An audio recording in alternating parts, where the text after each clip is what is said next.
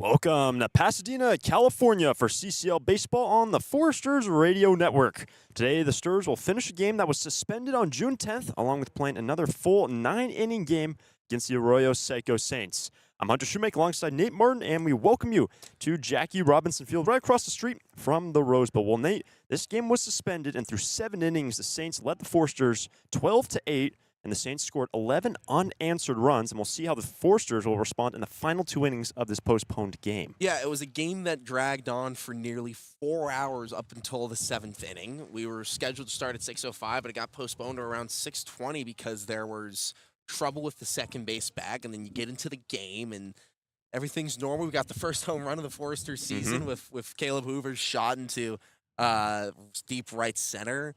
And then, we had 4 hit by pitches to the face, multiple ejections, long innings, 101 strikes thrown by the Foresters to 90 balls.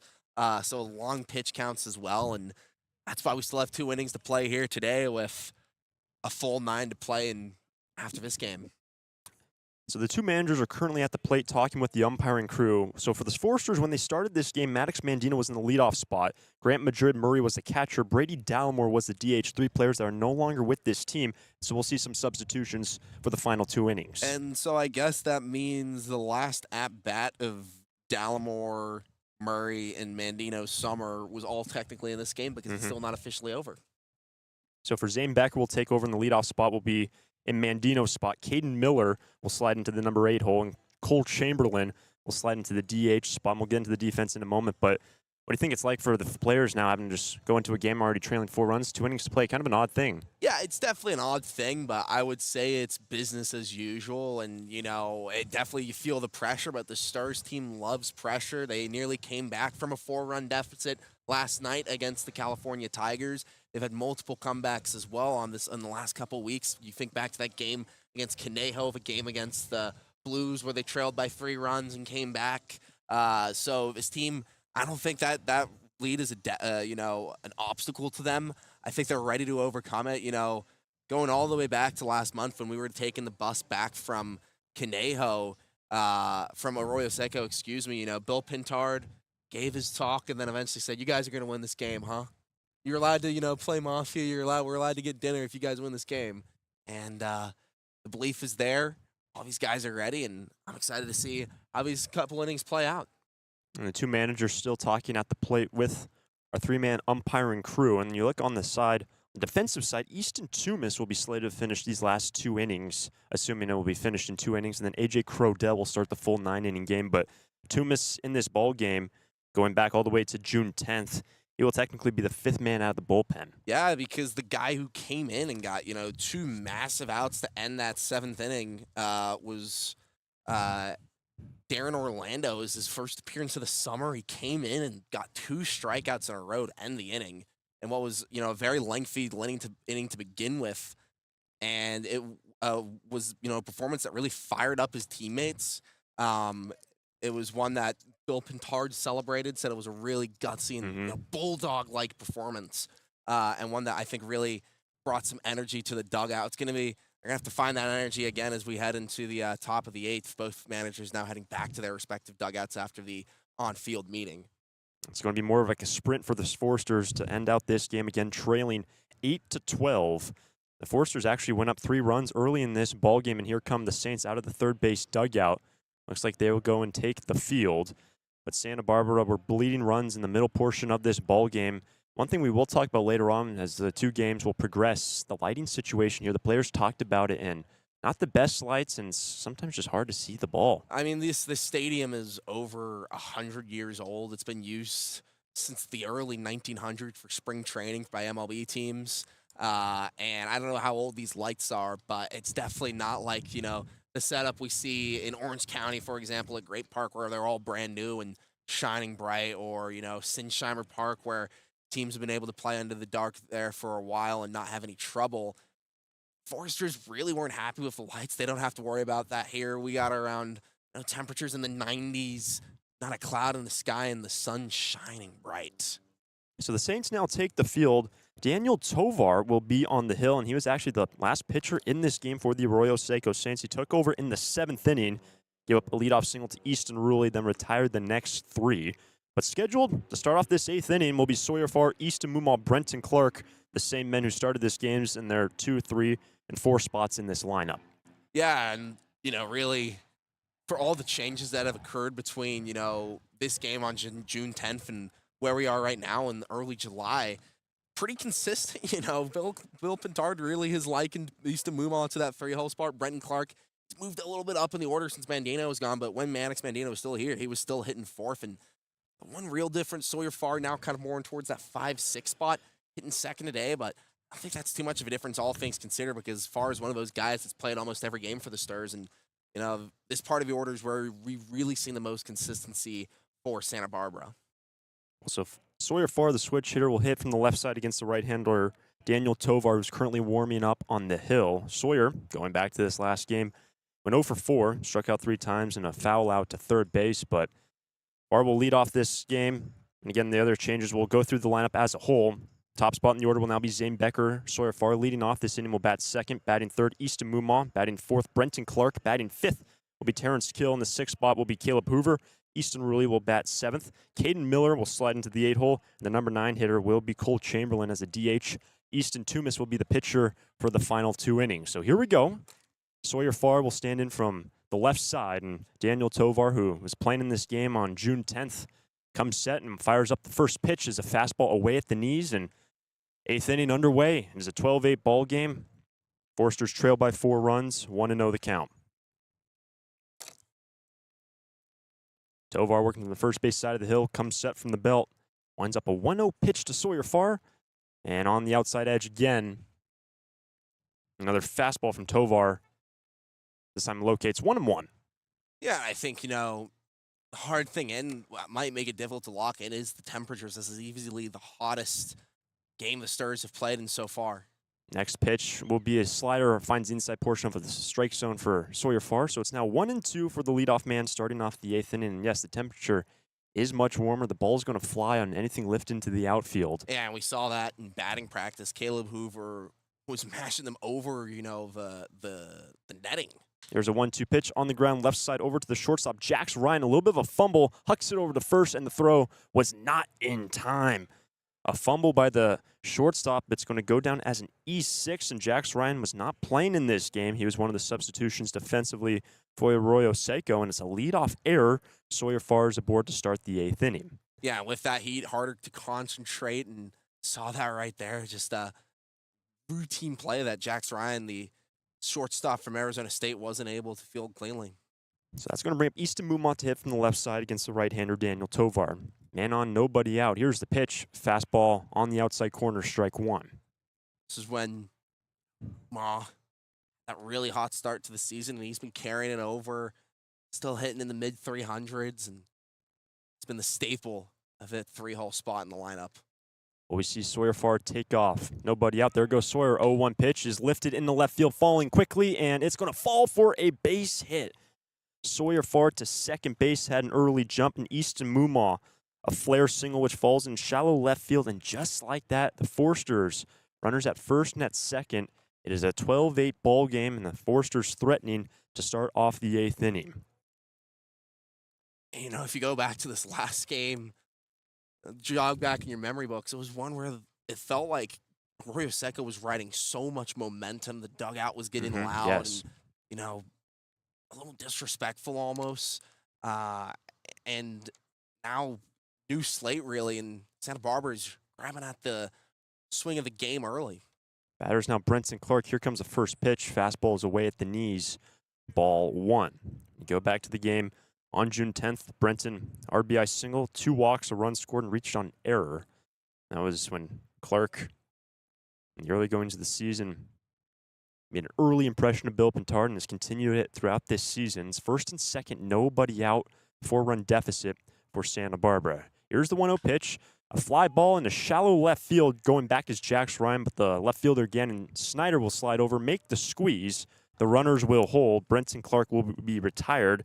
1 down in the 8th. Farr remains at second. Mumma at first. Yeah, but if you aren't able to make clean contact with the ball, that's what happens. It just hangs up in this hot, muggy weather, and balls can easily die in shallow outfield, as that one did right there for Brenton Clark. 12-8 lead. Starting off this 8th inning, Seco on top, and that's going to bring up Terrence Kill to hit from the right sides, first and second, 1 down, and this was the first game being played of the season for Terrence Kill. As a whole, it was the 4th game for Santa Barbara. So now the first pitch to TK, runner from second will go down to third. Farr will slide in feet first, in safely, and Farr is 90 feet away from plating the 9th run of this ball game. Stolen bag and runners on the corners for Terrence Kill. And how crazy is that this is technically Terrence Kill's first game? He made a really good first impression, had a single in the 3rd, and a triple in the 4th inning. Brought home 2 runs. What can he do here? It's 0-1, runners on the corners, 1 down. Here's the pitch. Fly ball down the right field line, slicing long run for Joey Milto, and he will make the catch on the chalk line, but tagging up from third will be Sawyer Farr, and a sacrifice fly. And the Stars entering this postponed game, trailing by 4. The sac fly brings home the 9th run of the day. It is now a 12-9 Saints lead. A great answer so far from Santa Barbara to get a run on the board. Come back here and brings up a man, Caleb Hoover. Already has a home run here today, technically the first of the summer for Santa Barbara. And these temperatures, conditions really suit his style. So 2 down and a man on. First pitch, be a fastball away, ball 1. We've been saying it when the Foresters have been at home. Technically, Hoover does not have a home run unofficially because it came into this postponed game, but that will change here tonight after this game is finished. But now a 1-0 pitch to Caleb. Fastball high and away, and good grab by J.J. Kennedy, who had to spring up and keep the runner at first, and is now 2-0 and a good count for Hoover. And again, another ballpark with a really deep backstop. Any balls that go past the catcher probably are going to advance a runner. 2 down, men at first and a run in, 12-9 Saints lead. Here's the 2-0 pitch, and it's on a backdoor slider, clips the edge of the zone, 2-1. Should Hoover reach, Easton Ruley will be next for Santa Barbara. They trail by 3, starting off this 8th inning in the postponed game. 2-1 delivery to Hoover, check swing and rolls it foul towards the third base on deck circle, 2-2. Daniel Tovar was in this game when it was postponed right around 10 o'clock local time, and right now the Stars have pushed in a run, 12-9 the score. Easton Mumma remains at first, but now a 2-2 pitch to Hoover, called strike 3, and Caleb's going to go down looking, the changeup clipping the outside corner. After the Stars got their first 2 men aboard, they bring home 1 but strand 1, and to the bottom of the 8th inning we go. Saints lead 12-9 here in Pasadena.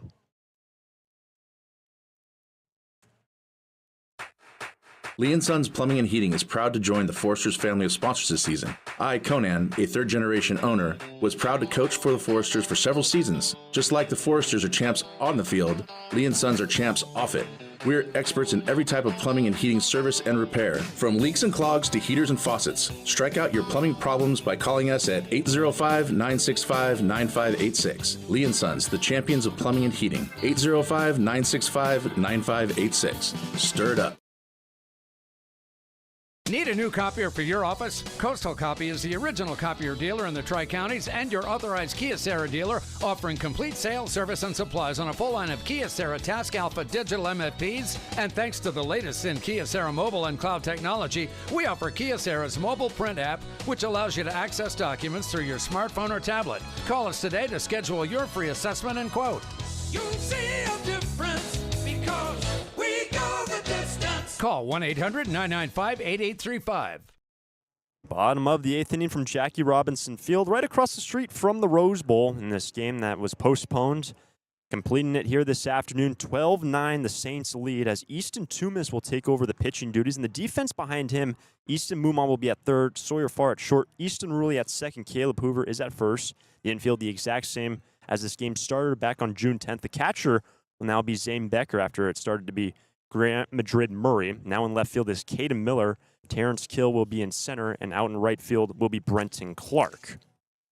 Yeah, Toomis coming in, relieving a guy who's not even here right now during Orlando. And, really, it was a really tough day for the Stars pitching-wise, a lot of walks. And, this is back in that period of time where, Santa Barbara had a lot of guys giving up. The pitching staff was really struggling with their command and location.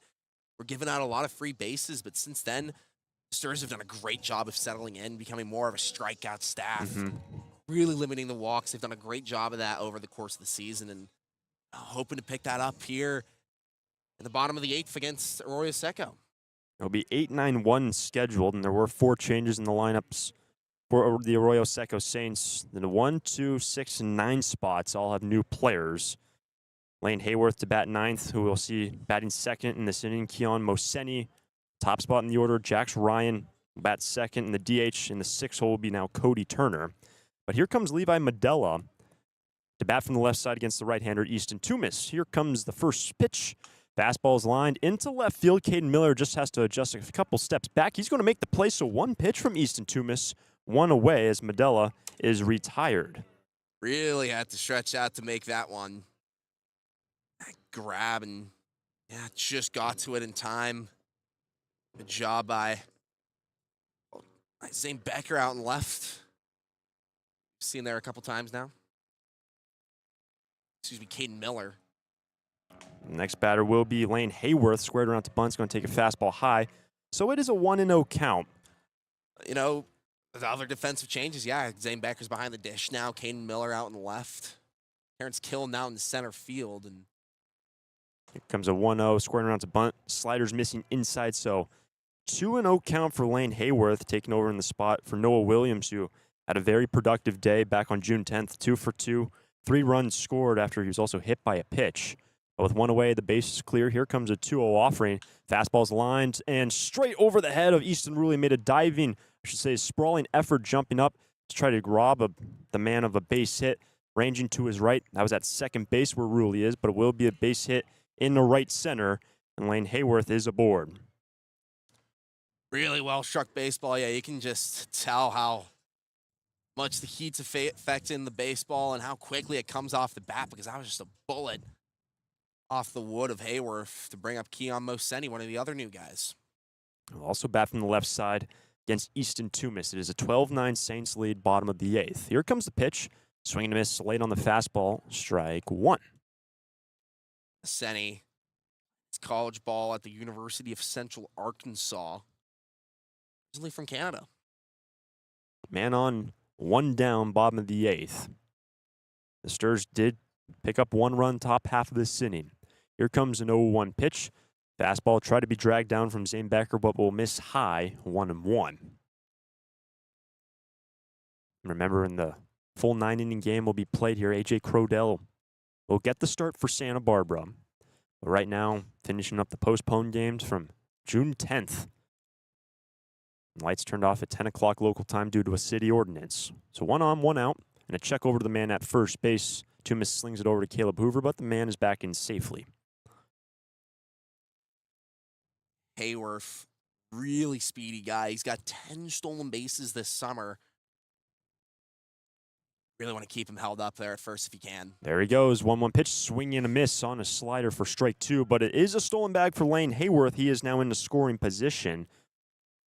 With 1 down in the bottom of the 8th, 12-9 Saints lead. It's already going to be tough enough to overcome a 3-run deficit in the 9th. You don't want to give them more runs to hold on to. It'll be the bottom 3 scheduled in the 9th inning. Rulli, Caden Miller, Cole Chamberlain. And it's second, 1 away. Here comes a 1-2 pitch to Keon Moseni. Longer hold, but now the delivery. Fastball well high, 2-2. It's a pretty active day right across the Rose Bowl.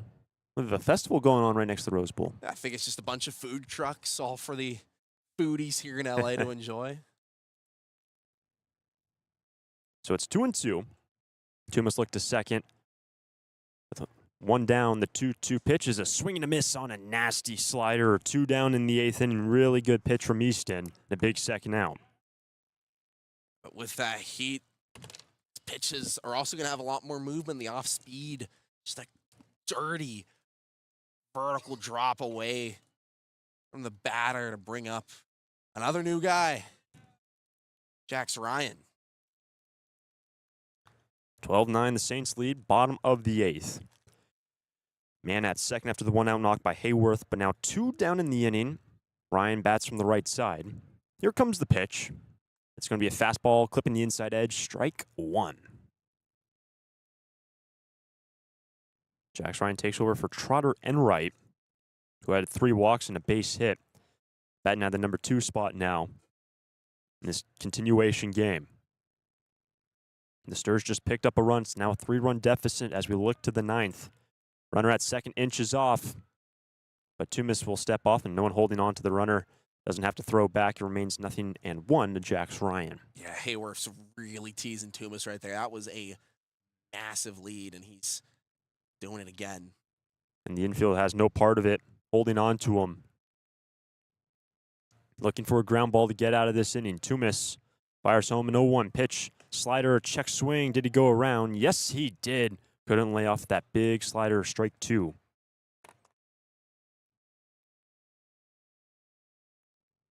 So much movement on that pitch from Easton. Getting called on by Bill Pintard and Scott Murray to close out this game and put up a 0 really in this inning. That's your objective, and give the offense just a chance. Currently trailing by 3. With man at second, 2 down. Here comes the 0-2 pitch. Runner goes. It's in the dirt. No throw down from Becker. He thought about it. Decides to hold on to that baseball. So a man now 90 feet away from making it once again a 4-run ball game, bottom of the 8th, but is now 1-2 for Jax Ryan. Mumau wasn't really on the bag. Only got there at the time Becker popped up to throw it. So Becker did hold on to it, seeing that Mumau had to really make an adjustment to get there. With 2 out, 1-2 pitch, fly ball, and slicing over the first base dugout. Well out of play. Into the heater that time did Easton Tumas.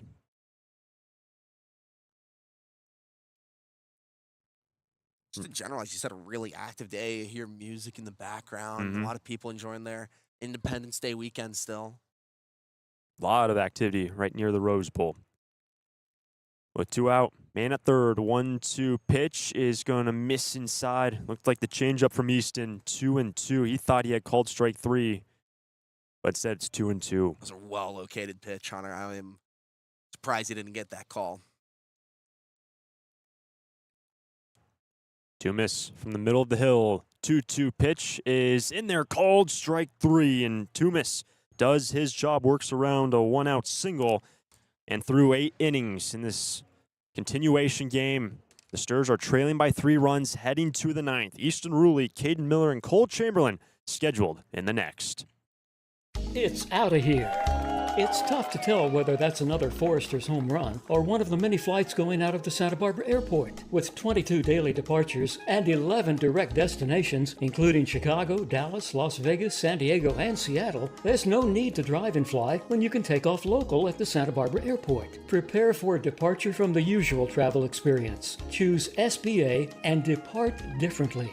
A proud partner of the Santa Barbara Foresters. Need a new copier for your office? Coastal Copy is the original copier dealer in the Tri-Counties and your authorized Kyocera dealer, offering complete sales, service, and supplies on a full line of Kyocera Task Alpha digital MFPs. And thanks to the latest in Kyocera mobile and cloud technology, we offer Kyocera's mobile print app, which allows you to access documents through your smartphone or tablet. Call us today to schedule your free assessment and quote. You'll see a difference because we go the distance. Call 1-800-995-8835.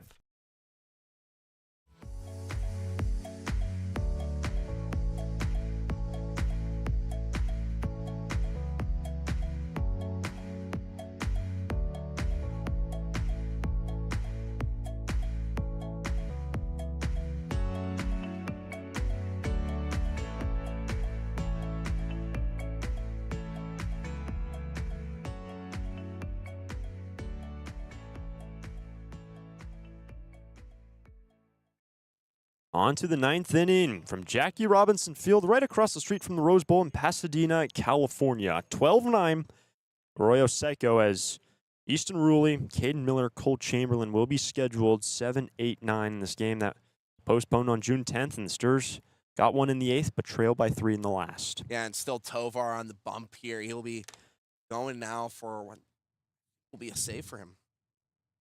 Did start in the 7th, but the first pitch chopped up the middle, ranging over behind second base is the second baseman. Long throw and in time. An incredibly difficult play from Keon Moseni, who just entered this ball game.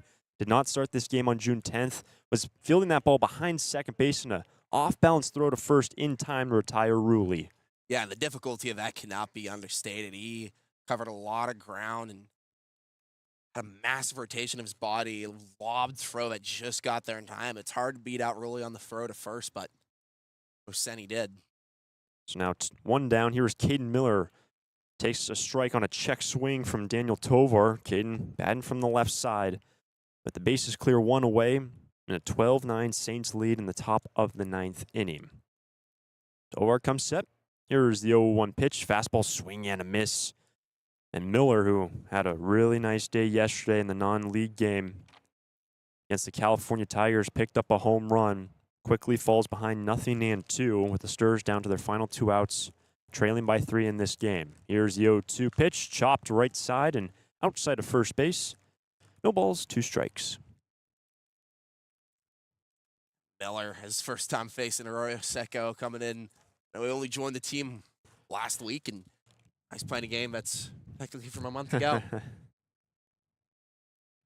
is worth noting the wind's kind of blowing out towards left field currently, but here's the 0-2 pitch, grounded outside of first base. It remains 0-2. In a ballpark with some pretty interesting dimensions. Yes. It's a really deep right field, 345, shallow center at 364 with a giant American flagpole in the field of play. Bases clear, one away. Sturs trail by 3 runs in the top of the 9th inning. Their number 8 batter, Caden Miller, behind in the count.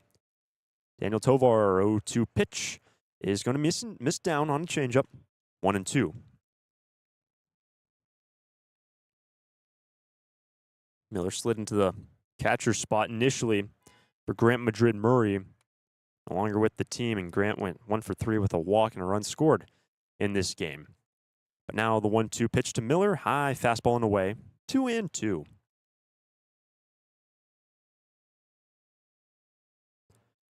And Santa Barbara finds some base runners. You got Chamberlain next, and if anyone is able to reach after Cole, would be Zane Becker. We'll still have a full 9-inning game after this one finishes up. 12-9 Saints. Bases clear, 1 down. Here comes the 2-2 pitch. Fastball away at belt height. Full count. Miller being patient, waiting for that pitch. That one just too high and away and wasn't even tempted on it. Miller, who bats from the left side against the right-hander Daniel Tovar. The 3-2 pitch up the middle and through for a base hit. Caden Miller was behind in the count, has a 3-2 pitch and a 1-out single for Santa Barbara to bring up Cole Chamberlain. Yeah, long at bat there, took it all the way to the full count and snapped on a line to up the middle of the infield. Nice job by Caden Miller to get something going here at the back of the order. That's now going to bring up Cole Chamberlain. If Cole would be able to reach, you bring the tying run to the plate.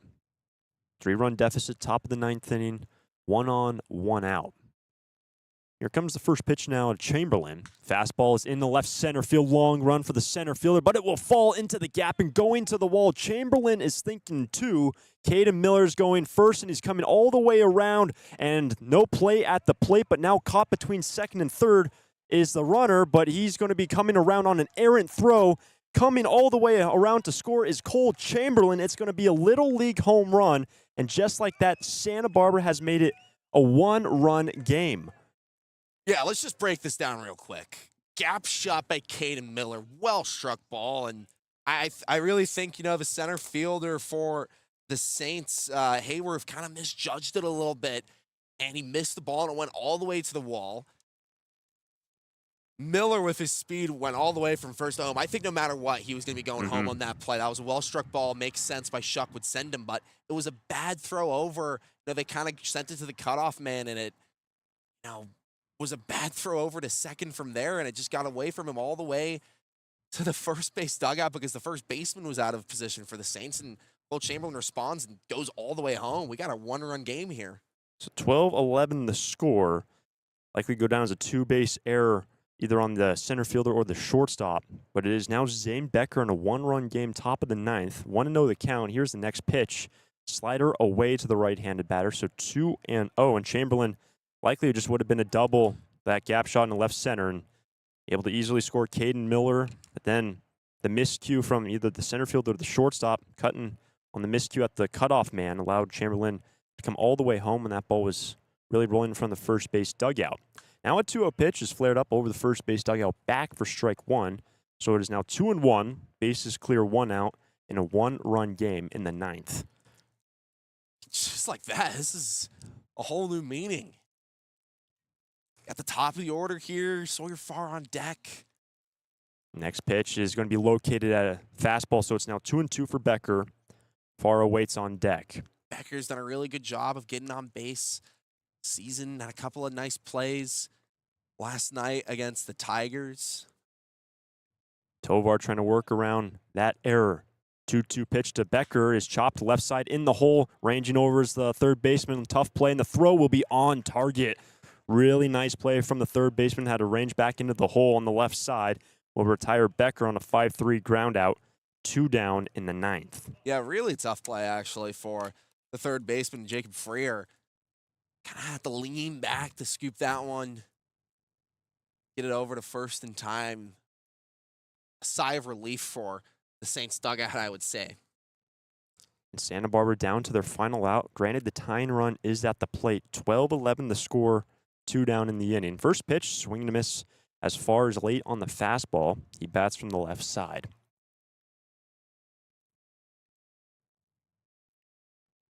And Sawyer led off the last inning. So already his second plate appearance of the day. He reached on an error, came around to score. 0-1 pitch, sprayed over the third base dugout, up and out of play. And that is strike 2, and Santa Barbara in this continuation game down to their final strike, down by a run. And I think, this is, looking at the standings, this is a crucial game because we can go into this a little bit later after the game, but I'm going to lose one of these two. There's the 0-2 pitch, away on a fastball, 1-2 the count. Sawyer Farr is going to be patient, wait for the right pitch to come. Tovar, the first base side of the hill, 2 down, the base is clear. Comes set at the belt, stirs down their final strike, 1-2 pitch, well away on a fastball, 2-2.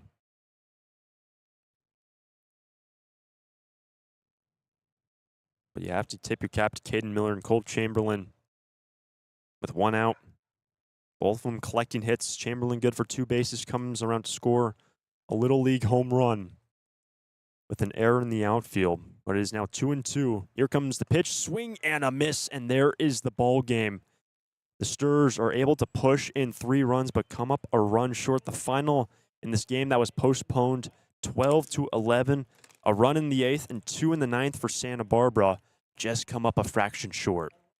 Couple thoughts here at the end of this game, Hunter. First of all, I think if you're Santa Barbara, you treat this like a win almost heading into the game tonight in 45 minutes time or so, because you just put up 3 runs in the matter of 2 innings like it was nothing. Those were easy runs to get, granted a couple miscommunications and defensive errors from Arroyo Seco, but those are some, you feel good after that, I would say. 2, now it's even more important to not lose the game tonight, because if you look at the standings, with that, the Foresters not only hold a 1-game advantage over Conejo. If they lose tonight, you got to tie for the first place in the division, and you don't really want to put yourself into that position heading into tomorrow's game and into the next week. And so the final score, 12-11 Arroyo Seco. When you look at the hits, there are 13 for the home team, 12 for Santa Barbara. 6 errors for the Saints and 2 for Santa Barbara in this game that started on the 10th of June. and concludes on the 5th of July. The Sturs, a run in the 8th and 2 in the 9th, come up a run short. We were told about 45 minutes will be the next pitch and the start of the ball game scheduled for today on July 5th. AJ Crodell will get the start, so we'll keep it on this same channel. We'll step aside for about 45 minutes, and we'll be back for another Forster ball game here in Pasadena. We'll see you then.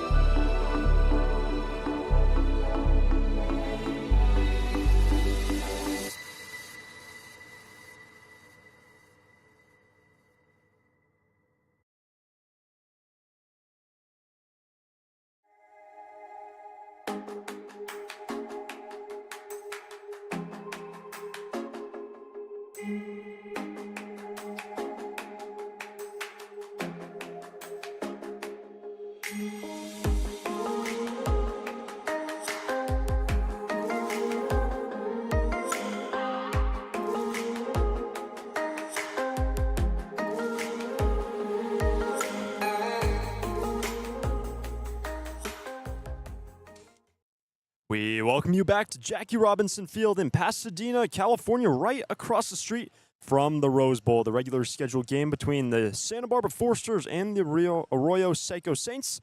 I'm Hunter Schmick alongside Nate Martin, and thanks for joining us on the Foresters Radio Network. Well, Nate, we just saw the conclusion of the continuation game, the game that was postponed from June 10th. The Foresters put up 3 runs, but ended up falling in that ball game 12-11 to the Saints. Yeah, but if you really want to think about it, they're leading 3-0 today heading into the top of the first of this one. They're feeling good.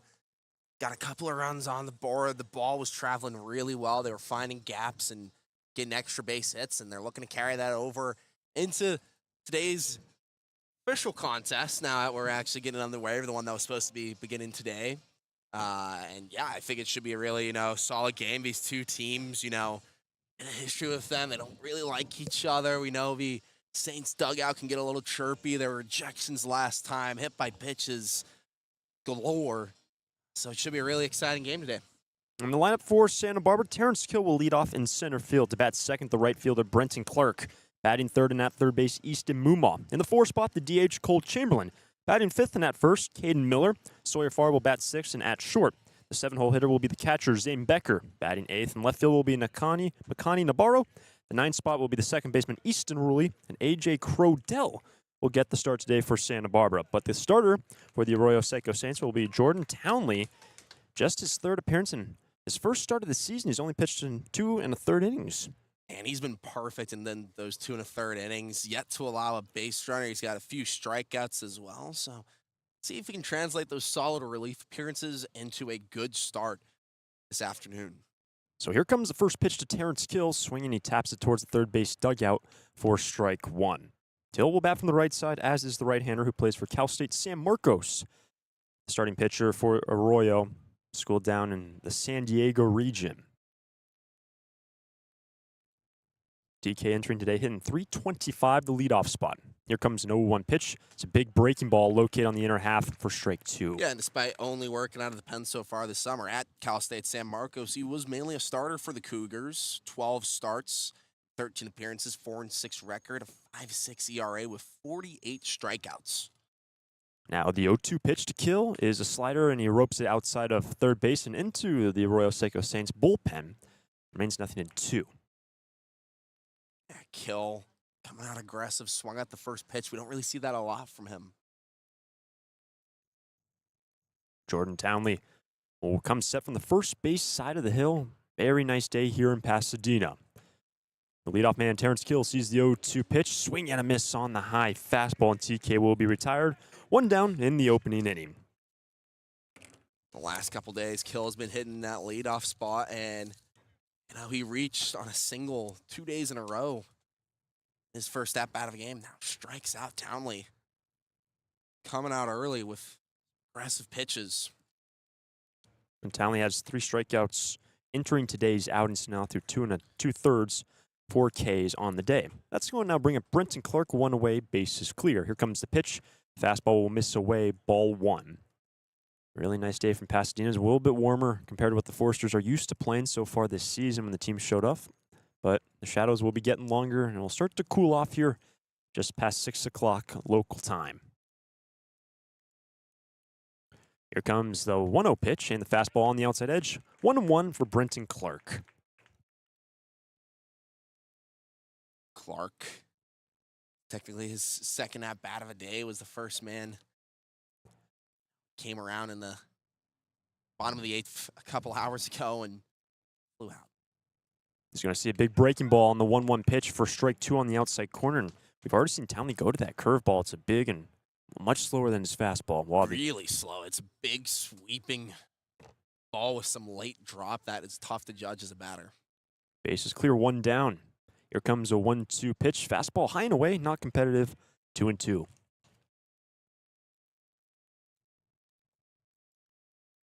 Santa Barbara playing in their 24th contest of the season here this evening. Game 9 of 10 straight for the Santa Barbara Foresters. One away and the base is clear. 2-2 pitch to Brenton Clark as a slider, and he ropes it outside of first base and rolls it down. The fencing parallel to the right field line, 2-2.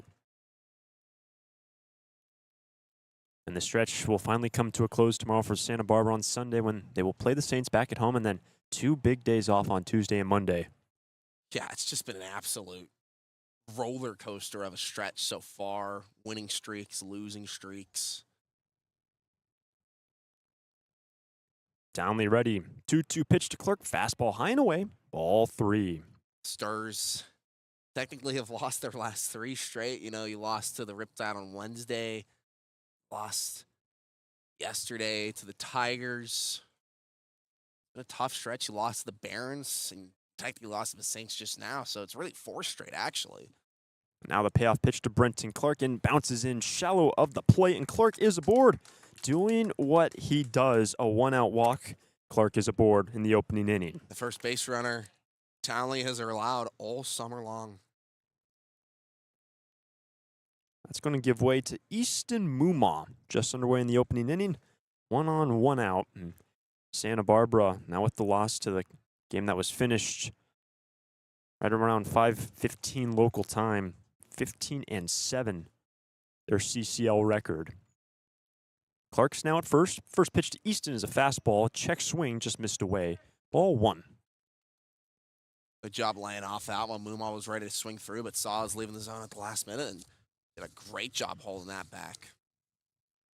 In Santa Barbara, of course, when you come into a continuation game after being postponed, you're down by 4. You're asking a lot of your offense to score 4 runs in 6 innings. Here with 6 outs in 2 innings, the next pitch down in the dirt for ball 2. But now with this clean game, fresh start, try to get back to the winning ways. And we talked about a couple losses for Santa Barbara. It's a tough stretch, but see what they can do here this evening. Yeah, they definitely came out really hot last time these 2 teams played. Here comes the 2-0 pitch. Fastball sprayed back and over the fencing and out of the entire park here behind home plate. That ball was barreled up and fouled back over the chain link fence for strike 1. They got the leadoff runner Mandino on in the top of the first of the last time these 2 teams played. He came around to score. Costly second inning as well with a Caleb Hoover home run and a couple other runs that came across the plate as well. Will Clark take off? There's a check back over to him. Clark was on his toes, ready to spring. He does have 6 stolen bases after his 1-out walk, but Muma remains at a 2-1 count. Townley glares over at first base. From the first base side of the bump comes the 2-1 pitch. Fastball is up and over the third base dugout and nearly hits one of the stadium lights. Falls about 10 rows deep to the amphitheater-style seating here at Jackie Robinson Field, 2-2. Definitely cooled down a bit. You can kind of notice the shade kicked in. Most of that left side of the stands is completely blocked by the trees that cover it, and I'm enjoying a pretty cool evening here now. 1-1 pitch, fastball up and away, so now a full count for Easton Muma. Brenton Clark just worked a walk, just underway here in the opening inning, no score. And Easton Muma, on base percentage of .462 this season, now has a 3-2. Townley comes set, will deliver a 3-2 pitch. So there goes Clark, but it's sprayed down the left field line and into the visiting, I should say the home bullpen. Remains 3-2. Second time in a row now where Townley's gotten himself into a full count. Walked Clark last time around. Muma already has a hit today, had the single back an hour or so ago. Clark continues to inch his way off of first base with 1 away. Another 3-2 delivery. This time Muma will send it into left field. Snyder has to readjust, but will make the play out in left field. Looked like he was going to come in, but held his ground, judged it well. Muma will be a line-out victim. 2 down in the opening inning. Yeah, just hung up there from Muma. It's a deep left field. Interesting dimensions in general at Jackie Robinson Field. Shallow center and flagpoles. Pretty deep. So now here is Cole Chamberlain. Brenton Clark remains at first base, 2 gone, top of the first inning. Chamberlain bats from the left side. Here comes the pitch. Fastball will be on the outside edge for strike 1. Look back to yesterday's game for Chamberlain against the Tigers. Was able to get on base in the 7th inning. Came around to score one of 2 runs when Santa Barbara were trying to energize themselves back in that game, and they end up just falling a run short. Had the bases loaded. Check over to Clark. He scampers in. Looked like the first baseman Medella thought he had Clark, but he's in safely, and it remains 0-1 for Chamberlain. It's a good effort yesterday. What a game that was. Really great game. You know, it had everything. Home runs. You had some arguments between the coaches. Here comes an 0-1. Fastball high and up, 1-1.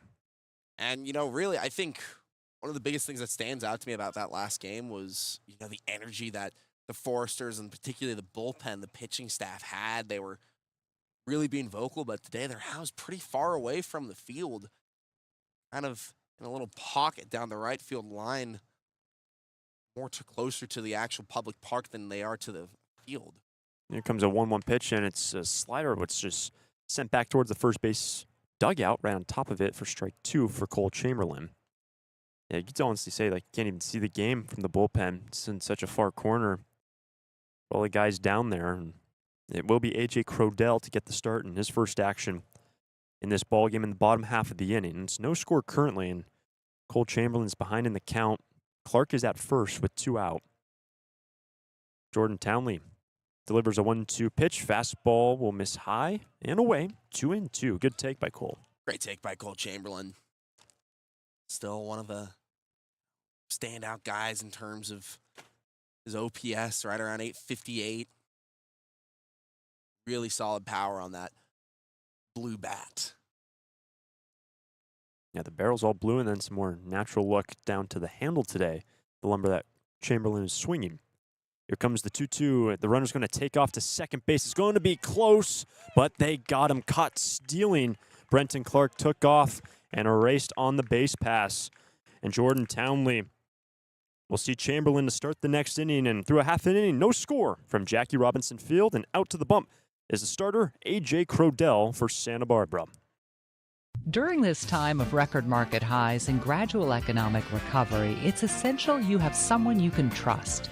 For 10 consecutive years, the Santa Barbara News Press Reader's Choice Poll has awarded Tremblay Financial Services recognition for the financial guidance they provide their clients. Tremblay Financial Advisors continually educate their clients with new options and financial planning tailored fit to you. For more information or an appointment, call 569-1982 or log on to tremblayfinancial.com. Securities and advisory services offered through Centaurus Financial Inc., member FINRA and SIPC, a registered investment advisor. Tremblay Financial Services and Centaurus Financial are not affiliated companies. Investing involves risk, including potential loss of principal. No investment strategy can guarantee a profit or protect against a loss in periods of declining values. Bottom of the first inning, no score between the Saints and the Stars. A.J. Crodell, the UC Santa Barbara Gaucho, will get his 5th start of the season, an ERA Nate of 1.56 on the year. Yeah, and he's easily been one of the most effective starters for the Stars. Last 2 appearances he's come into, he's went 5 innings and really effective strikeout guy. He had 10 strikeouts in his lone win of the summer against the Bombers. He had 7 in his last start against the Blues. With, you know, Frank Camarillo now heading away from the team to kind of get ready for the draft and prepare for the fall. I'd say this guy, A.J. Crodell, is the top starter, the ace of this pitching staff for the Santa Barbara Foresters. 17 1/3 innings pitched, just 4 walks to 27 strikeouts, and just 17 1/3, 27 Ks for A.J. The Stars wearing the maroon tops and gray bottoms, and the Arroyo Seco Saints wearing white uniforms with dark blue pinstripes, and that's going to bring up the leadoff batter, Lane Hayworth. To come to the play will be Hayworth, Freer, and Ryan. Scheduled in this opening inning, no score between the Stars and the Saints. One thing about AJ, he works quick. Here comes the first pitch to Hayworth. Fastball is rolled up the middle and past the second baseman. A lead-off knock for Hayworth. No chance for anyone in the infield. And a lead-off single for the Saints. Got the lone hit of the restart earlier this afternoon, and he gets on base first pitch. Hayworth coming out aggressive early. Here's the defense for Santa Barbara. Easton Muma is at third. Sawyer Farr is at short. Easton Ruley is at second. Caden Miller at first base. Zane Becker does the catching. Makani Navarro in left. Terrence Kill in center. Brenton Clark out in right. So the leadoff man aboard. Nobody out. And here is Jacob Freer. Here comes the first pitch. It's going to be a changeup away, but in the zone, just clipping the outside edge for strike one. A scoreless game currently. How will Crodell handle the leadoff man picking up a single against him? 1-0 record for AJ. 5th appearance, all of them starts. Here's no one pitch. Swing and a miss. Another changeup. Nothing and 2. And that's what Crodell has been able to do all summer. Get swing and miss. 27 strikeouts, as we mentioned, to only 4 walks. Incredible stuff from AJ this year. Hayworth is at first, nobody out. Bit of a longer hold now for AJ. Closes himself down on the hill, winds up the 0-2 pitch, misses well high, and Zane Becker did well to spring up and keep the runner at first. Cordell working with a 4-pitch mix, fastball, changeup, slider, and curveball. So a lot of different options to get those swing and misses.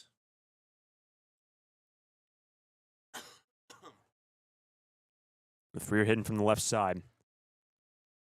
In the infield straight away, the first baseman Miller holds on to the runner. Long hold from AJ. Checks over the man at first base. It was a small lead. He's in head first, no problem. 1-2 the count for Freer, then Jax Ryan for the Saints, who enter today playing their 20th contest of the season. Here comes the 1-2 pitch. It's lifted into shallow right center field. Long run for Terrence Kill, but that ball will fall in the gap between right and center. First to third, Hayward. It's cut off by Sawyer Farr, the shortstop, and runners will now be on the corners. Nobody out for the Saints. It just hung up for so long, but it dropped in the perfect place. Both Clark and right and Kill and center just didn't really commit to getting that ball. No one really gave a claim to it. And just like that, runners on the corners for Crodell with nobody out. This is a position we've not seen the starter be in for Santa Barbara. And that's now going to bring up Jax Ryan. Some hefty signals being relayed down from the third base coaching box for the Saints. Now subsequent signs for Zane Becker, the catcher.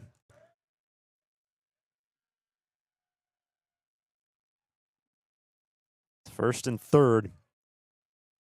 Nobody out in a scoreless game in the bottom of the first inning. Crodell needs to work around some hits. First pitch, runner goes from first to second. Throw down, he's caught in a rundown, but really the second baseman is looking down at third base, making sure that he doesn't make a play. They throw over to third base. The runner will get down to second on the throw over to third, and Ruley had to make sure the runner wouldn't come home and committed to throwing back to third base to maybe get a back pick, but that opened up the channel from first to second, as it was Freer caught in a rundown. And it's now going to be 2 in scoring position. It's just an awkward position to be in. Really awkward. Good job by Freer to just kind of recognize, hey, I can get myself into a pickle and this can score a run instead of being tagged out. That's smart base running by the man who's now on second, 2 in scoring position. This is far from ideal. Here's an 0-1. It's fouled back into the chain link fence and gets lodged in the fence, probably 3/4 up the way behind home plate. And that baseball will remain there for likely quite some time. Yeah, I think we saw that the last time we were here, Hunter. I remember ball getting caught up there. It's a big chain link fence as well. It goes up nearly almost halfway, probably above halfway up the lights. And here's the next pitch into right field. Fly ball, probably playable for Brenton Clark. He will slide in, and the runner from third will hold. And you saw Brenton Clark kind of time the run up to catch that ball and have all the momentum moving forward. So Clark, a big first out, and keeps the runner at third. Yeah, we know Clark's got a really good arm, and good job keeping him up. No hurry, though, with a Turner here coming up with a guy who's hitting 485 right now. DH, and he's in here to mash baseballs. Second and third, 1 down, scoreless game, but the Saints will look to change that First pitch from AJ, missing inside on a slider, ball 1. You can just see from the build from Cody Turner. When you look at him, you figure you can hit some balls deep out of ballparks. 1-0 pitch. That's going to fastball miss inside for ball 2. Yeah, exactly. You know, what you're looking for from a cleanup guy, power lefty bat.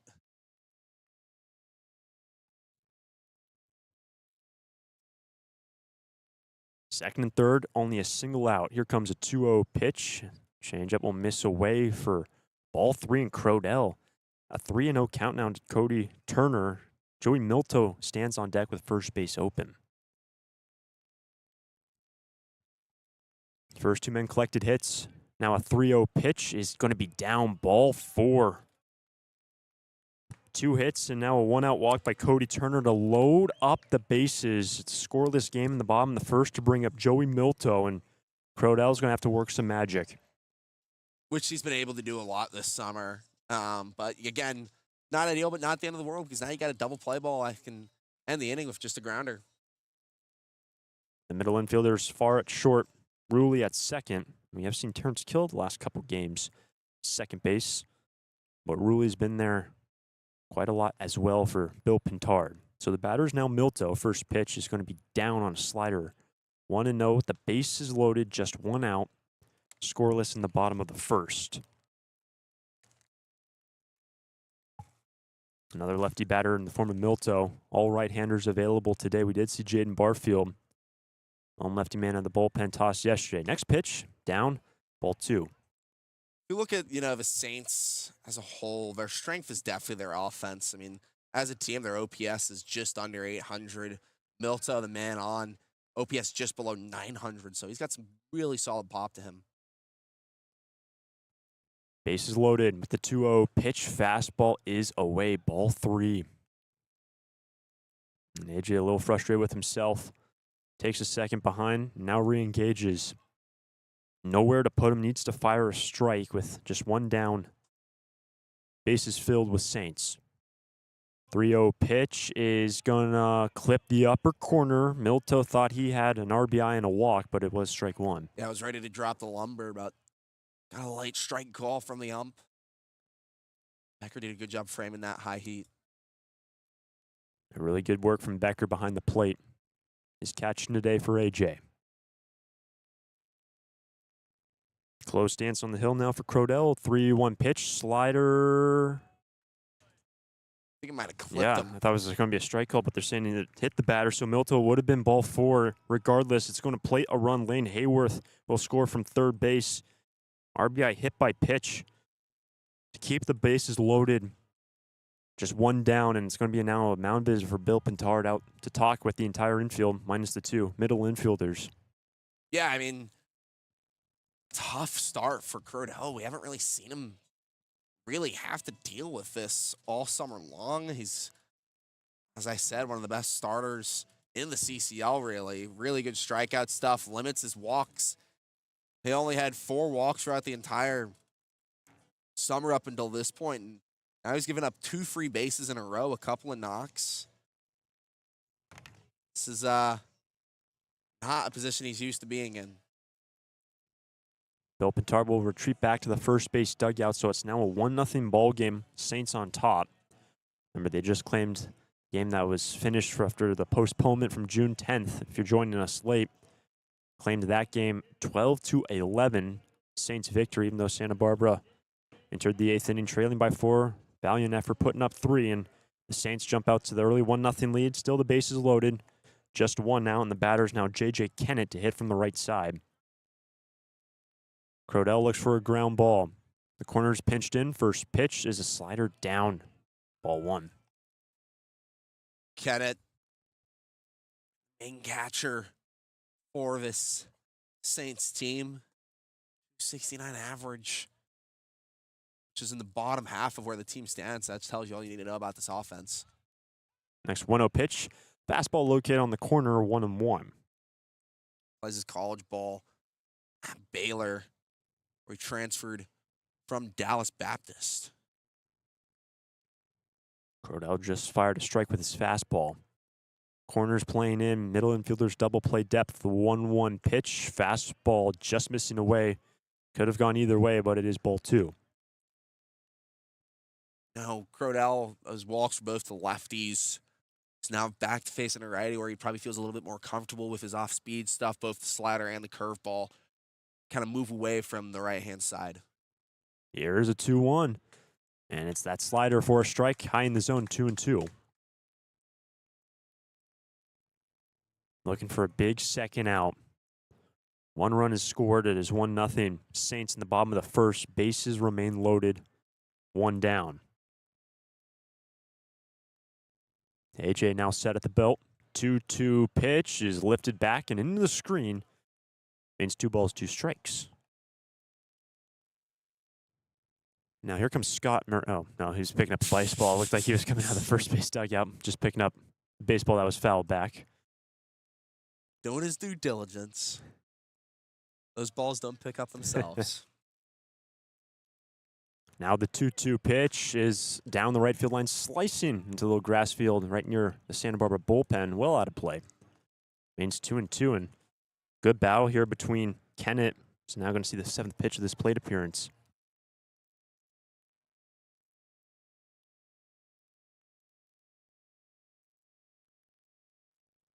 Two-two delivery from Crodell, misses inside. It looked like the curveball. Full count and nowhere to put Kennett. Bases loaded, 1 down, and already a run in for the Saints in the first. Curveball that just didn't curve. It just hung up out of his zone. Barely any break to it. Crodell needs to fire a strike. 3-2 pitches on the ground left side. This has potential. They're coming home. 2 out, down to first. Double play. 5-2-3 on the double play. Fantastic work by Mumma, Becker, and Miller to get Crodell out of the jam, and they limit the damage to just 1 run through 1-0 lead for the Saints. It's out of here. It's tough to tell whether that's another Foresters home run or one of the many flights going out of the Santa Barbara airport. With 22 daily departures and 11 direct destinations, including Chicago, Dallas, Las Vegas, San Diego, and Seattle, there's no need to drive and fly when you can take off local at the Santa Barbara airport. Prepare for a departure from the usual travel experience. Choose SBA and depart differently. A proud partner of the Santa Barbara Foresters.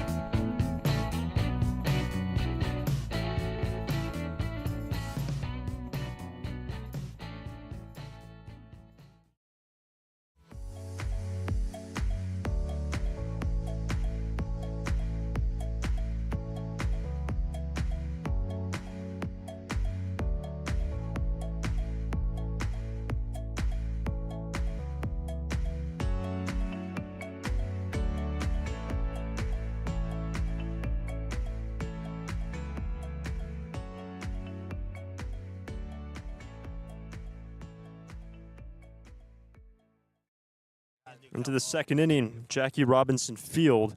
The Saints lead 1-0 over the Foresters, but fantastic work by the Santa Barbara infield to help out A.J. Crodell in the opening inning. The bases were loaded, only a single out, limiting the damage, just 1 run. Cole Chamberlain, Caden Miller, Sawyer Farr will be scheduled. And for Cole Chamberlain, he's already probably seen 5-6 pitches from Jordan Townley after Clark got caught stealing to end the opening inning. And it will be Chamberlain strolling over to the plate to hit from the left side. Yeah, he came up, gave a good battle to Townley, but just didn't get the chance to really do anything because Brenton Clark got caught stealing. That's good to know, though, if you're Bill Pintard and third base coach Steve Shuck. J.J. Kennett, good arm and someone that you don't really want to risk stealing on. Here comes the first pitch now from Jordan Townley. And it's going to be a breaking ball down in the dirt, not even close to the strike zone, hitting probably 2 feet in front of the plate. That is ball 1. Way in the dirt. Really Got to be careful on those breaking balls. So Cole Chamberlain serving as the DH. He started off continuation game as the DH as well, sliding into the 9 hole. He bats 4th today. Here's a 1-0. Fastball high and away. Ball 2. So far, 1 base runner for the Foresters in this ball game. It's Brenton Clark, a 1-out walk, where he was gunned down at second. But a 1-0 Saints lead start of the 2nd inning. Townley from the middle of the hill. 2-0 pitch. Fastball high and away, ball 3. Getting ahead on the count. Townley getting longer at-bats and getting into 3-ball counts a lot through just 4 batters faced. Miller will be next, and then Farr. Count is now 3-0. Here's the pitch. Fastball is away, and a 4-pitch leadoff walk for Cole Chamberlain to start off the 2nd. Now out to the hill, J.J. Kennett, the catcher, to talk with the starting pitcher to bring up now Caden Miller, another lefty batter. Because, this is a guy, Townley, who hasn't given up any, really, base runners up until today. He's given up 2 through 4 batters faced. Getting behind in counts early. This is a position that he's not been in a lot this summer. So here is Caden Miller. Couple waggles through the strike zone. Throws the lumber on the left shoulder. Chamberlain at first, nobody out. Start of the 2nd inning. First pitch, swing and a foul back into the screen behind the plate. Strike 1. Caden had the home run yesterday. That doesn't count to his stats. Good lefty power bat.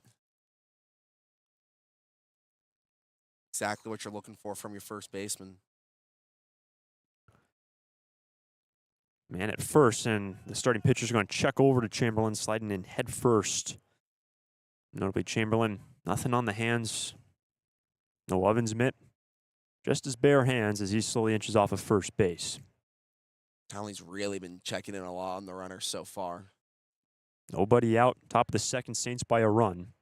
Here comes the 0-1 pitch, and that's down in the dirt. Great cover by Kennett. Took it off the chest protector, 1-1. Nearly hit the legs of Miller. Nearly. Yeah, definitely have to be careful on the pass balls because, as we mentioned, it's a deep backstop. Could probably 30 feet, 20 feet back to where the backstop is. You got to be careful on those for sure. 1-1 the count. Chamberlain at first, nobody out. Here's the pitch. Fastball high and away, and Townley frustrated with himself on the hill, and he hasn't been able to locate that fastball. 4 pitches to Chamberlain, all missing, and it's now 2-1 for Miller. Rightfully frustrated, I would say. Fastball, that's supposed to be your bread and butter, the one that's getting the zone every time, and it's just not been the case so far. Good opportunity for Miller. Here comes the 2-1 pitch. Swing and a miss. That fastball right over the barrel of Miller, 2-2. So very far next, then Zane Becker would be in the hole for the Santa Barbara Foresters. Game 24 on the docket. Game 20 for the Arroyo Seco Saints. Here comes the 2-2 pitch to Caden Miller. He will foul it back directly behind the plate, halfway up the chain link fence. Remains 2-2.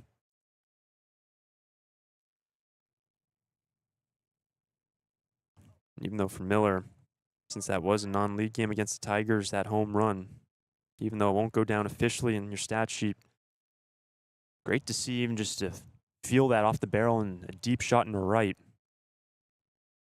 Here comes the 2-2. Fastball high and away, full count. Especially for someone who, had a pretty hard couple of days adjusting to, the wood bats of the CCL. As a hitter, he had such a great freshman year at UTSA. Was first team all freshman in his conference and had a hard start to the summer, but he's really bounced back in a major way over the last couple games. Man, at first, nobody out. 3-2 pitch is going to miss high and away. And back-to-back walks given up by Jordan Townley. Chamberlain to second. Miller is aboard.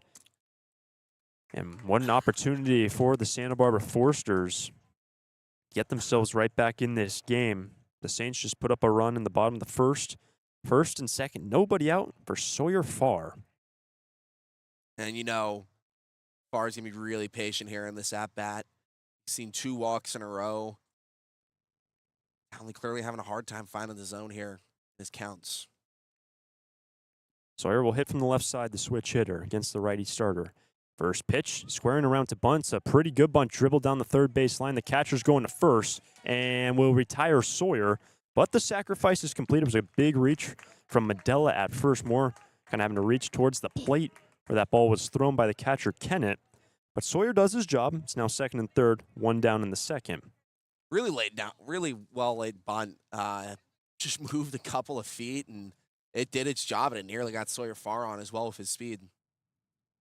Chamberlain at third, Miller at second. It's a 1-run game, top of 2. With Farr retired, that's going to bring up Zane Becker, just 1 down in the second. At least try to score Chamberlain in this plate appearance for Zane. Lift something into the outfield for a sac fly. First pitch is going to clip the upper half of the zone on a high slider, strike 1. And that's the simple objective, just get something into the outfield. Don't overcomplicate it. Still early, you got time. Of course, the rally would be nice to get many runs across the plate, but just to tie the game early and keep things close, that's where you want to be. Strike 1 pitch, fastball inside, 1-1. To be fair, if there's anyone really on this Foresters team right now that you'd want to get on base, Zane Becker could be that guy. OBP of just below 500. Now the 1-1 pitch is going to be a changeup, finding the inner half of the plate for strike 2. So now 1-2 the count for Becker, second and third, 1 out, 1 run, Saints lead. Looks like Steve Shuck just inched in and said something to Cole Chamberlain at third base. Little instruction. Here comes a 1-1. That's going to be a 1-2 rather. That's going to miss in 2-2. Chamberlain definitely taking a pretty sizable lead over at third. Corners have pinched in. Middle infielders are at the junction of the outfield grass, so they're playing deep. Only a single out. Here comes the 2-2 pitch. Breaking ball is tapped outside of third base. Good reach from Becker to stay alive. Yeah, just got his bat to it. Took all the extension to get there, but did it. Stays alive. It remains 2-2. Chamberlain third, Miller second, only 1 down. Saints on top by just 1 run. Here's the pitch. Missing high, ball 3, full count. Becker's just so patient. His at-bats, he takes really tough pitches as he did right there. That one was just barely missing the zone. Navarro will be next. And here comes the 3-2 pitch from Townley. Is a curveball missing high, not even close. And the third walk of the inning to load up the bases, just 1 out. And that's going to bring to the plate Makani Navarro. Had the base to give and decided to use it now. Bases loaded, 1 down. A lot of possibilities here. Navarro, one of his strengths is sending balls into the outfield. That's all he needs to do, and we have a tie game. It's a 1-run Saints lead. What a chance for Makani. Bases filled with Foresters. Just 1 away in the second. Here's the pitch. Fastball is tapped down the third baseline, foul. Strike 1. It's kind of a similar situation to the opening inning for the Saints, and A.J. Crodell gave up some hits, a couple walks, or I should say free passes, and bases were loaded, able to turn a double play. Granted, 1 run had already come around at that point, but let's see what Makani can do. Jordan Townley, first base side of the hill. 0-1 pitch. Navarro will see a breaking ball high in the zone, but it's a strike. Nothing in 2. And I'd say the expectation for the Stars, at least, is to tie the game. Remember, Miller's at second. He's got some good speed. Chamberlain's at third. Townley now ahead in the count, 0-2. Here comes the pitch to Navarro. Lifts it into left. Is it deep enough? Snyder will slide over towards the chalk line, makes the squeeze, and the runner is going to be held up, not deep enough. And Navarro will just fly out, and the runners hold, and a huge second now for the cause for Townley and the Saints. Chamberlain was starting to go, but great throw by the left fielder, Snyder. Just well thrown. Easily would have made it to the catcher, though. It was cut off by the third baseman. Probably would have gotten Chamberlain out at home plate. So 2 down. Bases still loaded with Foresters. They trail by a run, top of the second inning. Batter is now Easton Ruley. Here comes the first pitch. Easton will take a slider in the dirt, and a fantastic cover by Kennett. Chamberlain at third was probably a third of the way down the line and smothered by the catcher to keep it a 1-run game.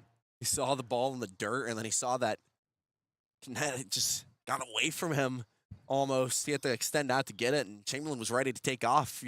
I could see the eyes open. So it's ball 1 for Easton and a huge chance for Ruley, who's brought home 14 runs this season. With 2 out, bases loaded, and a 1-run game. 1-0 pitch, slider, good location for a strike, 1-1.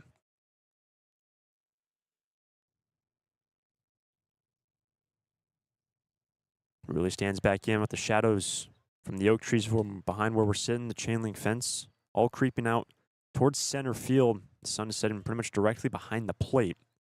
Here comes a 1-1. Fastball is tapped down the third baseline, foul, and 1 giant hop, strike 2. A giant hop. That was just got the batter onto it in time. Got to tighten up with 2 strikes now. In the opening inning, the Saints, 2 hits, a walk and hit batter. The plate just 1 run after good double play turned by the infield, a 5-2-3. But now Easton Ruley, the infield, playing back, trying to field any ground ball. Has a chance with 2 out and the bases loaded. 1-2 pitch, slider, just able to tap it. 1-2 it remains. It's a big cut from Ruley. And it looked like you struck out there, but he just got some contact on the ball and drifted foul very, very slowly. Townley hunches over into his catcher, J.J. Kennett. More of a shut stance on the hill. Bases loaded, 2 out, 1-2 pitch is a breaking ball in there, called strike 3, and Ruley's going to go down looking, and the Foresters leave the bases loaded in the second. They're 1.5. Saints on top 1-0 over the Sturs.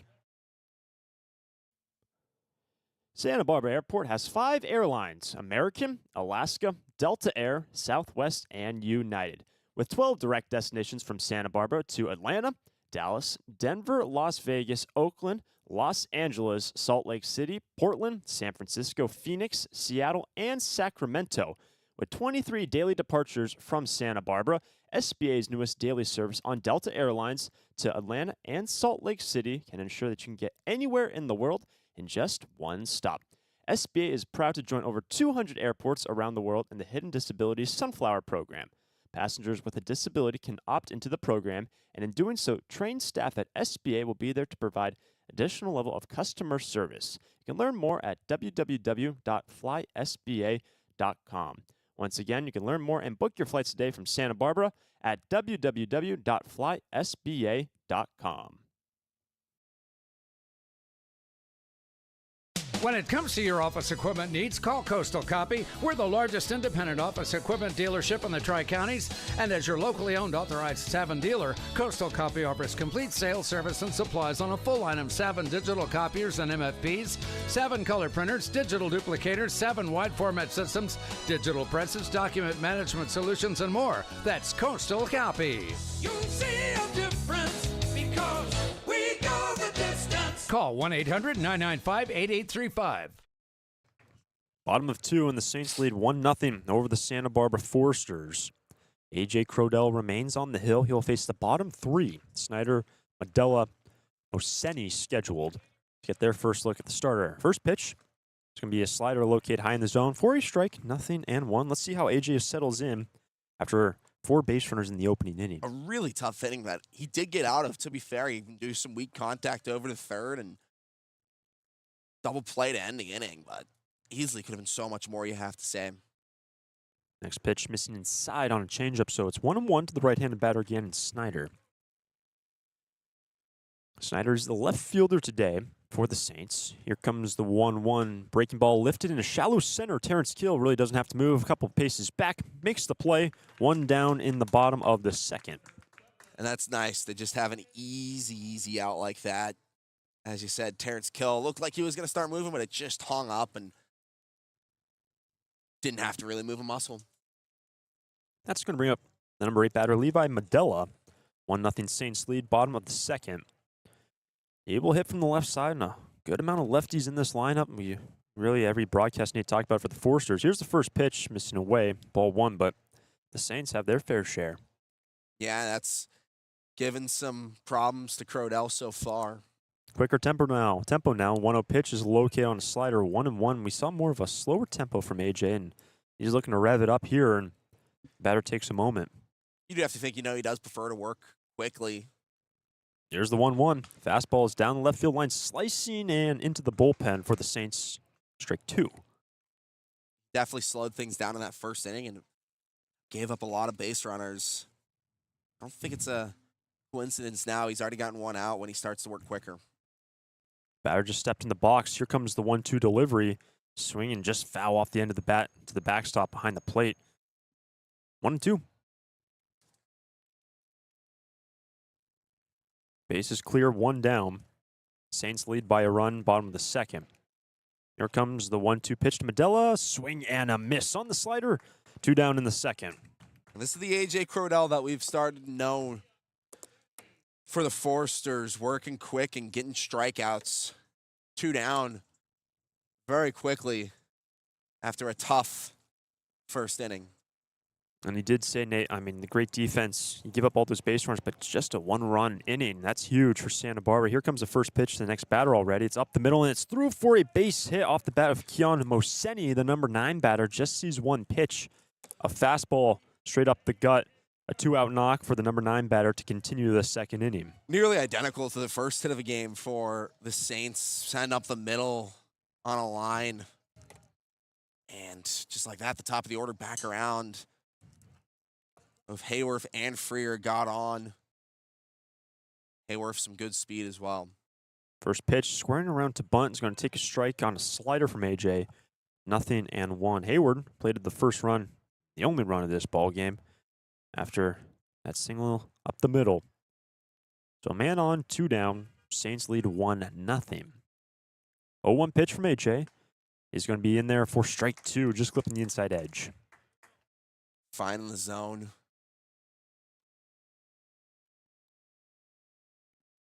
Hayworth takes a moment, steps back in from the left side. And Crodell. 0-2 pitch, and down the right field line, foul. Couldn't even see from where we're sitting if that was fair or foul, but that was on the foul side of the chalk line into right, 0-2. Saints tried to yell out, say it was fair, but I think the umpire had a pretty easy one calling that. 1-0 Saints lead, but a 2-out knock by Mosoni to extend the inning. It's the top of the order. Lane Hayworth, 0-2 pitch, just off the end of the bat. He fouls it back into the screen. Means 0-2.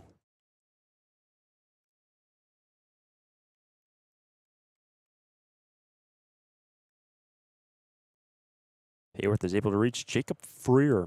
Would be next for the Arroyo Seco Saints. Crodell looks in the inning right here. Here's the 0-2. That is down on a fastball. Ball 1. Had the pitch to give and used it low and inside, and Hayworth was not even tempted. Moseni is at first.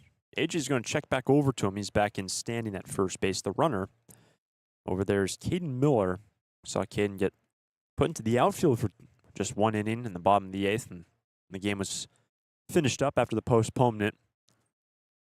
And the runner has a secondary lead, but will move back in, sliding head first. Crodell checked over to him again. Means 1-2 to Lane Hayworth. Moseni's only had 1 stolen base all summer.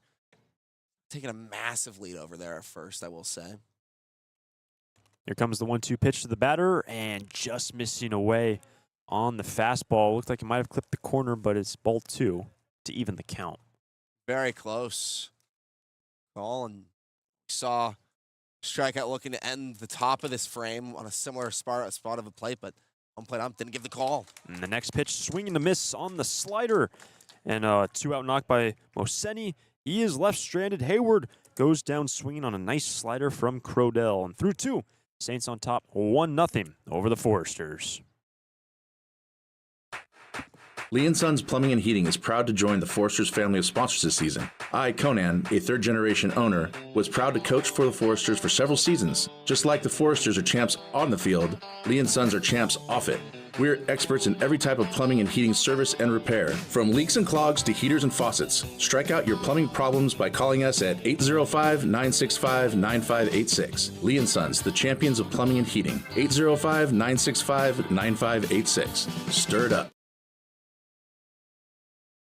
When it comes to your office equipment needs, call Coastal Copy. We're the largest independent office equipment dealership in the Tri-Counties, and as your locally owned authorized Savin dealer, Coastal Copy offers complete sales, service, and supplies on a full line of Savin digital copiers and MFPs, Savin color printers, digital duplicators, Savin wide format systems, digital presses, document management solutions, and more. That's Coastal Copy. You'll see a difference because we go the distance. Call 1-800-995-8835.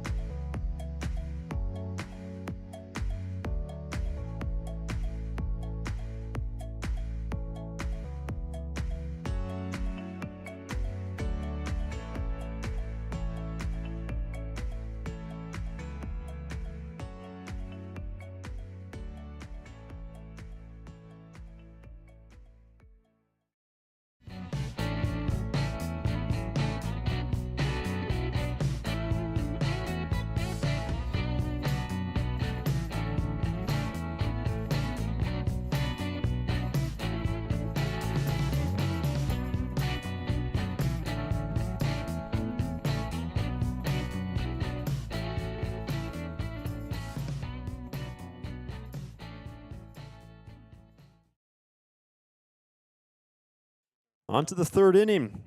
The Saints lead 1-0 over the Santa Barbara Foresters, and there will be a new arm entering for the Saints. Ethan Moran will take over after the starter Jordan Townley went 2 innings, no hits, no runs. He walked 4 and struck out 2. And the top of the order will be scheduled Terrence Kill, the second, Clark, and Muma. Foresters trailing by a run. Here comes the first pitch to Terrence Kill. Fastball high and tight, and TK had to stumble back out of the way. Ball 1. Saw Terrence Kill last time they played here get hit by a pitch in the head, and he got plunked there, but ducked down in time. Here's the 1-0. Fastball into right field, staging his ground is Milto a few paces to his left, makes the squeeze, and Terrence Kill will line out into right for the first out in the third. The Saints on top by a run. Moran's another arm that the Saints have gone to out of the pen quite a bit. This is his 6th appearance of the summer. His last one was probably, one of his toughest yet. He gave up a couple of hits, gave up his first walk of the summer. Allowed a run to come off the plate in just 1 inning against the Blues. Batter is now Clark. The pitch is going to be a fastball on the outside edge for strike 1, so it's a 1-run Saint lead. Bases clear, 1 out, and Clark, who's worked a walk today, at an 0-1 count. See how Moran fares in this sounding. Here's a 0-1 pitch. That is down 1-1.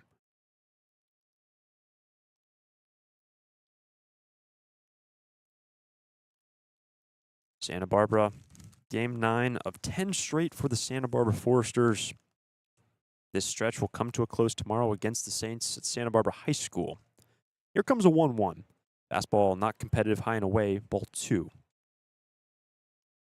Clark's just been an on-base machine this summer, as we've said so many times. OBP of 535, excuse me. He already has a walk today. Base is clear, 1 down. Top of the third inning, Saints by 1 run. Here's a 2-1 pitch, and off speed's going to miss down for ball 3 for Brenton.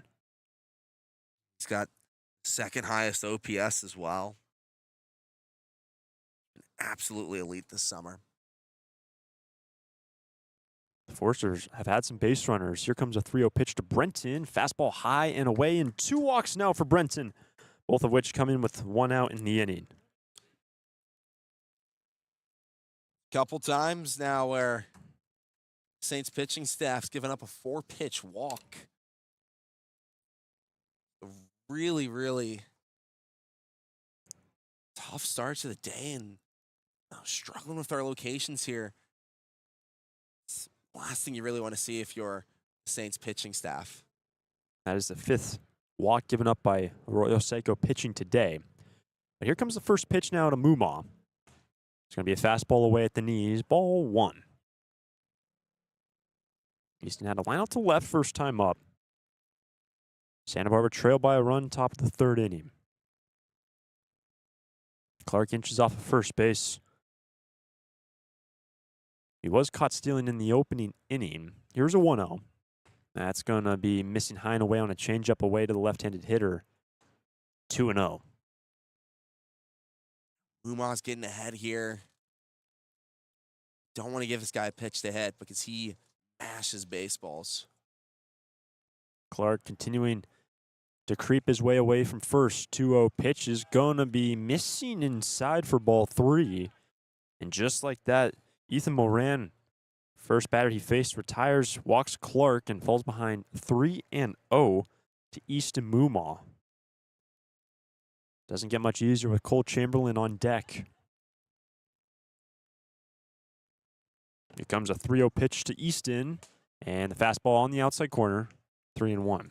Yeah, easy take there, considering where those pitches were missing.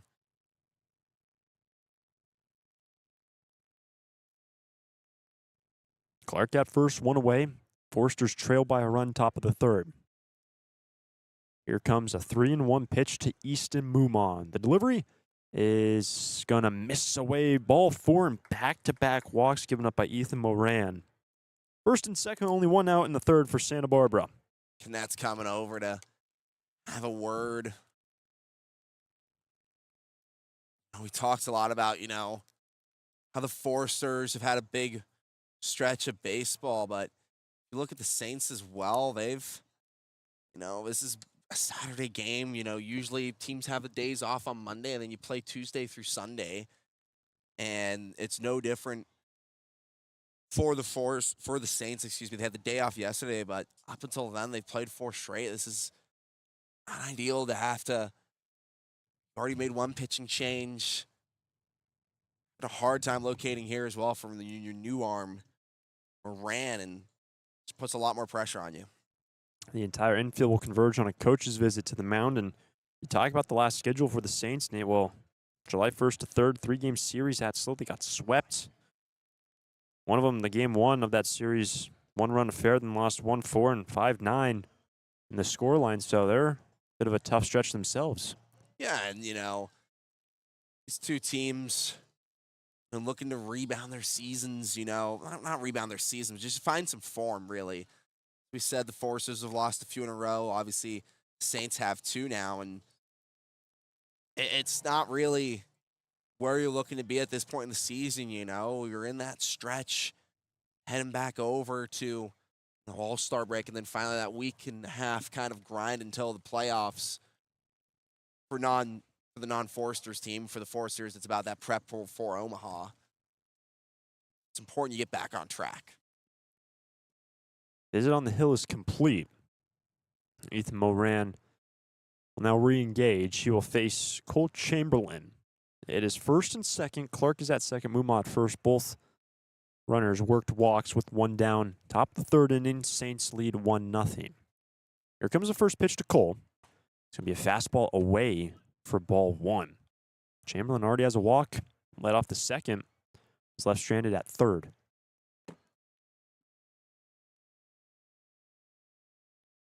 Chamberlain hitting from the left side against the right-hand reliever Ethan Moran. Here comes the 1-0 pitch. That's going to clip the lower portion of the zone. 1-1. Chamberlain last time around worked a 4-pitch walk. It's the first strike he's seen all day.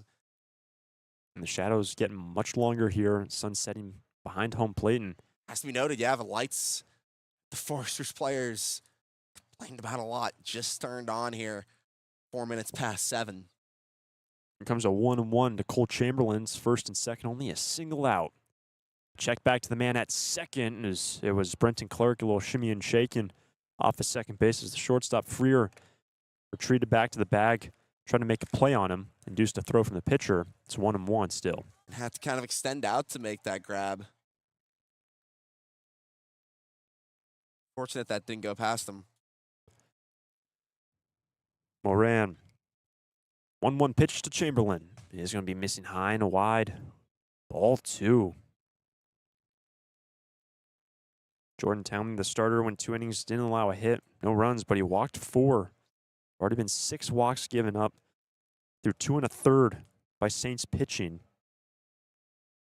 Saints do have a 1-run lead.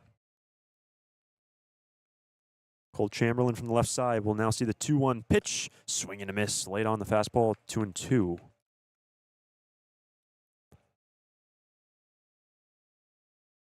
And also another thought on that Sun as well. The outfielders and even the infielders, that Sun's going to be, for some time, going to be in your line of sight before it sinks below the massive oak trees behind this amphitheater-style seating Jackie Robinson Field. Look to second, fires home the 2-2 pitch, lifted down the left field line, maybe playable for the third baseman Ryan, but it will go out of play into the bullpen, 2-2. It's a lot of foul ground down that left field side. Definitely an advantage to the defense.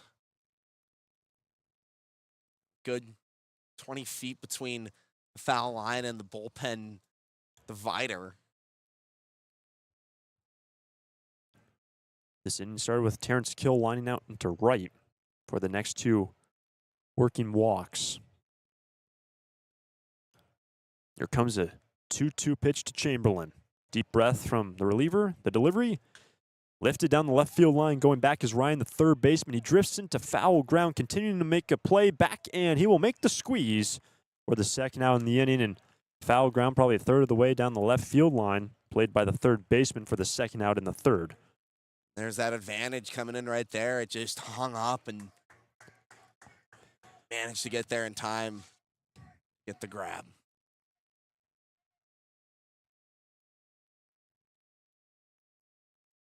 Runners remain at first and second. The batter is now Caden Miller.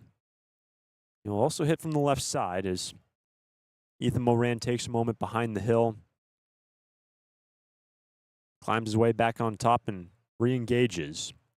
There's a 1-run Saints lead. We are on the top of the third. Umar at first, Clark at second. Moran just into this inning. First pitch to Caden as Miller see a fastball down, ball 1. Miller was also one of the guys that drew a pretty long, pretty well battle walk this time around. If Miller is able to reach, Sawyer Farr awaits on the wings. 1-0 delivery. Fastball on the edge. No, misses away at the knees. Good take by Caden Miller. 2-0. Santa Barbara look to at least equalize with a tying run at second base, top of the third. They trail 1-0. Moran from the center of the bump. Looks to second. Now the 2-0 pitch to Miller is going to miss down and in, ball 3. And Moran's going to have to locate or the bases will be loaded.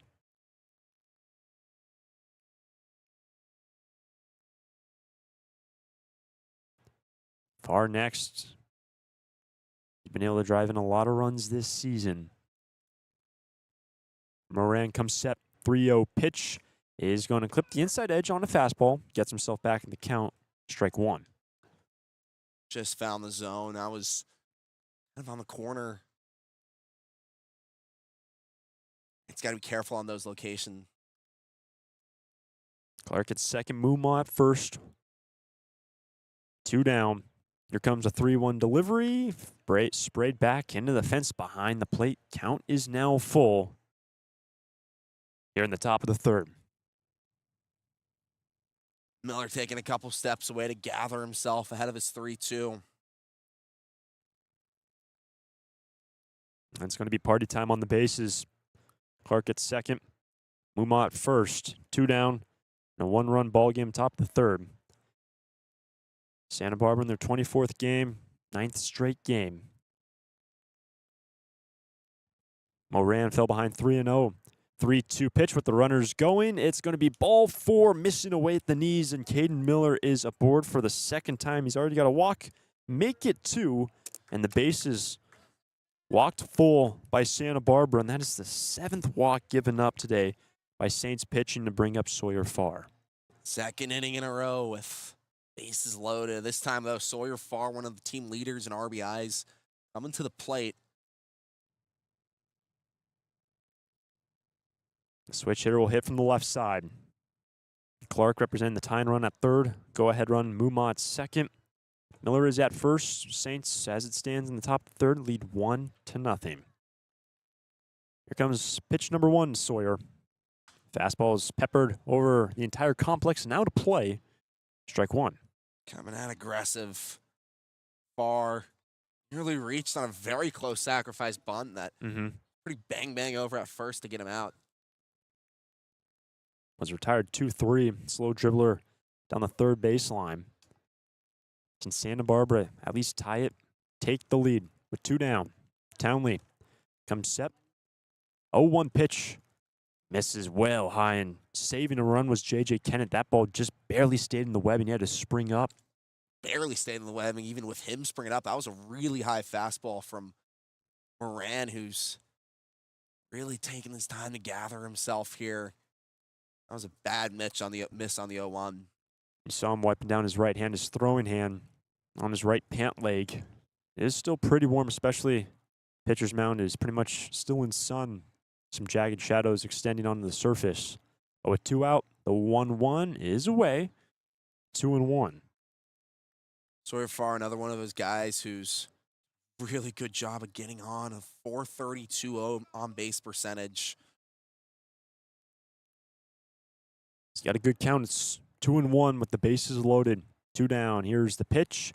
Fastball is away for ball 3 and nowhere to put Sawyer. Moran needs to locate. That's going to be ball 4 in a tied game. Similar location again on the high fastball, just way out of his zone. Sawyer has the lumber to the left shoulder. Moran comes set from the middle of the hill. Bases loaded, 2 out.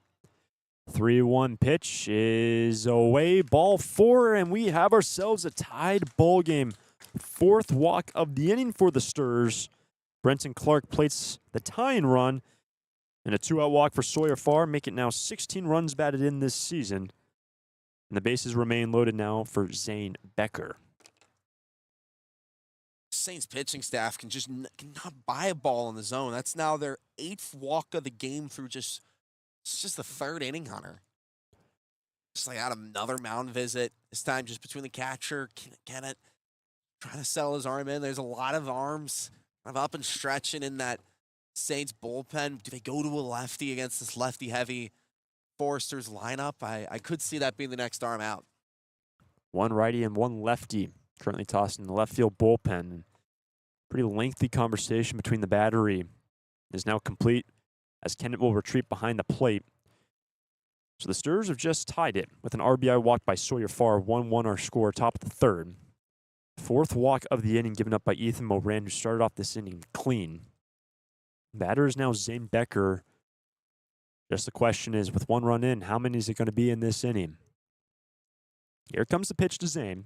Fastball high and in, nearly hit his left hip as he hits from the right side. Ball 1. And Zane already has a walk today. Yeah, he just done a good job getting on, drawing walks in short time so far with the Sturs. Bases loaded, 2 down. Tied game in the 3rd. 1-0 pitch over his head and into the backstop, and from third base, Easton Mumma will plate the go-ahead run on a wild pitch, sailing over the head of the catcher on the throw from Moran, and is now a 2-1 Forester lead with 2 down in the 3rd. And here comes one of the coaches out of the third base dugout, the wild pitch to score Mumma. Yeah, we kind of talked about this backstop being so far back, and we said, anytime a ball heads to that backstop, it's probably going to advance runners, and time advances everyone. You got 2 in scoring position, a run comes across the plate. Just like that, Santa Barbara with the lead and a pitching change. Righty coming in for Arroyo Seco. Zane Becker will be the next batter. Down to third is Miller. Far to second. 2-1 Forster lead. Pitching change. Pasadena. During this time of record market highs and gradual economic recovery, it's essential you have someone you can trust.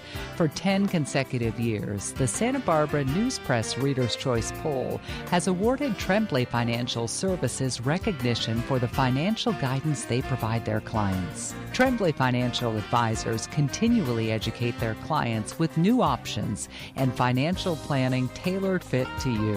For more information or an appointment, call 569-1982 or log on to tremblayfinancial.com.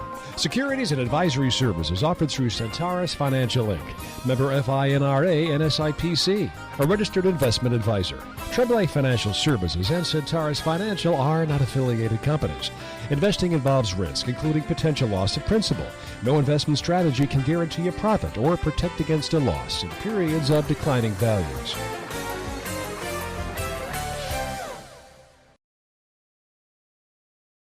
Need a new copier for your office? Coastal Copy is the original copier dealer in the Tri-Counties and your authorized Kyocera dealer, offering complete sales, service, and supplies on a full line of Kyocera Task Alpha digital MFPs. And thanks to the latest in Kyocera mobile and cloud technology, we offer Kyocera's mobile print app, which allows you to access documents through your smartphone or tablet. Call us today to schedule your free assessment and quote. You'll see a difference because we go the distance. Call 1-800-995-8835.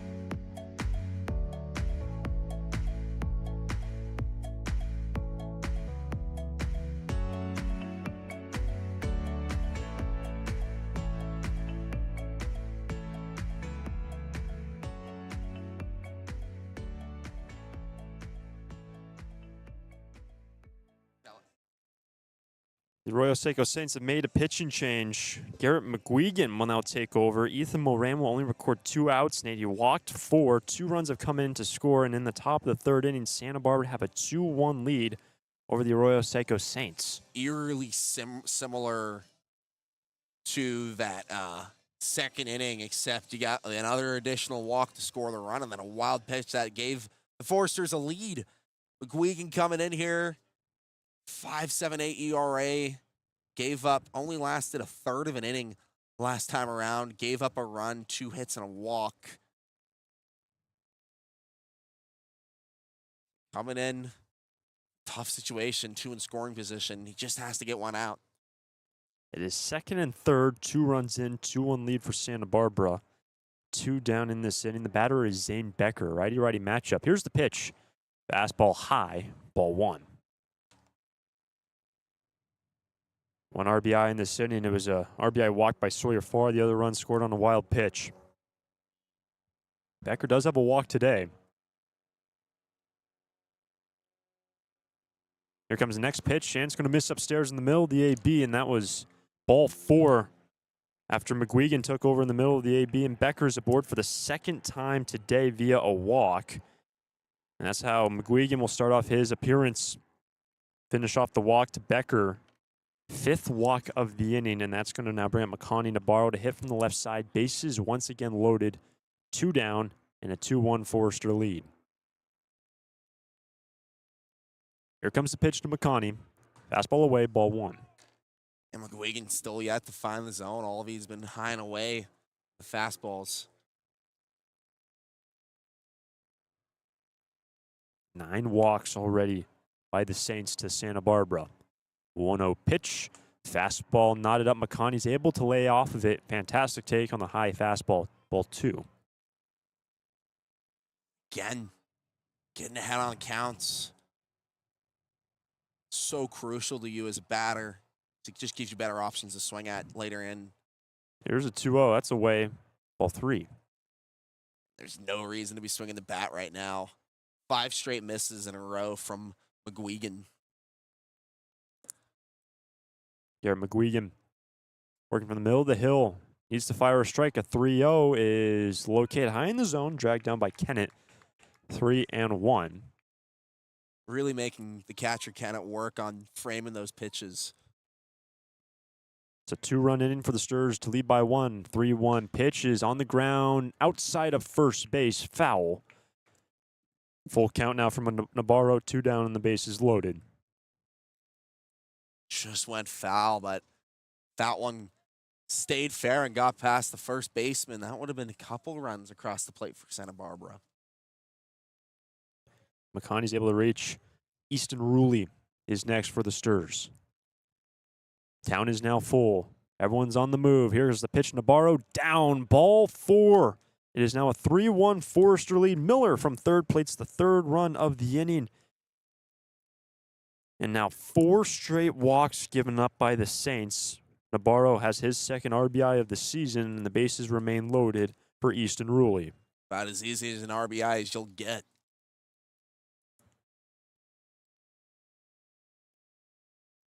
I'd say it's so crucial for the Foresters to be able to get runs on the board early here.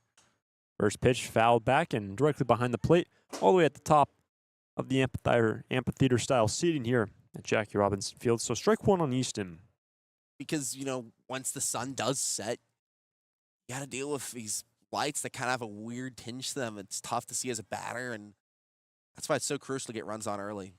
Really fouls off the next pitch behind home plate for strike 2. So it's 0-2 for Easton Ruley. Bases loaded. 3 runs have scored as a 3-1 ball game, top of the 3rd. Thanks for joining us on the Foresters Radio Network. 0-2 pitch now to Ruley is in there, called strike 3, and Easton's going to go down looking on the changeup in to retire the side, but the damage has been done. The Foresters bring home 3 in the 3rd as they have now a 3-1 lead over the Saints through 2.5. During this time of record market highs and gradual economic recovery, it's essential you have someone you can trust. For 10 consecutive years, the Santa Barbara News Press Reader's Choice Poll has awarded Tremblay Financial Services recognition for the financial guidance they provide their clients. Tremblay Financial Advisors continually educate their clients with new options and financial planning tailored fit to you. For more information or an appointment, call 569-1982 or log on to tremblayfinancial.com. Securities and advisory services offered through Centaurus Financial Inc., member FINRA and SIPC, a registered investment advisor.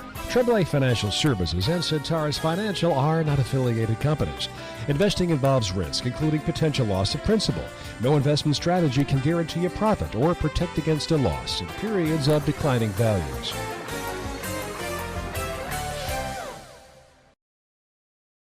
Need a new copier for your office? Coastal Copy is the original copier dealer in the Tri-Counties and your authorized Kyocera dealer, offering complete sales, service, and supplies on a full line of Kyocera Task Alpha digital MFPs. And thanks to the latest in Kyocera mobile and cloud technology, we offer Kyocera's mobile print app, which allows you to access documents through your smartphone or tablet. Call us today to schedule your free assessment and quote.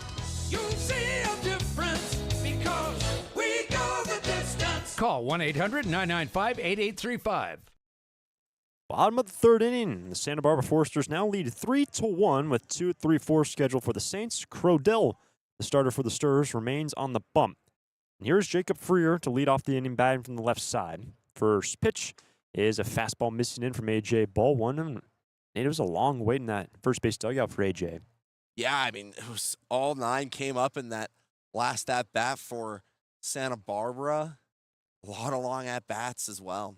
1-0 pitch, sprayed down the left field line and out of play over the entire complex in the street to the left. 1-1. Of course, you know, it's all early talk, but I mean, we're already an hour into this game, well an hour into this game, and it's still only the bottom of the 3rd. 1-1 pitch, breaking ball, misses upstairs for ball 2, and that's, of course, for last time these two teams played on June 10th rather. It's not enough. 10 o'clock, the lights turn off here at Jackie Robinson Field due to the Pasadena City Ordinance. But now the 2-1, the leadoff man is a fastball into left center field. Long run for Terrence Kill and Makani Nabarro, but Makani will make the squeeze. The left fielder on the run to retire Jacob Freer, and a big play from Makani. It's a deep left center gap. Deepest part of the ballpark, and Makani had a lot of ground to cover, but he got there in time, used all the grass he had, and just made the grab. Good play by the left fielder. Nabarro retires Freer, and that's going to bring up Jax Ryan. Stars lead 3-1. Bottom of the third, bases clear, 1 away. Comes the first pitch from AJ. Crodell will miss with the slider for ball 1 to Jax Ryan, who's 0 for 1. A fly out into right. Brenton Clark is out there defensively for Santa Barbara. And the sun really shining bright in that outfield. Tough for the defense. Next pitch, up and out of play down the right field line. Towering foul ball. Fouling off the slider from Crodell. So it's 1-1, and AJ already ready to rock and roll. The batter takes a moment. Starts the motion. 1-1 pitch. Fastball is just tapped back behind the plate. And again, similar to that last inning, we're seeing the tempo increase from Crodell. He likes to work quick, and he's doing a good job of it so far, getting ahead here. 1 down. Base is clear. Stirs by 2. And a 1-2 pitch to Ryan. Strikes him out. Well out in front of it. A good slider. 2 down in the third. It's the Crodell that we've gotten used to. 2 strikeouts last inning. He's nice strikeout there. Good out.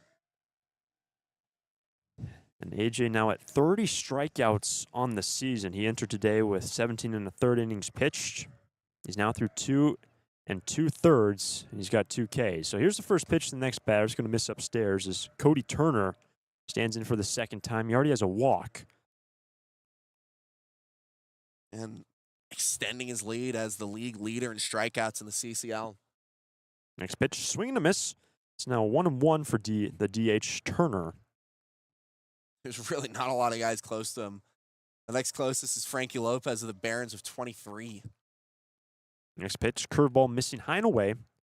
2-1. See how far AJ can push it tonight. Yeah, he's gone 5 innings his last couple games. Here's a 2-1. Breaking ball is just tapped foul off the end of the bat. 2-2. And obviously had a pretty costly inning where, the Saints got bases loaded. Only 1 run came across the plate, but that definitely does go into how long you're pitching into a game. 2 down, 2-2 pitch is going to be down on the slider, full count. Yeah, but AJ has settled in very nicely since the end of that first inning. That allowed only 1 base runner.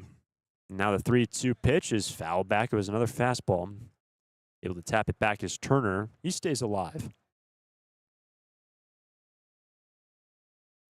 Now the 7th pitch of the plate appearance. Base is clear, 2 out. Another payoff pitch is going to be down, ball 4. Turner works his second walk of the ball game and a 2-out walk for the Saints to continue the inning to bring up Joey Milto. To get a base runner on, but Crodell got a base runner on with 2 outs last time as well, and then struck out the next batter. Milto, first time up against Crodell, stood him with the bases loaded, was hit by a pitch. Granted, it would also have been ball 4. He's at a 3-ball count. Brought home the lone run of the day for the Saints is a 3-1 Forester lead. The runner's going to go. Becker has a good throw, actually a little bit high, and it's going to get into the outfield. And the runner's going to hold at second. Terrence Kill is going to scoop it up, and that ball drifted towards first base after the release from Zane Becker, but no damage, no harm. It's just a stolen base for Turner with 2 down. Took his time getting up, and if he got up a little quicker, that would have advanced him to third, I would say. First pitch did find the strike zone from Crodell to Joey Milto as he looks to second. Fires home the 0-1 pitch, swing and a miss. Another fastball late on it was Joey Milto for strike 2. Santa Barbara with a 2-run lead, and Crodell looks to head to the 4th. Still with his team on top by 2. There's a 2-out base runner at second. Now the 0-2 pitch to Milto is down in the dirt, and a great cover by Becker. That ball was about a foot in front of the plate, 2-2. Really nice cover by Becker. I mean, that was Those balls, if they get past you, they're advancing runners, as we said. That was ball 1 in the dirt, so now 1-2 for Joey Milto. Crodell looks to second, fires home the 1-2 pitch, is tapped outside of first base. Means 1-2.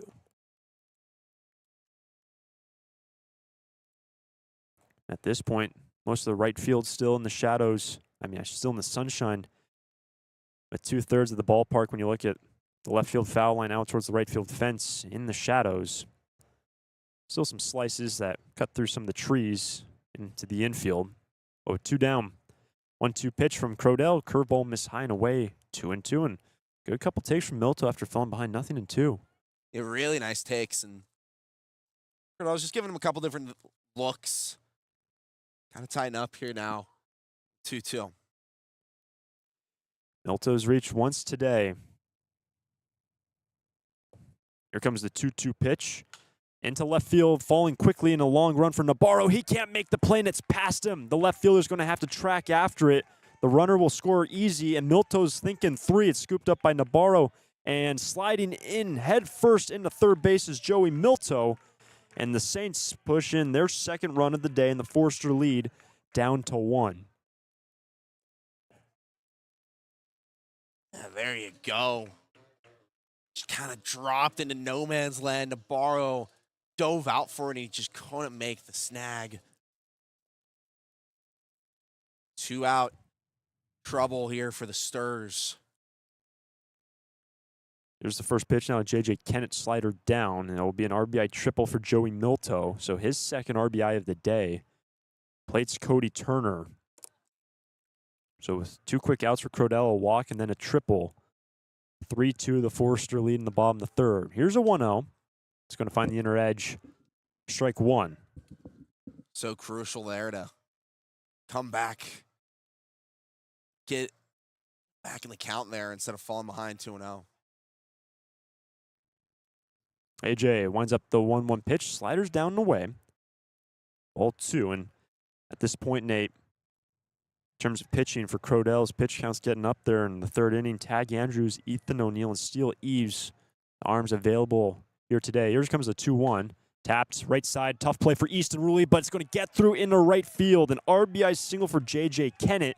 And we are now tied at 3 in the bottom of the third.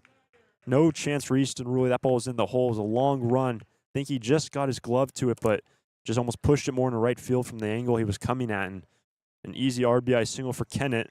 Tied game.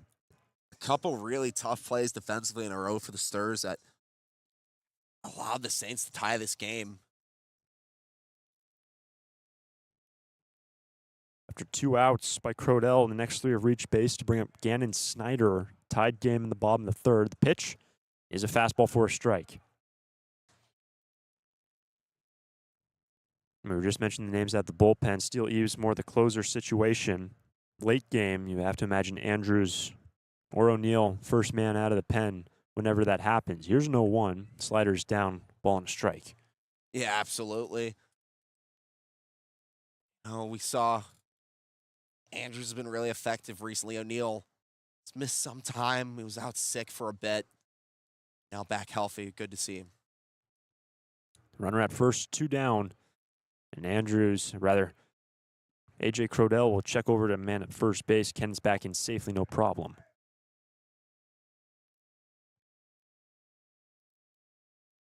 In the 4th inning, the Sturs will have the top of the order. 1-1 pitch, swing and a miss on the high fastball, strike 2.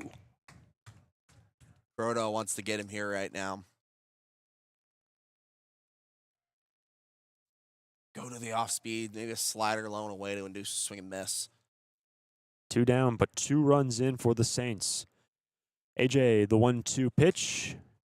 Fastball away. 2-2, and you saw him look towards first base. Looked like he not locating his spot, a little bit frustrated. And he's already ready to throw the next pitch, but the batter, Snyder, takes a moment. Crodell will check over to the man at first base. He's trying to inch his way off. Still awaiting the next pitch to Snyder.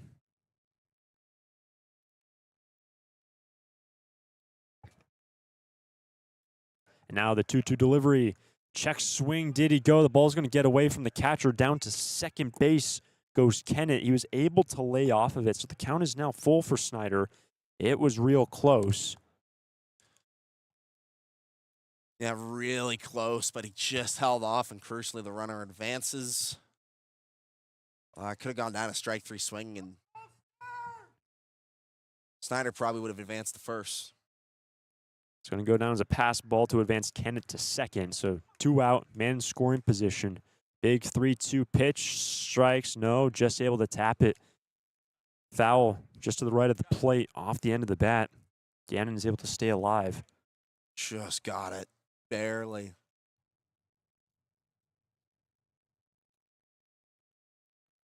And the Saints really testing A.J. Crodell, forcing him to dig deep, really in every single inning. The second, he only had to face 4 batters, but in the first, bases were loaded. 2 runs have scored here in the third. With first base open, man at second, 2 down. Payoff pitch is tapped outside of third base. Man's full.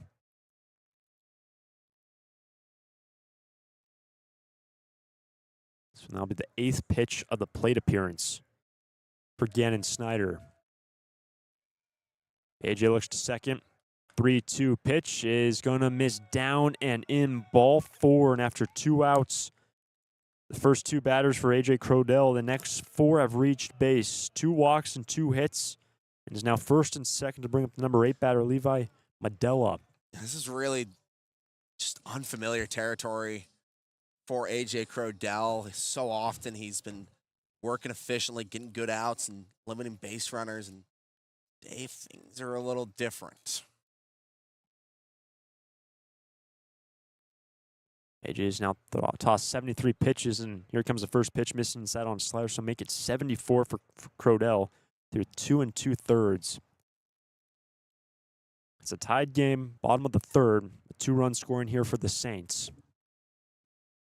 Here comes a 1-0 pitch to Madella. Sprayed over the third base dugout. Out of play, 1-1.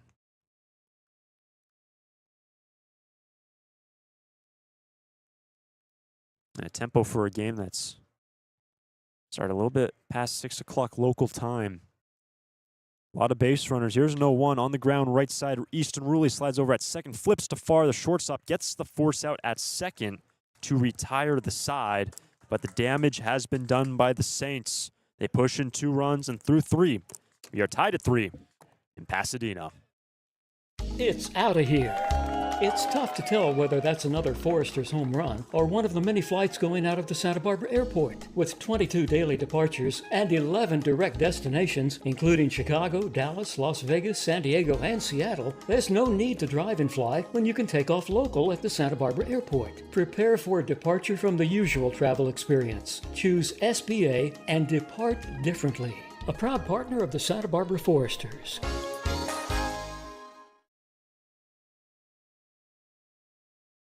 When it comes to your office equipment needs, call Coastal Copy. We're the largest independent office equipment dealership in the Tri-Counties, and as your locally owned authorized Savin dealer, Coastal Copy offers complete sales, service, and supplies on a full line of Savin digital copiers and MFPs, Savin color printers, digital duplicators, Savin wide format systems, digital presses, document management solutions, and more. That's Coastal Copy. You'll see a difference because we go the distance. Call 1-800-995-8835.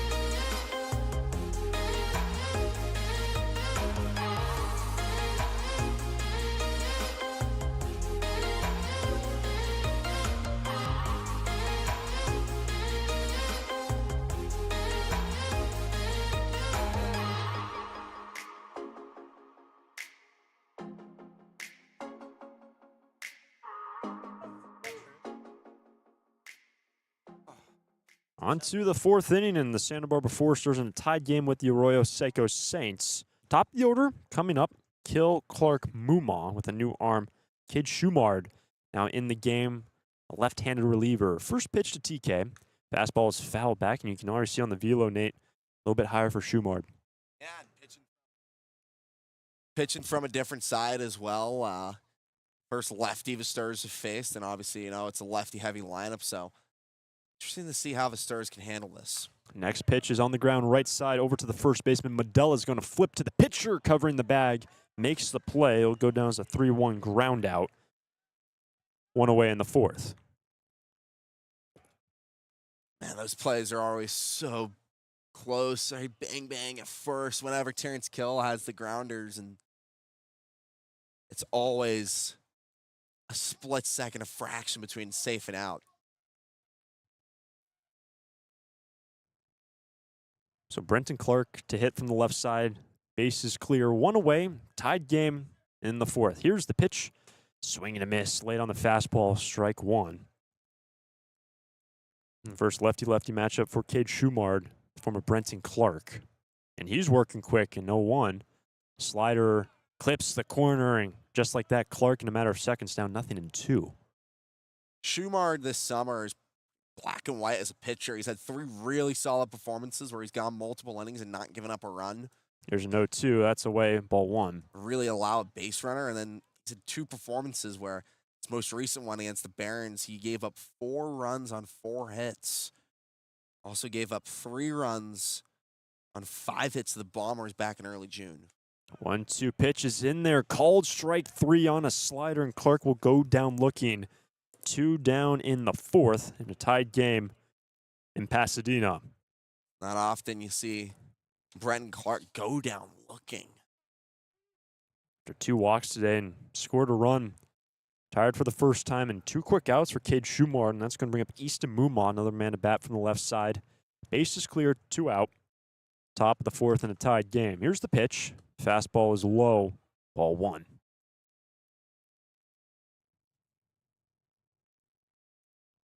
No win right now. The American flag, that's actually the pole in play in center field. Here's a 1-0. Slider is going to miss away for ball 2. And I know he said it last time, he said it earlier, but not often you see an actual flagpole dead away in the center field. The flag currently limp, and the sun low enough in the sky now that there's no shadows on the infield. Here's a 2-0.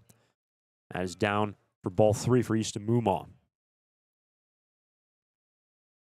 And after getting 2 quick outs, Schumar, like so many times before with the Saints, falling behind. Locates the next pitch on the corner. 3-1 with 2 out. Tied at 3. Muma has a line out to left. A walk and a run scored.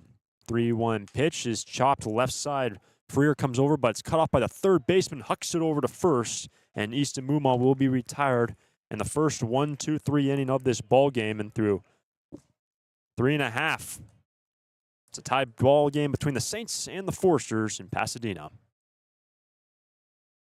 During this time of record market highs and gradual economic recovery, it's essential you have someone you can trust. For 10 consecutive years, the Santa Barbara News Press Reader's Choice Poll has awarded Tremblay Financial Services recognition for the financial guidance they provide their clients. Tremblay Financial Advisors continually educate their clients with new options and financial planning tailored fit to you. For more information or an appointment, call 569-1982 or log on to tremblayfinancial.com. Securities and advisory services offered through Centaurus Financial Inc., member FINRA and SIPC, a registered investment advisor. Tremblay Financial Services and Centaurus Financial are not affiliated companies. Investing involves risk, including potential loss of principal. No investment strategy can guarantee a profit or protect against a loss in periods of declining values.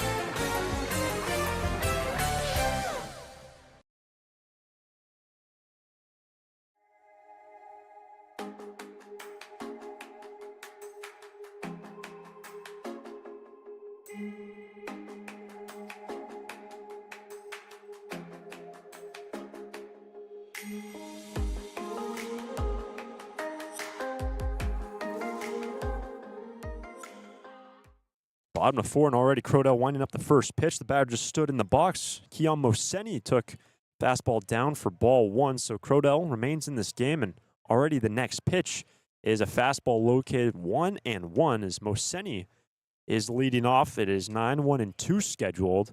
And AJ, the quickest tempo yet, 1-1 pitch is on the ground to second. Easton Rulli will range over to his left. Will retire the leadoff man at first base. 1 away in the bottom of the 4th inning. We are tied at 3. And it's going to bring around the top of the order. That's exactly how AJ Crodell wants to work. He wants to be moving quick. Those 3 pitches all came within the span of like 45 seconds, a minute. Quick out 1. Easy grounder, and he's back around the top of the order. It's lined down the right field line and pulled out a play by the left-handed batter, Lane Hayworth. He's gone 1 for 2, base hit in our right center, scored a run and struck out. Now you can see him kind of trying to slow down the tempo from Crodell. Here's an 0-1. Curveball will miss away. Ball and a strike. And so many times we have seen batters for the Saints and against Crodell all summer where kind of holding for time, stepping out of the box for a bit to gather themselves because the pace he wants to work out is lightning quick. 1-1. Fastball is down for ball 2. So a tied game just across the street from the legendary Rose Bowl. And Crodell approaching 80 pitches. 2-1 is a curveball missing away for ball 3. Hayworth is at the plate. Freer will be next. In a tied game, bottom of 4. 1 now and the base is clear. Here's a 3-1 pitch down. Fastball is yanked. And a 1-out walk for Lane Hayworth. He reaches for the 2nd time today. Sometimes that can be a consequence of trying to work quickly because, you know, you're moving around a lot. You're getting, you know, working quick, and sometimes those pitches can get away from you. So 1-out base runner in the form of Lane Hayworth, and the batter is now Jacob Freer to hit from the left side against the right-handed starter, AJ. Freer's 1 for 2. Here comes the first pitch. Fastball is on the ground, past the first baseman, into right field. It's a base hit. Hayworth is going first to third, and runners will be on the corners for the Saints. A worm burner past the first baseman. Gain Miller, he just couldn't get out. It was a tough one to reach, and just like that, there's on the corners, 1 down. A good position to be in yet again for Crodell. He's going to have to battle. The batter is now Jax Ryan, 0 for 2, a fly out to right. The only Saint to outreach so far today. And 30 struck out against AJ. He has 3 punches today. Now Zane Becker coming out from behind the plate. As the first baseman, Miller will hold on to the runner at first. With 1 down, 1st and 3rd. Crodell trying to keep it a 3-3 game, but the Saints threatening in the bottom of the 4th. Here's the pitch. Fastball, swinging a miss for Jax Ryan, strike 1. Big cut from the shortstop. Struck out last time against Crodell. AJ takes a moment as Jax Ryan stands back into the box. Check over to first base, runners in safely. It is worth noting, Nate, we'll break it down more throughout this game. This is the 2nd to last road game of the season for Santa Barbara. Not too many of these trips on the road left. Here's an 0-1. Runner from first is going to go down to second. Becker looked to throw down to third. No throw from the catcher. Holds on to the baseball. And Freer now into scoring position, so it's now 2nd and 3rd and a 1-1 count. Very identical situation to what Crodell found himself in the first inning with, you know, runners in the corners and then the pitch will miss inside, so it's now 2-1 for Jax Ryan. And a huge opportunity for the Saints to tack on some more runs. 2-1 pitch. Fastball's blared back behind the plate out of the entire complex. 2-2.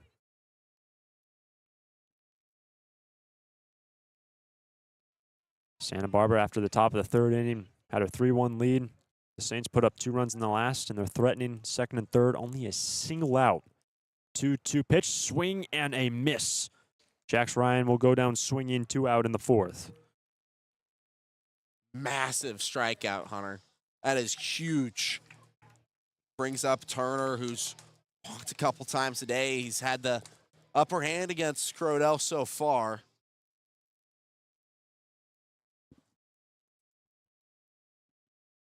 So 2 down. Here is Cody Turner, who was walked twice, second and third, 2 down. First pitch is going to miss inside, skips, and nearly hits the right leg of the batter. Ball 1. Crodell has now tossed 92 pitches through 3 2/3.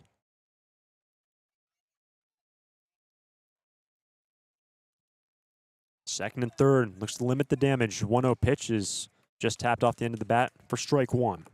Big against Turner to get ahead 0-2. Excuse me, now tying up 1-1. It's a guy who's walked both times. You faced him. Stolen some bases as well. He's got some good speed on him. Runners at second and third, 2 down. 1-1 pitch, breaking ball, fooled them, swinging to miss. Strike 2. Good Turner. location, too. Great location. You weren't going to get that one if you were swinging. AJ's now ahead in the count. We are tied at 3 in the bottom of the 4th. Longer hold this time from Crodell. The 1-2 pitch is lifted into center field. It falls for a base hit. Freer from second is coming home. A great throw from Kill, but it's going to be wide. Down to second on the throw home is Turner. And a 2 RBI single for the DH, and Pasadena, should say the Arroyo Seco Saints now lead 5-3 over the Sturs. Yeah, good throw by Kill out in center. Just was a little offline, and if it was online, that would have ended the inning. If just one run across the plate, but just like that, 2 runs across. Turner reaches for a 3rd time today, this time thanks to a hit. And now Bill Pintard heading out of his dugout. We talked about the pitching situation for the Sturs. Tag Andrews and Ethan O'Neill likely be the first men out of the pen, and we've said the last couple broadcasts of Santa Barbara in terms of pitching a little bit light right now. And it looks like Bill Pintard's going to make a signal to the bullpen. There will be a new arm coming in for the Sturs. We'll step aside. Be a man at second base, but the Arroyo Seco Saints now lead 5-3 over the Sturs. During this time of record market highs and gradual economic recovery, it's essential you have someone you can trust. For 10 consecutive years, the Santa Barbara News Press Reader's Choice Poll has awarded Tremblay Financial Services recognition for the financial guidance they provide their clients. Tremblay Financial Advisors continually educate their clients with new options and financial planning tailored fit to you. For more information or an appointment, call 569-1982 or log on to tremblayfinancial.com. Securities and advisory services offered through Centaurus Financial Inc., member FINRA and SIPC, a registered investment advisor. Tremblay Financial Services and Centaurus Financial are not affiliated companies. Investing involves risk, including potential loss of principal. No investment strategy can guarantee a profit or protect against a loss in periods of declining values.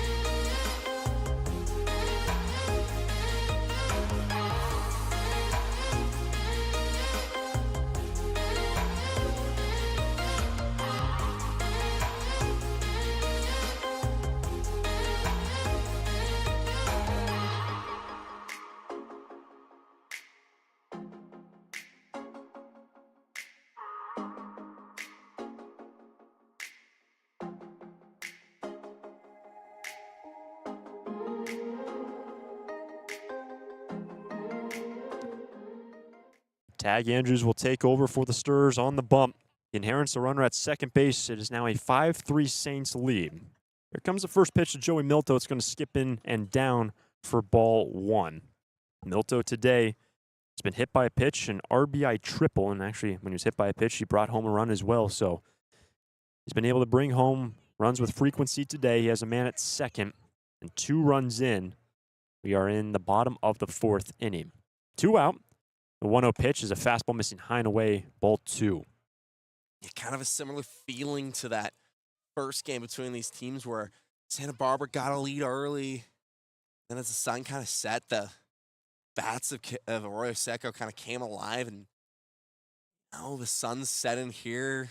Pretty definitely relying on the lights a lot more now than you were earlier in the game. And 2-0 pitch will miss away, ball 3. it's like that. Andrews falling behind here. Technically pitching in back-to-back games as he did come in that last game between these two teams back in June. And now a 3-0 pitch is going to miss down in a 4-pitch walk as Andrews faces his first batter, and Milto is aboard for the 3rd time today. It's now 1st and 2nd, 2 runs in with 2 down in the 4th. The Saints by 2. And it was a tough game for him last time he played these Saints. Gave up 6 hits, 6 earned runs. Got pulled after 2/3 of an inning. Those are the last runs he gave up this summer. Looks for a ground ball with J.J. Kennett now at the plate, right-handed batter. Here's the pitch. Fastball is located on the inner half, strike 1. It's crucial right there to locate early and get ahead on the counts. Into the 5th inning, the Sturs will have Chamberlain, Miller, Farr. That was 4, 5, and 6. They now find themselves trailing by 2. Here is an 0-1. Fastball is located low in the zone for a strike. Nothing in 2. A.J. Crodell went 3 2/3, 7 hits. He struck out 4. Andrews looks to second base. Runner from second to third will take off. A check swing on no swing as Tag Andrews thought he had punch out number 1 against J.J. Kennett on the slider. Able to lay off of it as now runners are on the corners after Turner took off from second. He's now at third. Second stolen base of the day for the DH. Good running from Turner. It was real close on the check swing on the slider from Tag Andrews. Now the 1-2 pitch to J.J. Kennett. Fastball's going to miss down and in, 2-2. Kennett coming back in the count slowly.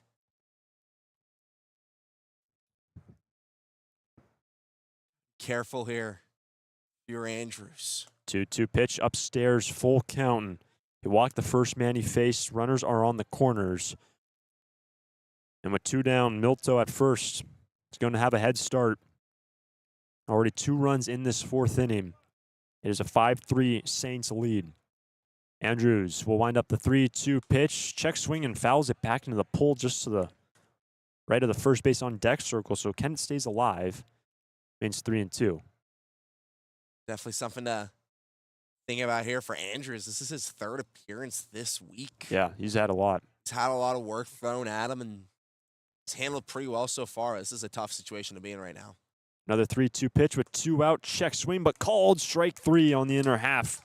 Andrews gets Kennett looking, and a big strikeout for Tag coming in relief.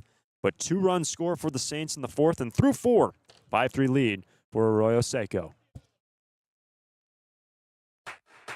Lee & Sons Plumbing and Heating is proud to join the Foresters family of sponsors this season. I, Conan, a 3rd-generation owner, was proud to coach for the Foresters for several seasons. Just like the Foresters are champs on the field, Lee & Sons are champs off it. We're experts in every type of plumbing and heating service and repair, from leaks and clogs to heaters and faucets. Strike out your plumbing problems by calling us at 805-965-9586. Lee & Sons, the champions of plumbing and heating. 805-965-9586. Stir it up.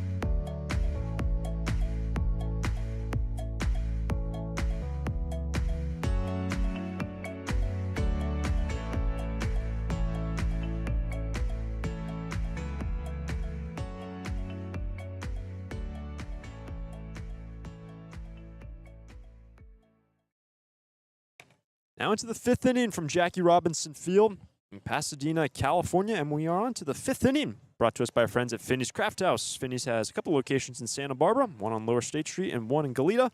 Finney's is a great place to gather before or after any Foresters game. Finney's Craft House. So in the 3rd, Chamberlain Miller Farr scheduled for 5-6 is now a 5-3 Saints lead, and Cade Schumard remains in this game after seeing the minimum in the 4th. Yeah, it was easily probably the most effective arm we've seen from the perspective of Arroyo Seco. 3 quick outs, including a strikeout looking on Brendan Clark, which is not easy to do, Hunter. He's going to be facing some more lefties here, in Chamberlain and Cade Miller. For Santa Barbara, they've been able to reach base on 10 occasions today, all via walks. The only way Santa Barbara has gotten on base here this afternoon, and now I should say into the evening. Now into the 5th inning, and Schumard, it's his game. 4th man to pitch today for the Saints. First pitch is chopped outside of first base, on top of the first base on deck circle. Strike 1 to Cole Chamberlain. Really reach around to get that one. Cole has a walk and a foul out to the 3rd baseman, and starting to feel the temperature drop. And when these two teams first started playing, as an 0-1 on its way, flared up left side and down for a base hit into left. A leadoff single for Cole Chamberlain to start off the 5th inning. The first hit of the day for the Santa Barbara Foresters. Nice to get a leadoff knock. It's just good to see one come in. It was a bloop kind of shot into very shallow left. Opposite field for Chamberlain. And now you see, you got that monkey off your back. You're like, okay, we got a hit. Let's keep it rolling now. And is now Caden Miller at the pitch. It's going to be a slider, just bent its way in front door for strike 1. Great first pitch to Miller.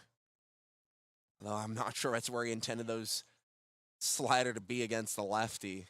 Want to keep those away from the power zone. That slider will miss away 1-1. So Chamberlain is at first. 5-3 lead for the Saints. Top of the Finney's 5th inning. What can Santa Barbara do here? Here comes a 1-1 pitch. Breaking ball is on the ground to the first baseman. This might be 2. They go in at first and down to second. Yes, to turn a double play. It's going to go down 3-6 on the DP as Miller hit that ball hard to the first baseman. Medella, and Freer gets the out at second. That might be the first 3-6 DP we've seen all summer. And just a nice job by the first baseman. Medella fielding that one and getting the double play. Batter's now Sawyer Farr. Took ball 1 in the dirt. Cade Schumard faced the right-handed batter of now Sawyer. Next pitch is on the ground outside of third base, 1-1, and the switch hitter hitting from the right side, and it looks like he broke the lumber, got it near the hands, jammed him, and right probably where he was holding that bat. Got a little bit of a crack, and he's going to have to get a new twig from Zane Becker. Definitely taking his time, grabbing it, trying to find the bound that Becker gave him he didn't like, and now grabs a new one. Very dark all the way through. We'll trot back to the right side. So after the first hit of the game by Cole Chamberlain, erased in a double play. So 2 down, the base is clear. Saints lead 5-3 in the top of the 5th. Here's a 1-1. Fastball away, 2-1. Schumard, very decorated high school career back in Scottsdale, Arizona, where he's from. He only allowed 10 hits as a senior, facing 142 batters. Next pitch away to Sawyer Farr. That is away for ball 3, 3-1. Ahead on these counts, crucial after the first 2 quick outs. 3-1 delivery to Sawyer. Chopped back up to the hill, scooped up by Schumard, and he's just going to casually toss it over to the first baseman to retire the side. Chamberlain at the first knock of the day, erased in a double play, and Schumard just has to face 3. Bottom of the 5th we go. Saints on top 5-3 over the Sturs. It's out of here. It's tough to tell whether that's another Foresters home run or one of the many flights going out of the Santa Barbara Airport. With 22 daily departures and 11 direct destinations, including Chicago, Dallas, Las Vegas, San Diego, and Seattle, there's no need to drive and fly when you can take off local at the Santa Barbara Airport. Prepare for a departure from the usual travel experience. Choose SBA and depart differently. A proud partner of the Santa Barbara Foresters.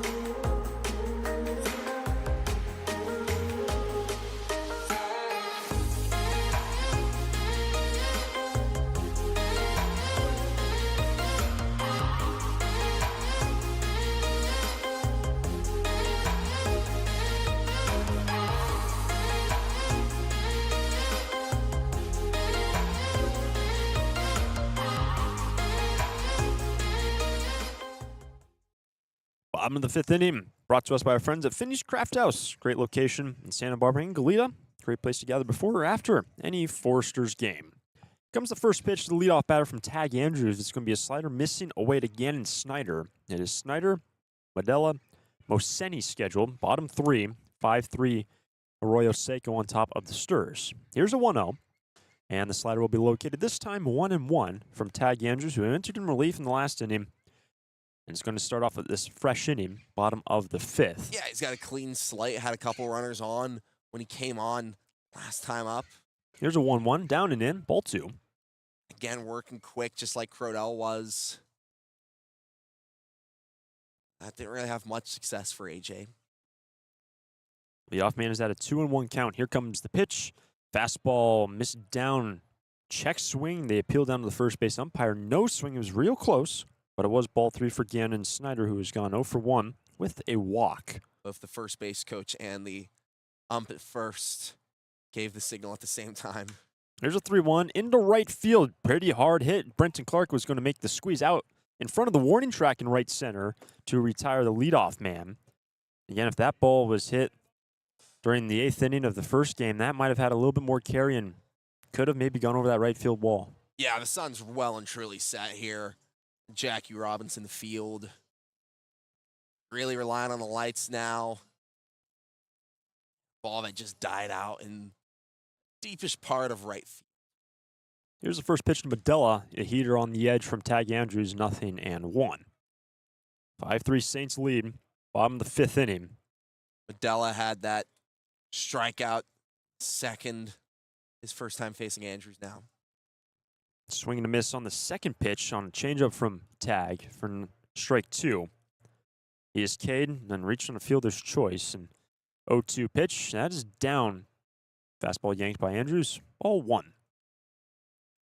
What should be noted, as we kind of mentioned a little earlier, this is his third time pitching in span of 5 days.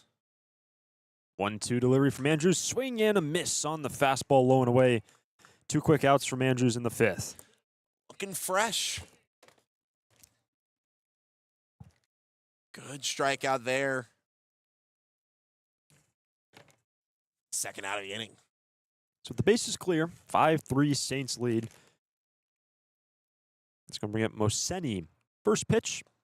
He checks his swing.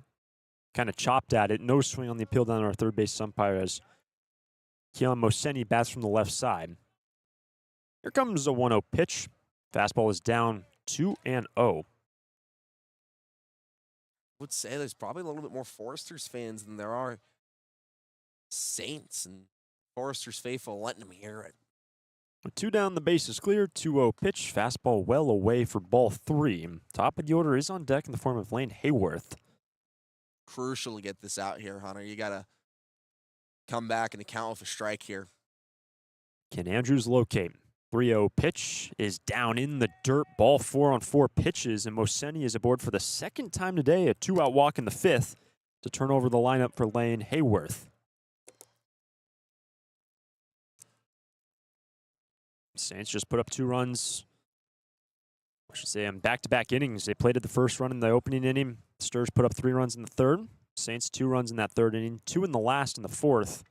They have a 2-out base runner now at first. And those 2 runs in the 3rd inning came with 2 outs after a quick 1-2 from Crodell. Now Andrews handled the runner on first. Here's the first pitch to Hayworth. Off speed on the outside corner for strike 1. And that's what you got to do, is you got to throw strikes, and good job by Andrews pounding his own there. And Hayworth bats from the left side against the right-hander, Tag. 0-1 delivery. Fastball is down off the armor, skipped in off of Zane Becker, and that ball rolled probably halfway down the 3rd, down the first baseline. Runner holds, and now Bill Pintard comes scampering out of the first base dugout. Very quick walk, much quicker than we've ever seen out of that first base dugout. It was a run, almost. Yeah, almost a run. Heading into the summer, Andrews and Becker were 2 of the 4 Arkansas Razorbacks. Now both of them transferring to new schools. Of course, Andrews heading to Little Rock, staying in state, and then Becker heading back to his home state of Texas to play for A&M. You know, they've been pretty intact, you know, in the same ideas so far, but pitch low and away, and Pintard wants a quick word. Settle him in. I think, you know, he's got to know that, hey, I don't really have a lot of arms available to me here. I got to ride my relievers as long as I can, and consideration in pulling them. That'd be interesting to hear what that conversation was. Again, never seen almost that run from Bill Pintard. Never seen that before. And it is a 1-1 count for Lane Hayworth. Man on, 2 out. Here's the pitch. Fastball is just tapped back into the backstop for strike 2. Yeah, very, very interesting, you know. Usually very slow action coming out of the dugout to really allow his pitcher to settle in and give him time. And he's always usually talking for as long as he needs to, and the umps tells him, okay, hey, you can head back to your dugout now. Here comes a 1-2 pitch with 2 down, and got him looking. Tag Andrews on the changeup away. Freezes Hayworth for the final out in the 5th. Well done from Andrews to work around a 2-out walk, and through 5, it is a 5-3 lead for the Saints. During this time of record market highs and gradual economic recovery, it's essential you have someone you can trust. For 10 consecutive years, the Santa Barbara News Press Reader's Choice Poll has awarded Tremblay Financial Services recognition for the financial guidance they provide their clients. Tremblay Financial Advisors continually educate their clients with new options and financial planning tailored fit to you. For more information or an appointment, call 569-1982 or log on to tremblayfinancial.com. Securities and advisory services offered through Centaurus Financial Inc., member FINRA and SIPC, a registered investment advisor.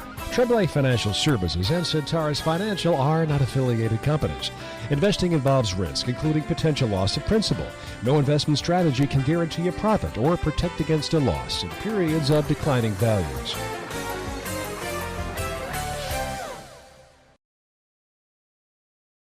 Need a new copier for your office? Coastal Copy is the original copier dealer in the Tri-Counties and your authorized Kyocera dealer, offering complete sales, service, and supplies on a full line of Kyocera Task Alpha digital MFPs. And thanks to the latest in Kyocera mobile and cloud technology, we offer Kyocera's mobile print app, which allows you to access documents through your smartphone or tablet. Call us today to schedule your free assessment and quote.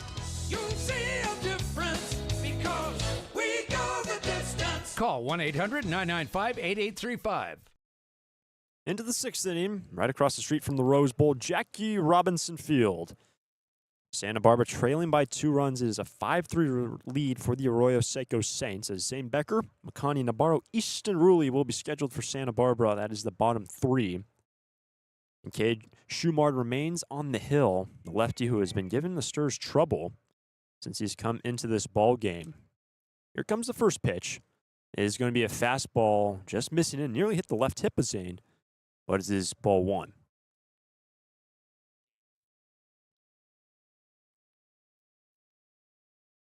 Now the 1-0 pitch is going to be an off-speed. Clips the lower portion of the zone. 1-1. Nice pitch from Schumard. Becker leading off today. Zane has worked 2 walks. That is his modus operandi. Here's a 1-1. Missing inside on the slider for ball 2. Getting ahead on the count here. Schumark's mainly been facing lefties, and he's got to face 2 righties here of the next 3 batters. And Becker seeing these pitches better than his previous teammates did.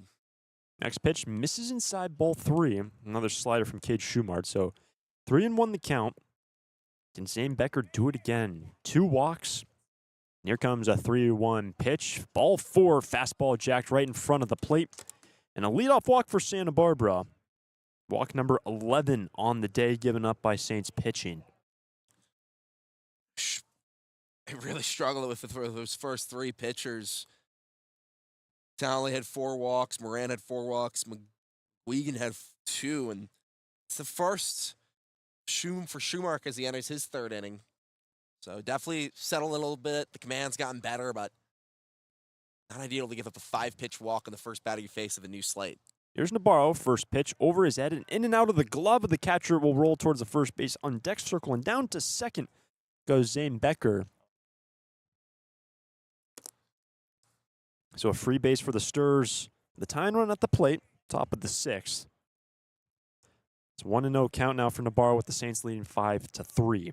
Sturs got to get an answer here pretty soon as the lighting goes down.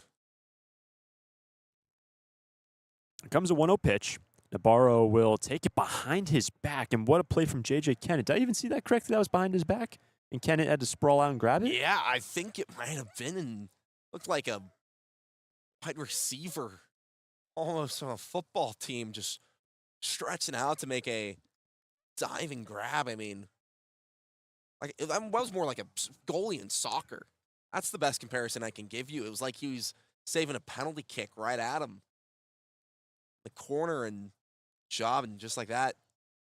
And out of the dugout to have a word as well. Got to settle in here 2-0 with a runner on second now. The battery was having a conversation on the hill, and then coach appeared out of the third base dugout.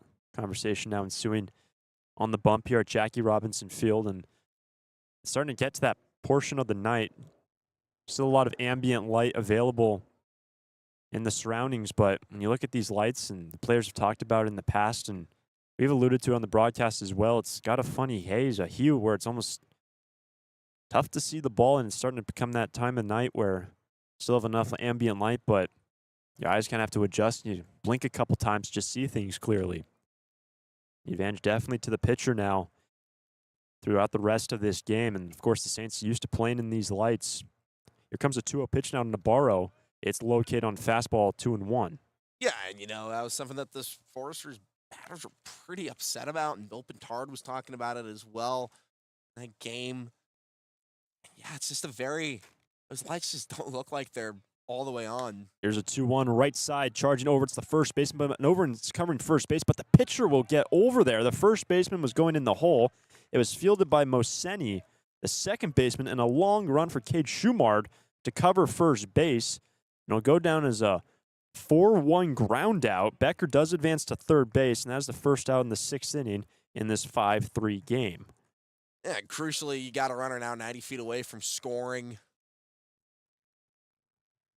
Ruley coming up now, and I mean, honestly, the best way I can explain these lights, when you got the light switch in your home? First pitch now is swinging to miss to Easton, yes, for strike 1.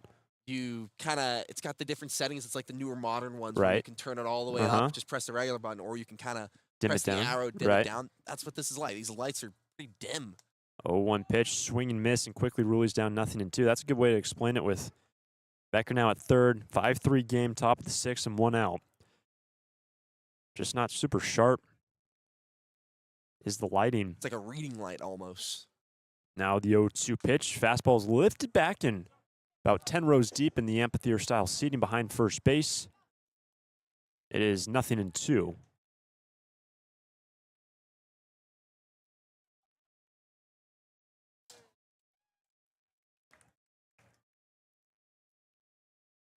for Easton Rulli has struck out twice today, both looking. Can he put something in play? 0-2 pitch. It's going to be changeup away. Ball 1. Rulli's struck out a couple times today looking. Took that changeup away. Definitely has an advantage here against the left-handed pitcher, though. Man at third base. 5-3 ball game. 1-2 pitch. Fastball is down the right field line, slicing foul. Some Santa Barbara Foresters sitting on a bench down that right field fence. Again, the bullpen's far away from the playing surface here. And you can see the relievers camped out over the coping, the yellow coping down the right field fence, which runs parallel down the line. But with a man at third, 1 out. 1-2 the count for Rulli in a 2-run game. Here's the pitch. Fastball swing and a miss. He is retired. 2 down in the 6th. Yeah, tough day for Easton, man. 3 strikeouts. First one swinging there, and now TK, runner in scoring position, Terrence Kill, got to come through here in a 2-run game. Terrence has gone 0 for 3. Strikeout out to right. Ground out 3-1. 5-3 the Saints lead. Here comes the first pitch. He got knotted up, but it's passing to the backstop, but they're saying it went off the barrel of Terrence. The runner from third touched the plate, home plate umpire signaling that that ball was fouled off, and now Bill Pintard not too happy out of the first base dugout. Zane Becker came from third and saying, that did not touch the bat. I just scored a run. And now they're going to award him the plate, so it's now a 5-4 ball game on a pitch that did not touch the barrel of Terrence Kill. So base is now clear. Zane Becker will score wild pitch. 5-4 game. Yeah, I was going to say that did not touch the bat of Terrence Kill. Was not close and pretty easy call to change. And now the manager for the Saints, not too happy coming out of his dugout. Aaron Millam. A long talking to, kind of saw talks between these coaches last time these two teams played multiple times where they felt like they got a bad call and they came out and let the umps hear it. That kind of allowed, tensions to rise up. The Saints dugout was really instigating a lot of stuff. I have to say they are really quiet today. I don't know if Pintard had a word to other people, and just like that, maybe Millam got his wish because all 3 umpires now discussing what they saw. So the crew converges right in front of the hill. Currently, Zane Becker, who was at third after the leadoff walk, is in the first base dugout. And that would be the 4th run of the day in a 5-4 ball game with Terrence Kill standing at the plate with 2 out. As it stands, base is clear and a run in. Top of the 6th inning. If I'm Zane Becker, I'm already putting on my catcher's gear. And a lengthy discourse as well. And now they're pointing. Saying the run will count? Yep, an advance from third, count at the plate. So it's the 4th run of the day for Santa Barbara. And Terrence Kill is at an 0-1 count. 1-0 count, actually. The first pitch he faced in a kind of a zone.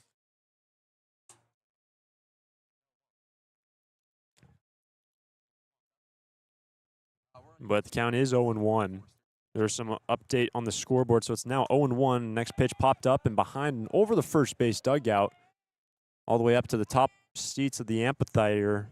And Kangaroos out of play and out of the complex for strike 2. So TK now behind in the count, 0-2, with the bases clear in a 5-4 ball game.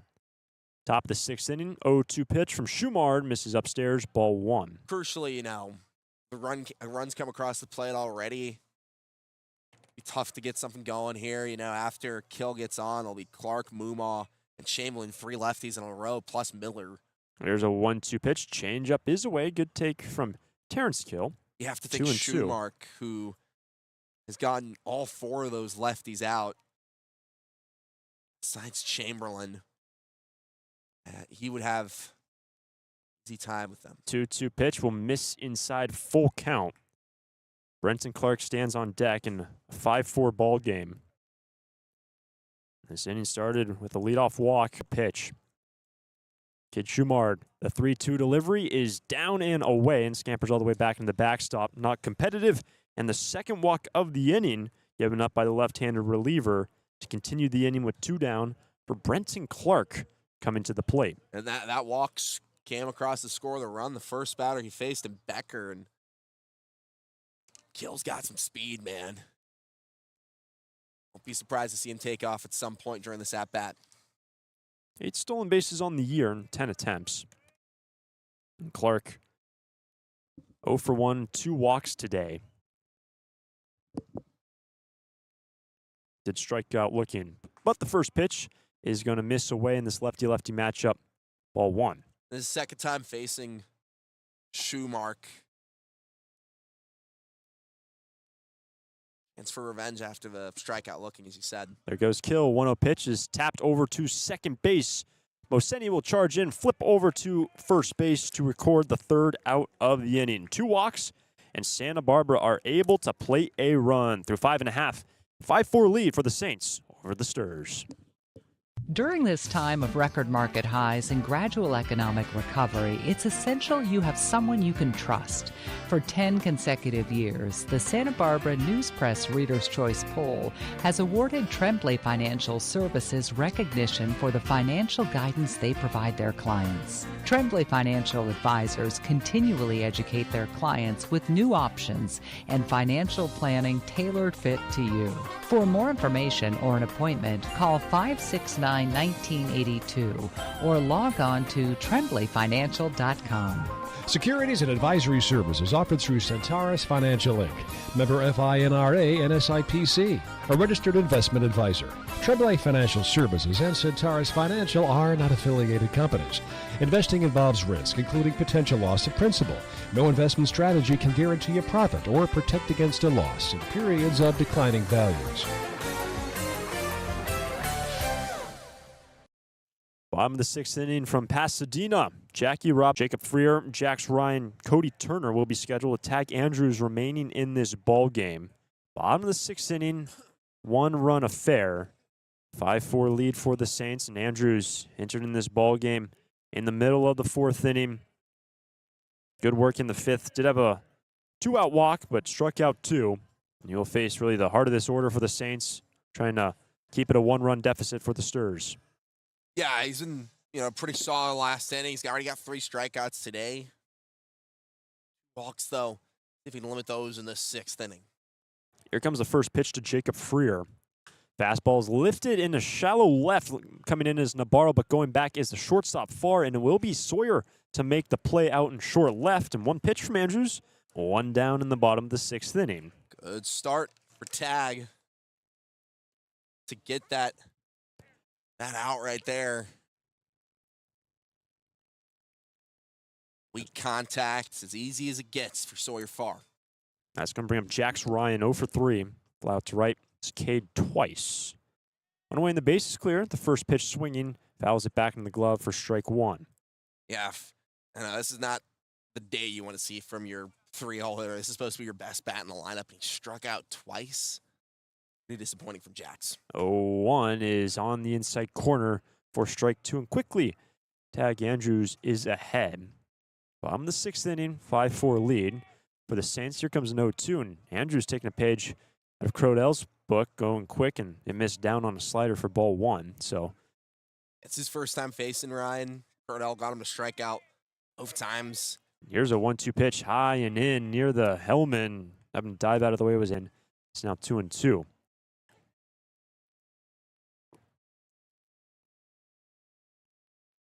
Cody Turner, the DH, who's reached all 3 occasions on deck. 2-2 pitch with 1 out is lifted into right field. Going back is Brenton Clark. He'll have enough room to operate. Camps out under it. 2 down in the 6th. Kind of a weird catch from Clark. He judged that as well as he could have. And again, that's just kind of the effects of the lights. Hard to see the ball, and Clark only really got it that last second.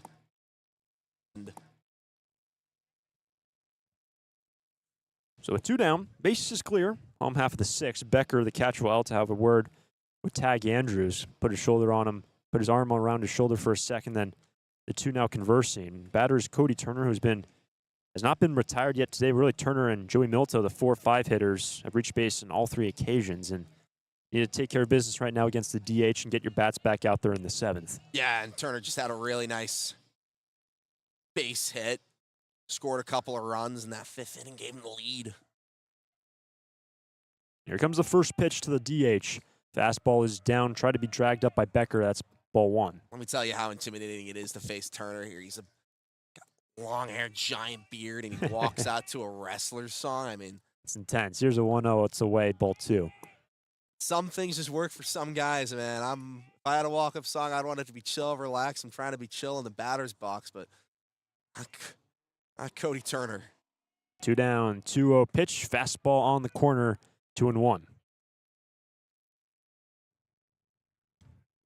2 down, and the base is clear. And Tag Andrews has been nice in relief. 2-1 delivery. Swing and a miss late on the fastball. 2-2. It's his first time facing Turner. It's a big cut from the DH right there on the 2-1. The Saints leading by a run. Base is clear. 2 down. Andrews a longer hold. 2-2 pitch to Turner. Not competitive. Fastball missing high and away. Full count. You know, just as much as it is that you work quickly to throw out the batters, if you just suddenly take a couple extra seconds, that really can throw off the rhythm of a guy like Cody Turner in the batter's box. Here comes the payoff pitch. Swing and a miss. Andrews strikes him out in the first 3-up, 3-down inning for Santa Barbara pitching today. Through 6 innings, it is a 5-4 lead for the Saints. Lee & Sons Plumbing and Heating is proud to join the Foresters family of sponsors this season. I, Conan, a third-generation owner, was proud to coach for the Foresters for several seasons. Just like the Foresters are champs on the field, Lee & Sons are champs off it. We're experts in every type of plumbing and heating service and repair, from leaks and clogs to heaters and faucets. Strike out your plumbing problems by calling us at 805-965-9586. Lee & Sons, the champions of plumbing and heating. 805-965-9586. Stir it up.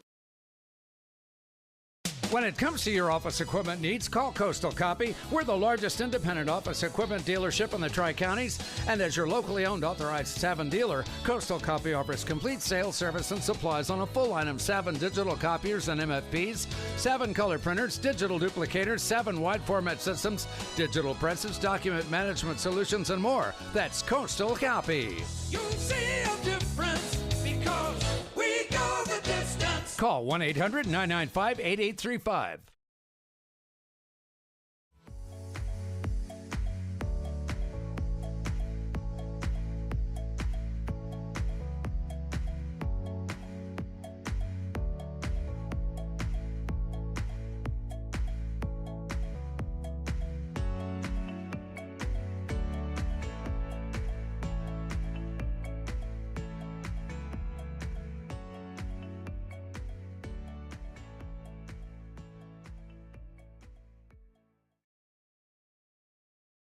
Into the 7th inning.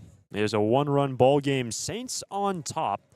Santa Barbara were able to plate a run in the 6th inning for their 4th run of this ball game. And the Arroyo Seco 2 in the 3rd, 2 in the 4th. After Santa Barbara 3 in the 3rd, 1 in the 6th. And Santa Barbara will have East Demuma, Cole Chamberlain, Caden Miller scheduled to face Cade Schumard, who remains in this game, Nate, after taking over in the 4th inning. He's been working really efficiently. He's given up 2 walks and just 1 hit, and that's the lone hit of the day for Santa Barbara. Yeah, but he had a decently long inning, faced 5 batters last time around, a couple of walks. The first pitch to Easton Mumma, check swing, but a slider for a strike, and it is a lefty-lefty matchup. As it will be for the rest of us for this. If you face it, the minimum, Mumma, Chamberlain, and Miller all hitting from that left-hand side. I think that's clearly what Aaron Millam's thinking as the manager.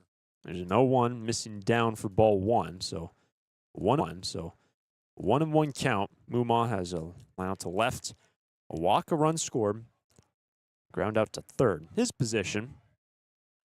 1-2 pitch to Mumma. Swing and a miss on the slider, chasing away in the zone, 1 away in the 7th. 3 pitches, 3 strikes to Easton. Southpaw advantage going so far to the man on the mound, Schumark.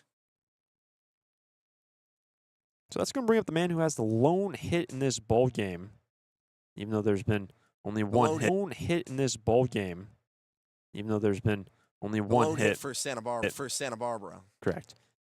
A lot of walks. Here's the first pitch. Correct.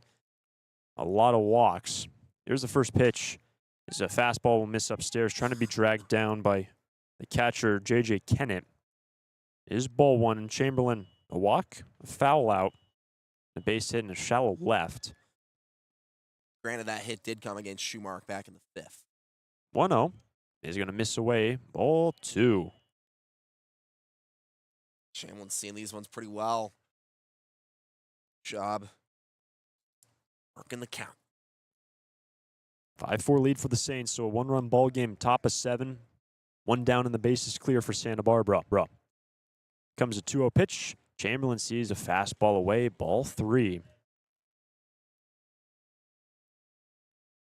After Cole will be Caden Miller.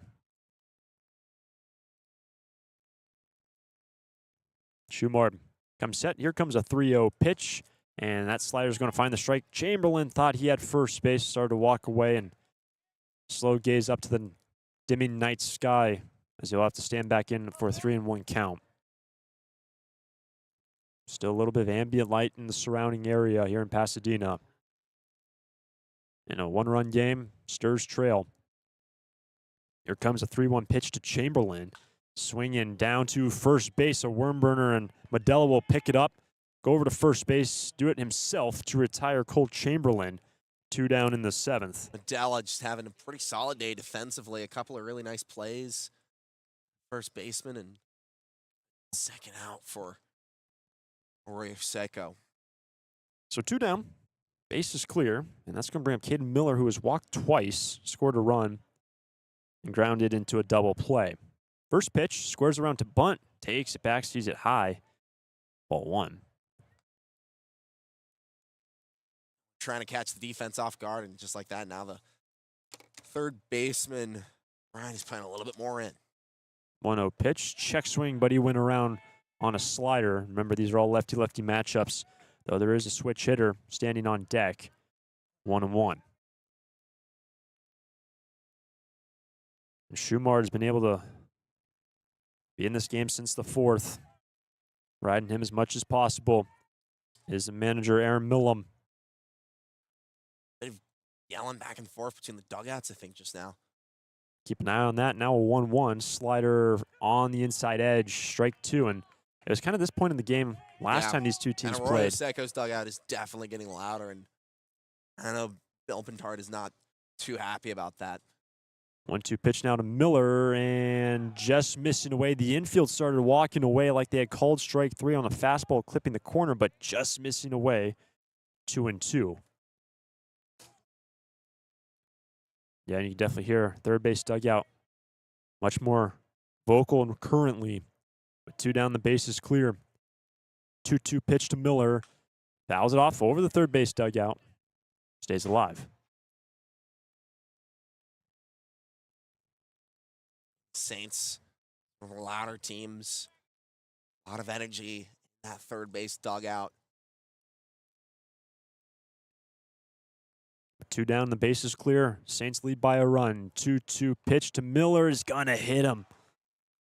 Try to spin out of the way, and it's going to be a free bag for Caden Miller, reaching for the 3rd time today. Hit by a pitch with 2 down in the top of the 7th to continue the inning to bring up the switch hitter, Sawyer Farr.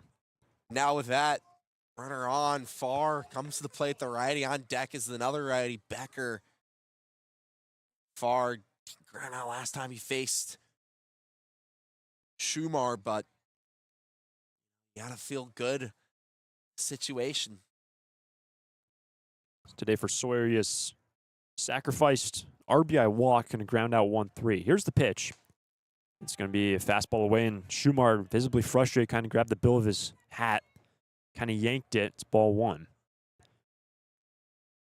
You look to the mountains to our left, a little bit of lighter blue haze. You can still see the silhouette of the mountains. Here's a 1-0. Check swing, but a fastball in the corner, 1-1. So the last remaining ambient light slowly dwindling at 8:40 local time. This is easily the longest appearance of the summer so far for Cade Schumard. Two down, runner at first. 1-1 is going to find the high in the zone. And Sawyer Farr didn't think so, but strike two. He's gotten 2 innings, and now he's on the verge of his final strike. Going 3. 1-2 pitch, and it is lined straight to the second baseman, Moseni, at a range a fraction to his left, but will make the squeeze. Saints by 1 over the Sturs. It's out of here. It's tough to tell whether that's another Foresters home run or one of the many flights going out of the Santa Barbara Airport. With 22 daily departures and 11 direct destinations, including Chicago, Dallas, Las Vegas, San Diego, and Seattle, there's no need to drive and fly when you can take off local at the Santa Barbara Airport. Prepare for a departure from the usual travel experience. Choose SBA and depart differently. A proud partner of the Santa Barbara Foresters.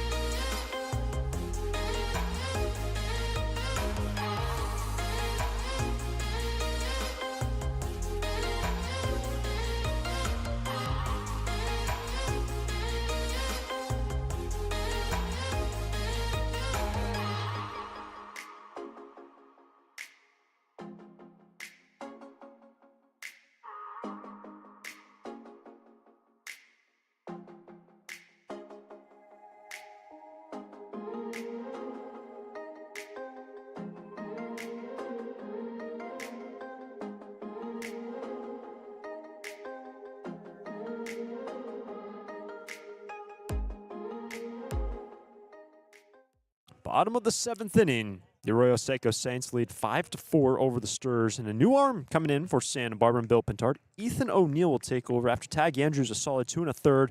No hits, no runs, walked 2 and struck out 4. I'd be remiss to not mention that at this point, the last time these two teams played, it was an hour later, around 9:45 when we were in the bottom of the 7th. So this game, while moving pretty slow, approaching the 3-hour mark here,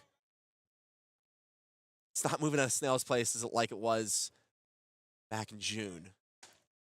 So here comes the first pitch to Ethan O'Neill. Fastball is going to miss high and in to Joey Milto. It'll be 5, 6, and 7 for the Saints. Bottom of the 7th, as they lead 5-4. This game started with A.J. Crodell going 3 2/3. Tag Andrews went 2 1/3. It's now 1-0. Here's the pitch. Fastball is foul back directly behind the plate. 1-1 for Milto, who is in a very productive day. He's gotten on base in 3 different fashions. He was hit by a pitch, actually an RBI hit by pitch. RBI triple, a run scored, and a walk. And he walked when he first faced Tag Andrews in the 4th after the Saints chased Crodell out of this game. Now O'Neill, 1-1 pitch, is going to be a slider missing down, ball 2. Nearly hit him again. Some fireworks going off right now in the background. Off to down the right field line. Milto hits from the right side against the right-handed reliever Ethan O'Neill. Second man out of the pen today. 2-1 pitch is high heat, swing and a miss, 2-2. O'Neill had that really tough debut against the Riptide where he gave up 5 runs. But since then, he's been really good. He's gotten back-to-back wins as a pitcher, and Foresters can get some runs in the next couple innings. He could be in line for the win again. He's ahead here on the leadoff man in the bottom of 7. 2-2 pitch is high and away. Full count. J.J. Kennett and then Gannon Snyder for the Arroyo Seco Saints. Scheduled in this 7th inning. Santa Barbara trailing by a run. Objective for O'Neill to keep it 1-run ball game. 3-2 pitch is going to hit him on the right ankle. Would have been ball 4, but Milto is aboard for the 4th time today. Hit by a pitch. Ouch, that looks like it hurt. This Hit by a Pitch brought to you by AltaOrthopedics.com. Got hurt? Call them. That's going to bring up now J.J. Kennett. Leadoff man is aboard for the Saints. 5-4 the lead for Arroyo Seco. To hit from the right side, Kennett, he's gone 1 for 3 with an RBI.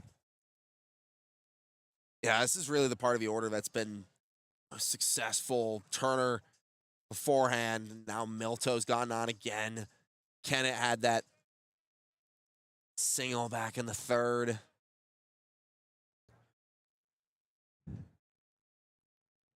O'Neill looks for a ground ball. The man at first base, Miller, holds on to him. Mumma at third is pinched in. Here comes the first pitch. That ball is just tapped foul right down at the plate. Strike 1. And Santa Barbara will also be playing the Arroyo Seco Saints tomorrow at home. 2 o'clock scheduled first pitch. Local time. And if you're in the area, be sure to come on out and support the Sturs. Closing out their 10th game in a 10-day stretch. Bill Pintard mentioned yesterday in the pregame show. It's what baseball is really like at the professional level. Daily grind. But now an 0-1 is a slider down. Ball on a strike to Kennett. Yeah, he kind of mentioned that, if you message was to the team, if you want to play professionally, you got to be able to handle stretches like this. And team results so far over this 10-game stretch. Leadoff man is aboard. Nobody out. Bottom of 7. Saints by a run. Here comes a 1-1 pitch. Fastball is launched over the first base dugout. Nearly hits one of the stadium lights, but that is strike 2. Yeah, I think that's maybe the last thing the sliding needs is a light to go off. Milto at first, reaching for the 4th time today. But right now, Kennett is at the plate. And Ethan O'Neill working from the middle of the hill. Long hold and some get on the same page with his catcher, Zane Becker. Here comes the 1-2 delivery to J.J. Kennett. Pitch on its way. Slider is chopped over left side far. Flips to the second. 1 out to first. Throw is shallow, and it's going to get away right in front of the first base dugout. It stayed in play. And they're saying he's out at first base. Heads up play right there by Zane Becker to go out and get that one and get it over to Caden Miller to get the tag for number 2, and it's just like that. Third base coach for the Saints having a quick word with the ump, but he stepped off the bag and he ran through the bag initially. Ran through the bag and stayed in. The ball stayed in play and he ran through the bag, and with that ball ricocheting off the first base fence, catcher came over and just then flipped it to Miller, who applied the tag to turn a double play. So the base is clear. Here's Gannon Snyder. He bats from the right side. He's 0 for 2. First pitch will miss away on a slider for ball 1. So would that technically be a 6-4-2-3 double play? The catcher did flip it over to the first baseman. We'll see. Here's a 1-0 high and upstairs for Gannon Snyder for ball 2. Because Kennett reached on the fielder's choice initially because he was safe. Right. We got the force out 6-4 at second for the first out, and then the tag was applied after that ball was live off to the first base dugout. So, but now a 2-0. is inside, nearly hit the batter, Gannon Snyder, for ball 3. And with the bases clear, 2 down in a 1-run game, bottom of the 7th, they're saying it actually hit him, and now the plate umpire is going to be signaling him back. The runner was trotting down first base, saying, then the home plate umpire saying, where are you going? Come back. That didn't hit you. It sound like it might have grazed him, but I think it might have gone off the, I don't know.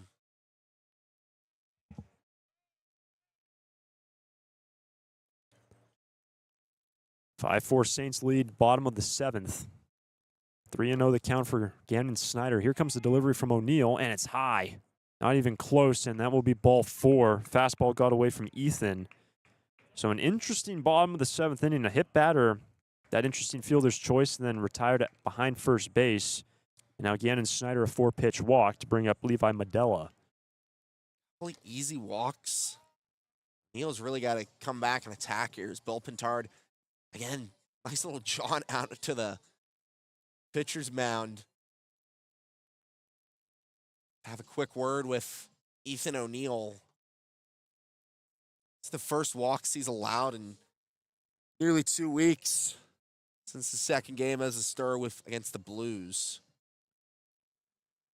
And the other pitcher available today, when you look towards the 8th and 9th innings, Steele Eves, who has been really, really solid in late game situations. Picked up a couple of saves in recent games, and The co-leader in saves in the CCL right now. Eves has been nails as the battery, along with Easton Mumaw, talk with Bill Pintard on the hill. The batter will be Levi Medella, who's gone 0 for 3. With Gannon Snyder, a 4-pitch, 2-out walk to continue the inning.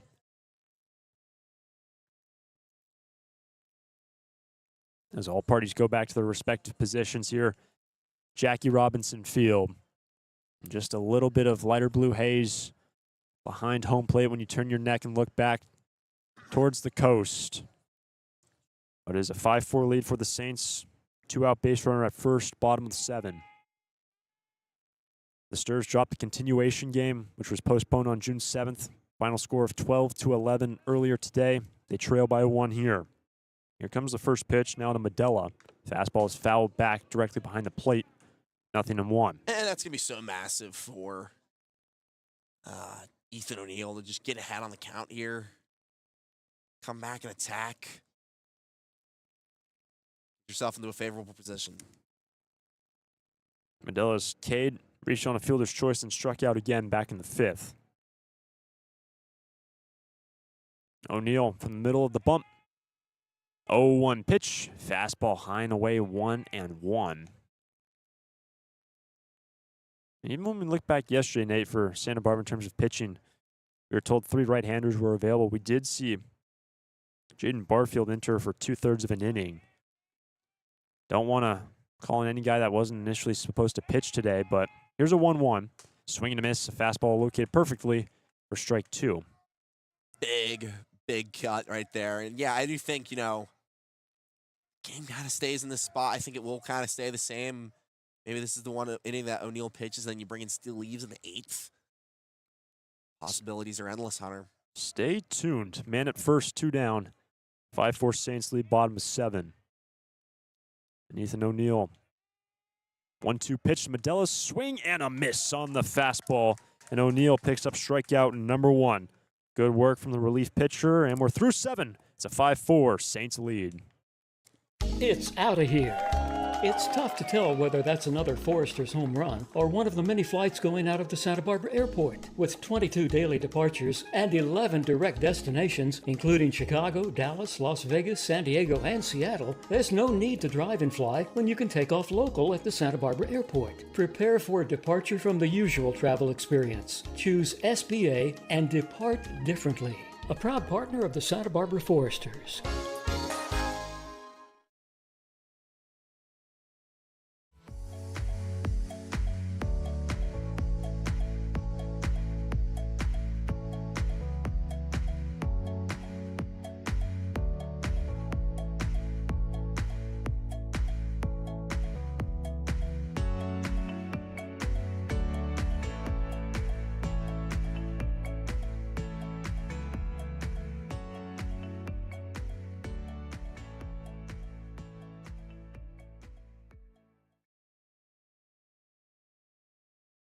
When it comes to your office equipment needs, call Coastal Copy. We're the largest independent office equipment dealership in the Tri-Counties, and as your locally owned authorized Savin dealer, Coastal Copy offers complete sales, service, and supplies on a full line of Savin digital copiers and MFPs, Savin color printers, digital duplicators, Savin wide format systems, digital presses, document management solutions, and more. That's Coastal Copy. You'll see a difference because we go the distance. Call 1-800-995-8835.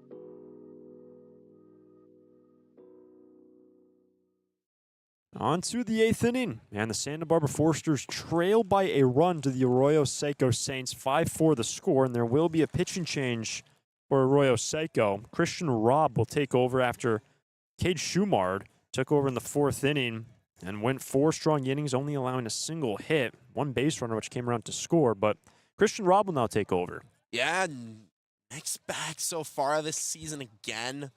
You know, a couple of really good performances when Saints made their journey up to Sonoma. He was really solid, getting 2 scoreless innings against the Stompers, but his debut against the San Diego Waves gave up 6 runs in an inning where he gave up 3 hits and 2 walks. His last appearance against the Barons, he also gave up a couple of runs over 2 innings. Really good strikeout pitcher. That was his best strikeout performance so far. 4 Ks in 2 innings. He will face 7, 8, 9. Zane Becker will lead off. Here comes the first pitch. Fastball right down the chute, 0-1. And Zane, the walk machine today. 3 plate appearances, 3 walks with a run scored, which came on a wild pitch when he led off the 6th inning. So here comes the 0-1 delivery, and he will foul it back into the screen halfway up behind home plate for strike 2. If Billy Bean were still alive, this would be his favorite player in the CCL. Becker entering today, on-base percentage of .476, only going to be getting better. Leadoff man for the Sturs. We'll see the 0-2 pitch. Slider just able. No, it was a foul tip back into the glove. Chasing the slider away, and Becker will be retired on strikes. 1 away in the 8th. Big out 1 for Arroyo Seco. He's up Navarro now. First time Zane is retired in this ball game. So top of the 8th inning, bases clear, 1 out. Sturs trail by a run. Here is Navarro to hit from the left side. Big swing and a miss on the first pitch, 0-1. Why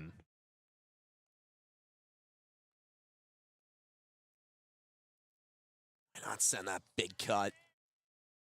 Love a first pitch swing. Coming set is Robb. With 1 away, the 0-1 pitch is going to miss inside for ball 1. And there will be a pinch hitter standing on deck. Caleb Hoover will hit for Easton Ruley. In a 1-run game, bases clear, 1 out. 1-1 pitch is going to be a fastball missing away at the knees for Makani Navarro. Ball 2.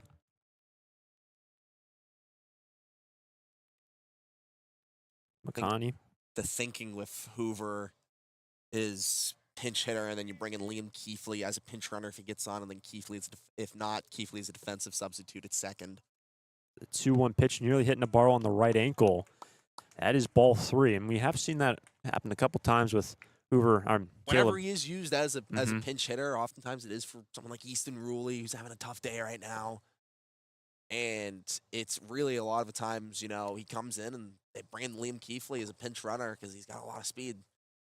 But right now it's 3-1 for Navarro. Robb, the pitch, foul back halfway up the screen directly behind the plate by Navarro. 3-2.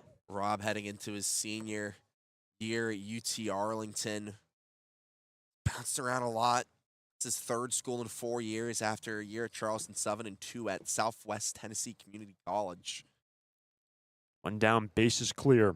Christian Robb A 3-2 delivery to Nabarro and inside, and it looked like it hit Nabarro as well. Yes, it did. So McConney is aboard, hit by a pitch. Ouch, that looks like it hurt. This hit by a pitch brought to you by AltaOrthopedics.com. Got hurt? Call them. McConney aboard for the second time today, an RBI walk. Now hit by a pitch to give way to the pinch hitter, Caleb Hoover. And we just saw a firework explode before outside the center field fence. Some flashes of red and yellow sprinkling the night sky here in Pasadena. So Hoover now to hit for Rulli, went 0 for 3 today. First pitch to Caleb. It's going to be a fastball away, and if been following the Foresters, you'd recall Caleb Hoover, massive home run in the right center field last time the Stars played in this park. He's having a really good BP today as well. Check over to the man at first base. He's in safely. And remember, it's Nabarro over there with just a single out. Top of the 8th inning, Santa Barbara trailing by just 1 run. Brings the go-ahead run to the plate, top of the 8th. Comes a 1-0 pitch. Hoover sees a fastball well away, and J.J. Kennett had to extend his left arm and all the way out as far as it would go to grab that ball and keep the runner at first. Great cover by Kennett. Top of the order is on deck. If Hoover can reach, keep the line moving, just a single out, barring any double play. Nabarro has only 1 stolen base this season. Here's a 2-0. That's going to miss away at belt tight, ball 3. Perhaps an even bigger, aspect of why you use Caleb Hoover as a pinch hitter here. He obviously does have that power, but he's got a really good eye. Another guy with a really high on-base percentage, and head here 3-0. In the bottom of the inning, the Saints will have Moseni, Hayward, and Freer scheduled. That is 9-1-2. But can Santa Barbara have at least tie this game? 3-0 pitch is swung on and down the left field line, slicing for strike 1. So Hoover had the green light on a 3-0. Why not give it to him? Probably has the most power. Anyone in the lineup. Tying run on base. Go ahead run at the plate. 1 down. 3-1 pitch is on the corner. Hoover started to move to first. And the slider just backdoored its way in, full count. Kennett just framed it really nice. He brought it back into his zone, and now full. And Hoover was ahead 3-0.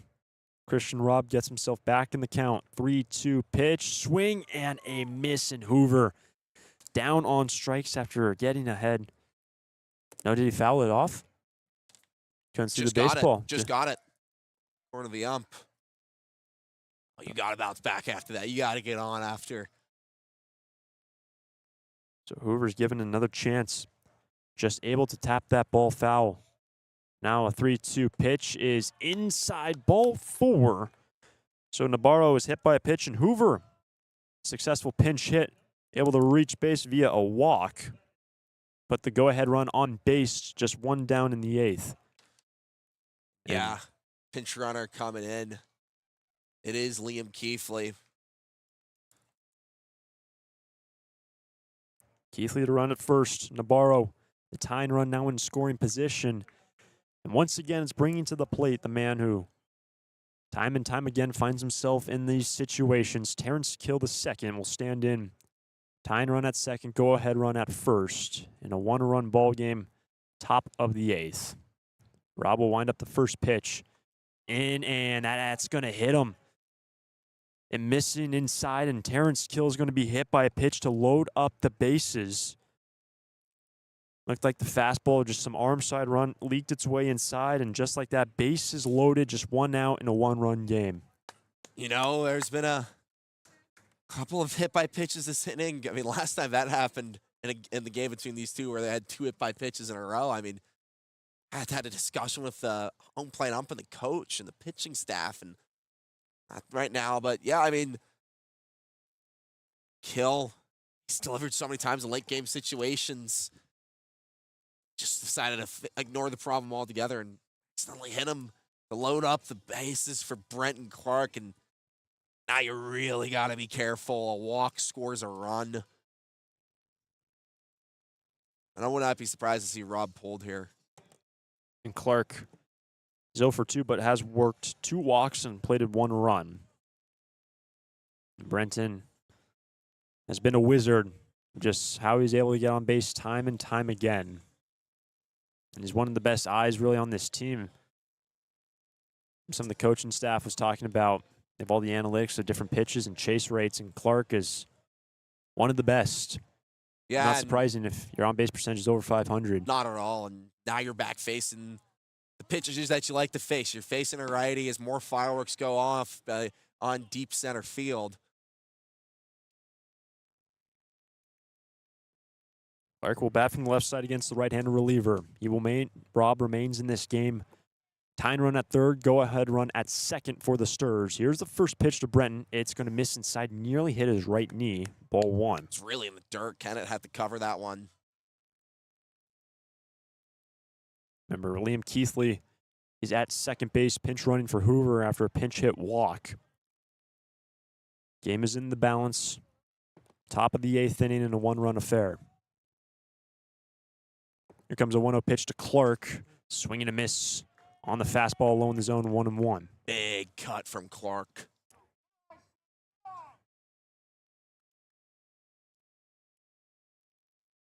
Christian Robb trying to trust his defense to get out of this jam and keep it a 5-4 lead for the Saints. Santa Barbara trying to tack on 1-1 on the ground, and it's up the middle. It is a base hit.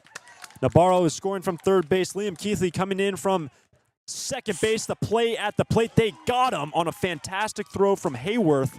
Saves a run at the plate. It is tied 5-5. Keithley can't believe it. Thrown out at the plate for the second out after a fantastic throw by the center fielder. What a throw. But it does not get any easier. I mean, what a throw. I mean, come on, man. That was ridiculous. Perfect from Hayworth. Great tag by Kennett. Keithley has a lot of speed and beat it. He's still in a tough situation. Easton Muma with 2 in scoring position. 2 outs, a base hit into the outfield. Maybe not towards Hayworth, but a base hit into the outfield could score 2 and really swing the tide of the game. And Clark on the throw, home advance to second to get down to second base. Here's the first pitch to Easton. And Muma will take a ball down. So 1-0 as Terrence Kill is at third base, representing the go-ahead run for Santa Barbara. Just like Brenton Clark, Muma has been one of the best this season, putting balls in play on a consistent basis. Tied game. 1-0 pitch will miss inside down 2-0.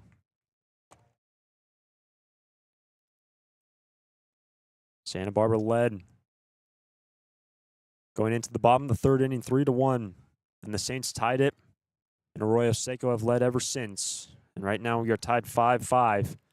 Go ahead run at third base. 2-0 pitch is well away. Ball 3 not competitive for Easton Muma. You have a base open. I do think this is probably Christian Robb's last player he faces. Yes. He gets him on. I do think they'll pull him, gets him out. They'll probably not bring him back in the 9th. 3-0 pitch misses upstairs. Ball 4, and the bases will be loaded. Terrence Kill is at third. Represents the go-ahead run. Brenton Clark is at second. Muma just worked a walk, and that is the fourth free base given up in this inning. And here comes one of the coaches for Arroyo Seco, and that's going to be it for Christian Robb. They're going to be going to the bullpen. Bases will be loaded. Tied game in the 8th. For Santa Barbara, they're going to have Cole Chamberlain coming to the plate. And yep, going to the bullpen. New arm coming in will step aside. Game in the balance here at Jackie Robinson Field.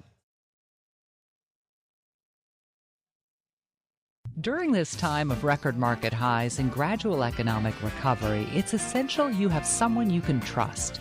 For 10 consecutive years, the Santa Barbara News Press Reader's Choice Poll has awarded Tremblay Financial Services recognition for the financial guidance they provide their clients. Tremblay Financial Advisors continually educate their clients with new options and financial planning tailored fit to you.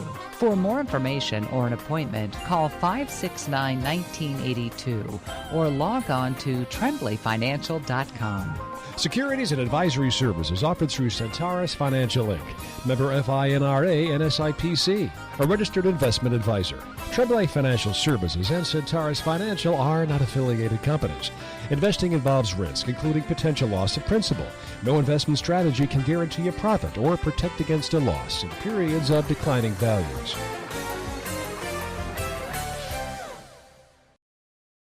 Need a new copier for your office? Coastal Copy is the original copier dealer in the Tri-Counties and your authorized Kyocera dealer, offering complete sales, service, and supplies on a full line of Kyocera Task Alpha digital MFPs. And thanks to the latest in Kyocera mobile and cloud technology, we offer Kyocera's mobile print app, which allows you to access documents through your smartphone or tablet. Call us today to schedule your free assessment and quote.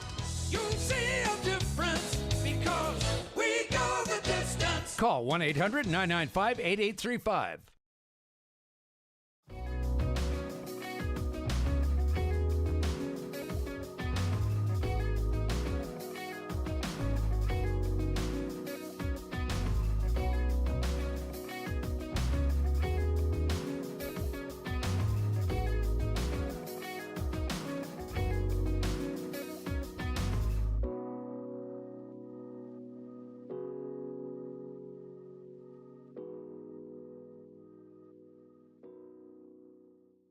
The new arm coming in for Arroyo Seco will be Dylan Pearson. The right-hander will take over with the bases loaded. The game in the balance. Cole Chamberlain, the designated hitter, will be the man at the plate. Terrence Kill at third base representing the go-ahead run. Clark is at second, Mumma first, and Cole Chamberlain will bat from the left side, will stroll to the plate with a walk, a foul out, a base hit, and a ground out today. What a moment to make your debut for the summer. Bases loaded, 2 outs in a tie game in the top of the 8th. Pearson being called on by his manager in this situation. With 2 down and the bases loaded, here comes the first pitch to Chamberlain. Swing and a miss, late on the fastball. 0-1. Should be noted, this is Chamberlain's first time playing here under the lights. Really having to adjust to the ball being in a weird lighting. Can he score the go-ahead run at third? With 2 out, Pearson, 0-1 delivery. Fastball is lifted down the right field line, drawing. It's got some room, and it will fall in fair territory. Kill will score. Clark is coming in, and Cole Chamberlain, a 2-run double, and Santa Barbara now take a 7-5 lead in the 8th. How about that, Hunter? Chamberlain against the new arm just sends one in the night sky, and it just drops foul. That was a lot of ground to cover for the right fielder, Milto, and he couldn't get there in time. It just barely stayed in, and just like that, Santa Barbara with a 2-run lead. Batter is now Caden Miller, 2 in scoring position. First pitch is rolled back off 1 hop to the pitcher. He's going to field it and underhand toss it to first base. But Cole Chamberlain, strolling around the bases currently, retrieves a lumber at first at the plate, and he will go back to the first base dugout, mauled by Brenton Clark for making it a 2-run game. A clutch hit for Chamberlain, his second of the day, and through 7.5, Santa Barbara now have a 7-5 lead over the Saints. Santa Barbara Airport has 5 airlines: American, Alaska, Delta Air, Southwest, and United, with 12 direct destinations from Santa Barbara to Atlanta, Dallas, Denver, Las Vegas, Oakland, Los Angeles, Salt Lake City, Portland, San Francisco, Phoenix, Seattle, and Sacramento, with 23 daily departures from Santa Barbara. SBA's newest daily service on Delta Airlines to Atlanta and Salt Lake City can ensure that you can get anywhere in the world in just one stop. SBA is proud to join over 200 airports around the world in the Hidden Disabilities Sunflower Program. Passengers with a disability can opt into the program, and in doing so, trained staff at SBA will be there to provide additional level of customer service. You can learn more at www.flysba.com. Once again, you can learn more and book your flights today from Santa Barbara at www.flysba.com.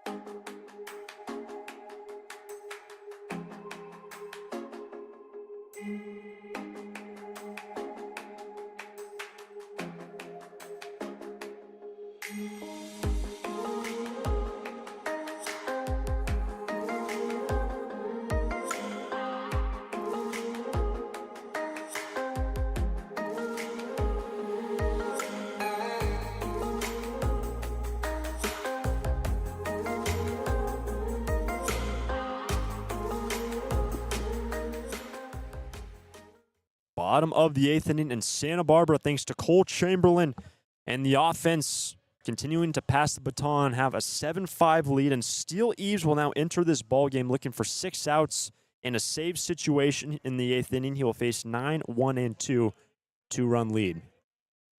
CCL co-leader in saves.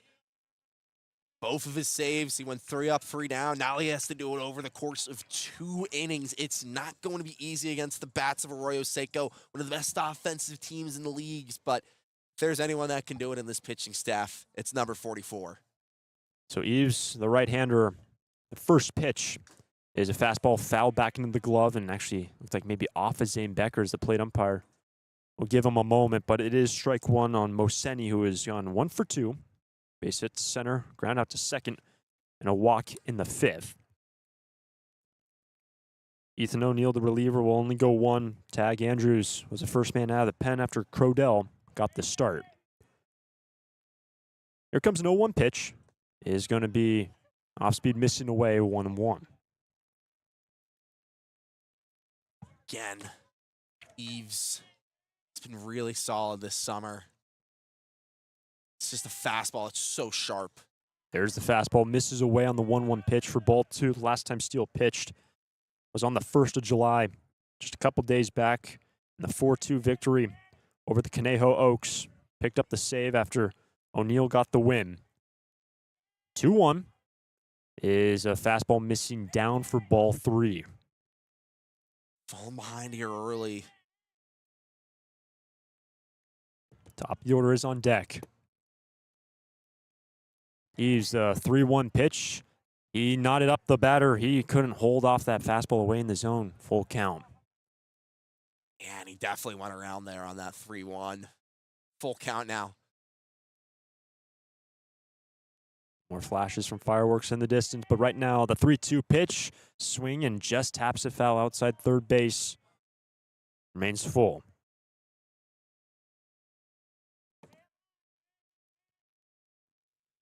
And Eves looking for 6 outs. It is a 7-5 lead, and the leadoff man, Moseni, batting from the left side, sees a 3-2 pitch, pops it up left side. Out there in the outfield is Navarro, slides over to his right, will make the play and record the first out, the bottom of the 8th inning. Big out 1, just an easy fly ball in the shallow left field. Big out 1 for the Sturs. That's going to bring around the top of the order, Lane Hayworth, who has gone 1 for 3, and a walk. Both times he's gotten on base, he has scored a run. First pitch, fastball on the outside edge to the left-handed batter, strike 1. That's what Eves does so well, is get ahead of counts early. First pitch strikes. They're your best friend as a pitcher. 0-1 the count, bases clear, 1 down. Here comes the pitch. Breaking ball will miss away, 1-1.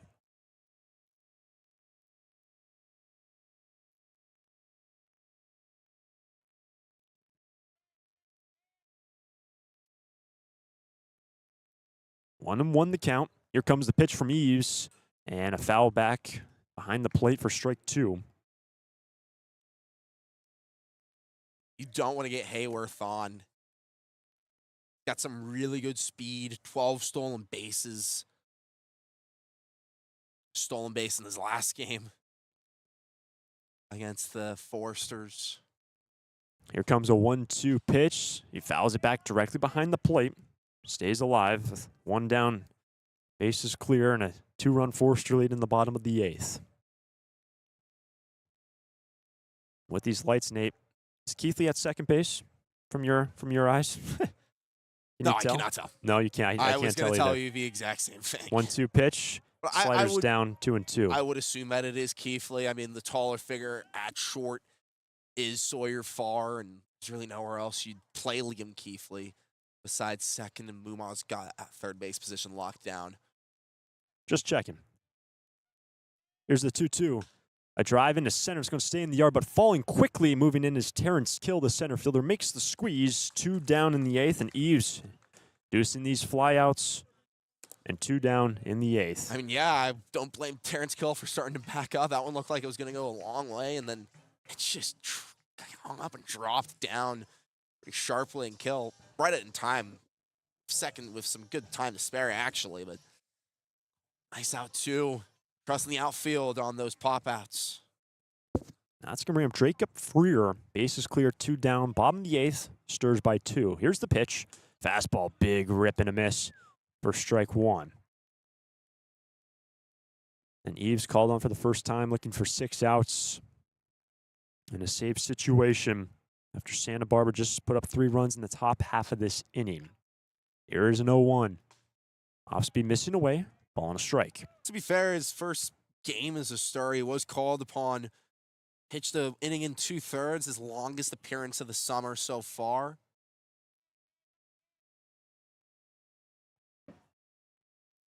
Right now, Eves fires home a 1-1 pitch, and it's sprayed back behind home plate and out of the complex here at Jackie Robinson Field for strike 2. That's really how he's getting a lot of those strikes. Foul balls. 2 down, bases clear. 2-run lead for Santa Barbara, in case you're wondering. The Stars will have Farr, Becker, and Nabarro scheduled in the next inning. That is 6, 7, and 8. Eves will look to send us to the 9th right here. A 1-2 pitch, breaking ball, called strike 3, and Freer will go down looking. And a 3-up, 3-down 8th. Half of the job complete for Eves. We go to the 9th. Santa Barbara on top 7-5 over the Saints. Santa Barbara Airport has 5 airlines: American, Alaska, Delta Air, Southwest, and United, with 12 direct destinations from Santa Barbara to Atlanta, Dallas, Denver, Las Vegas, Oakland, Los Angeles, Salt Lake City, Portland, San Francisco, Phoenix, Seattle, and Sacramento. With 23 daily departures from Santa Barbara, SBA's newest daily service on Delta Airlines to Atlanta and Salt Lake City can ensure that you can get anywhere in the world in just one stop. SBA is proud to join over 200 airports around the world in the Hidden Disabilities Sunflower Program.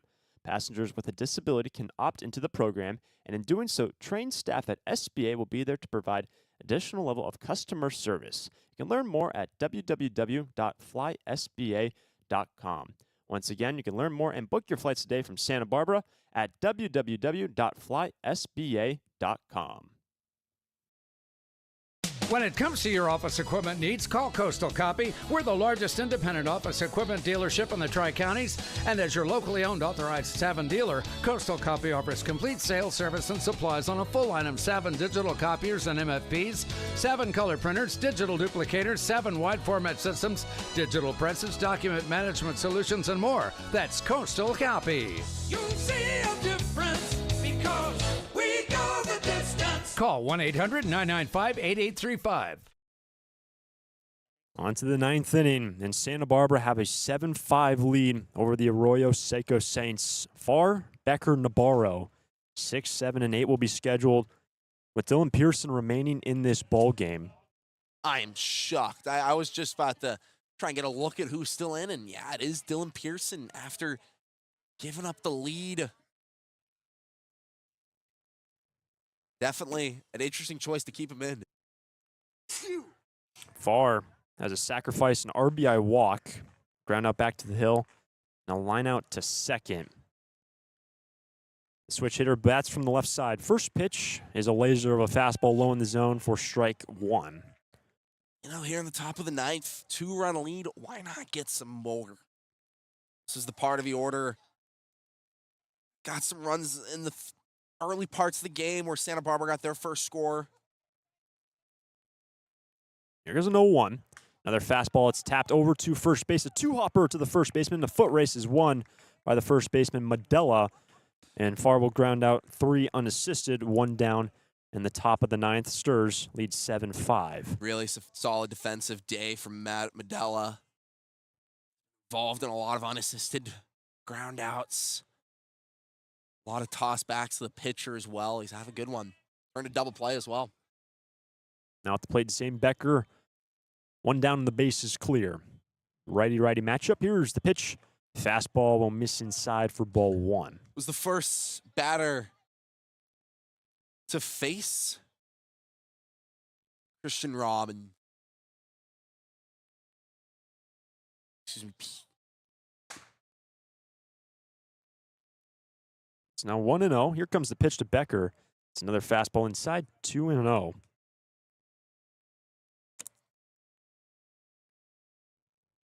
And Becker was the first man to face Christian Robb. Then Robb only was able to record 2 outs, then entered Pearson in that last inning. My count is correct, but it's 2-0. And foul back behind the plate into the screen. 2-1 now for Zane Becker with the Sturs by 2. Top of the ninth, base is clear, 1 out. I can barely see my scorebook in this lighting, let alone the players on the field, Hunter. You can read the writing, though? Hopefully. Hopefully, me too. Sometimes it gets a little hairy, but Dylan Pearson, 2-1 delivery, is popped up right side into foul ground. A lot of real estate. Medella, the first baseman, will run out of room. It looks like that ball stayed in stayed in the yard, but just couldn't make the play running into that fence. I think he just misjudged it. It landed a little further back than where he expected it to be. Because I definitely think he could have made that grab if he judged it a little better. But it was strike 2 on Zane Becker. Number 7 batter with Makani Nabarro standing on deck. 2-run advantage for Santa Barbara in the top of the ninth inning. The closer still, Eves, already entered this game in the 8th. But right now it's 2-2. Here's the pitch to Becker. Swing and a miss on the slider. 2 up, 2 down for Pearson in the 9th. Exactly how you need to respond after you gave up that double to Cole Chamberlain to lose the lead, to break the tie, and after doing that, you got a couple of quick outs in a row. Nice job by Pearson. 2 down, base is clear. 2-run lead for Santa Barbara in the top of the 9th. Here's Makani Nabarro. First pitch swinging into left and actually right to the shortstop. Freer had to range back into short left and will retire Makani Nabarro. Good read by the shortstop. Tracking back into short left. It'll be a 1-2-3 inning for Dylan Pearson. And still Eves will be 3 outs away. Picking up a save in Santa Barbara, winning 7-5. He's facing Jax Ryan, Cody Turner, Joey Milto. 3, 4, and 5 coming up next. During this time of record market highs and gradual economic recovery, it's essential you have someone you can trust. For 10 consecutive years, the Santa Barbara News Press Reader's Choice Poll has awarded Tremblay Financial Services recognition for the financial guidance they provide their clients. Tremblay Financial Advisors continually educate their clients with new options and financial planning tailored fit to you. For more information or an appointment, call 569-1982 or log on to tremblayfinancial.com. Securities and advisory services offered through Centaurus Financial Inc., member FINRA and SIPC, a registered investment advisor. Tremblay Financial Services and Centaurus Financial are not affiliated companies. Investing involves risk, including potential loss of principal. No investment strategy can guarantee a profit or protect against a loss in periods of declining values.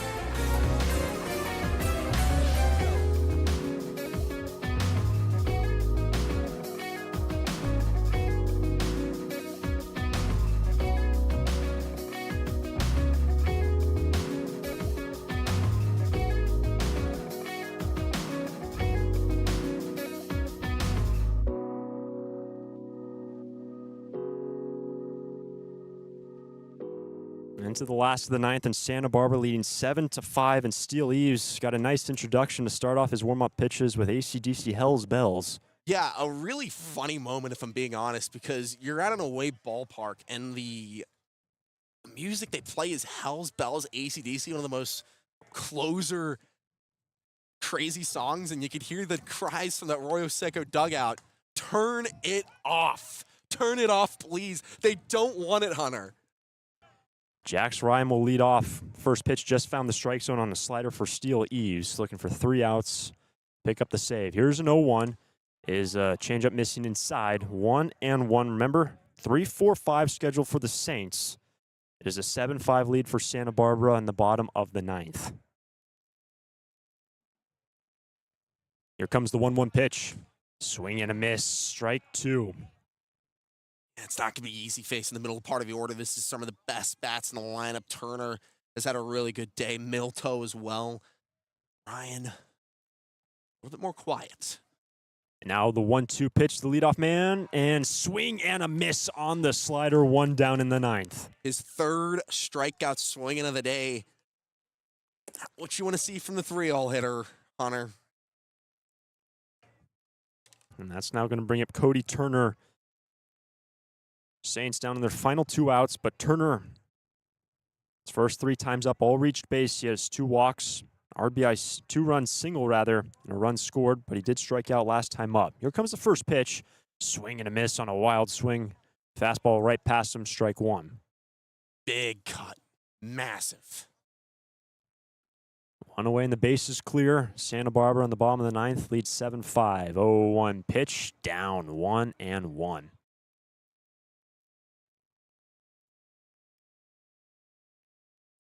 Joey Milto will follow, but Turner has reached 3 out of the 4 times. 1-1 pitch, breaking ball misses down and away. 2-1. Try to get the swing and the miss from the lefty. Didn't give in. And Eves working from the middle of the bump. Takes a breath. Here comes a 2-1 delivery to Turner. Just tapped off the end of the bat and right on top of the third base dugout where his teammates are housed. 2-2. The mound visit. St. Becker, a quick word with Eves. Both of these guys were with each other, late additions to the squad. They were with each other in Omaha. Becker is the bullpen catcher, and Eves as a bullpen arm. They know each other very well. He's just trying to settle them in for these final 2 outs. Arroyo Seco got out to an early 1-0 lead, but Santa Barbara 3 spot in third. That lead was short-lived. It was a tied game through 3. With 1 out, 2-2 pitch. Left side on the ground. Easton Mumau just has to range over a fraction to his left and lasers it to first. 2 down in the bottom of the ninth, and Eves looking for 1 more out. Santa Barbara on top, 7-5. But I think it caught a throw came in quick from Mumau. It kind of caught Caden Miller by surprise. He kind of jolted when he made the grab. It's hard to see the ball across the infield defensively as well. It's not just the hitters that have a disadvantage. Great job by Miller. All instincts for the natural first baseman. And Eves, who entered in this 8th inning with a 7-5 lead, 1 out away. Santa Barbara leading by 2. Joey Milto has reached base all 4 times today. Stands in. Here's the pitch. It's down ball 1. Perhaps the hardest final test to get in this lineup. As you said, he had that massive triple in the 3rd, scored a run, couple of walks as well. By pitch. 2 down. 1-0 pitch. Up the middle. Tough play for Sawyer Farr. Ranging behind second base. The shortstop. The throw was not in time. It looked like the throw was a little bit on the outfield side of first base. Miller had to stretch, but the throw was not in time. Milto, for the 5th time today, will reach base, an infield single. Just his 2nd hit of the day, and that's going to bring the tying run to the plate in the form of J.J. Kennett. And it was a really close play. Tough throw from Farr, and Miller did a good job keeping his feet on the bag and not letting that one get past. Tying run now at the plate. Here's the pitch. It's going to find the strike zone by Steele Eves. 0-1. Just like that, even after allowing his first base runner in a couple games, Eves stays attacking.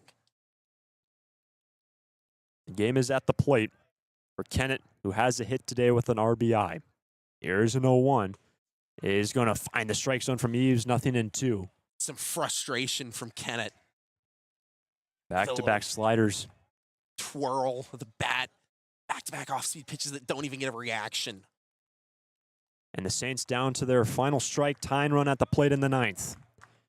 And Eves' 0-2 pitch is going to miss inside. The runner's going down to second on indifference from Santa Barbara. So we're now 1-2.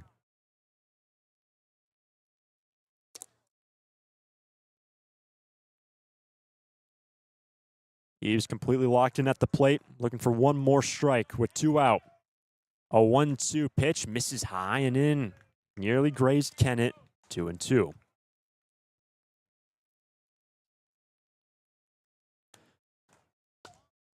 Santa Barbara took the lead in the top of the 8th with 3 runs.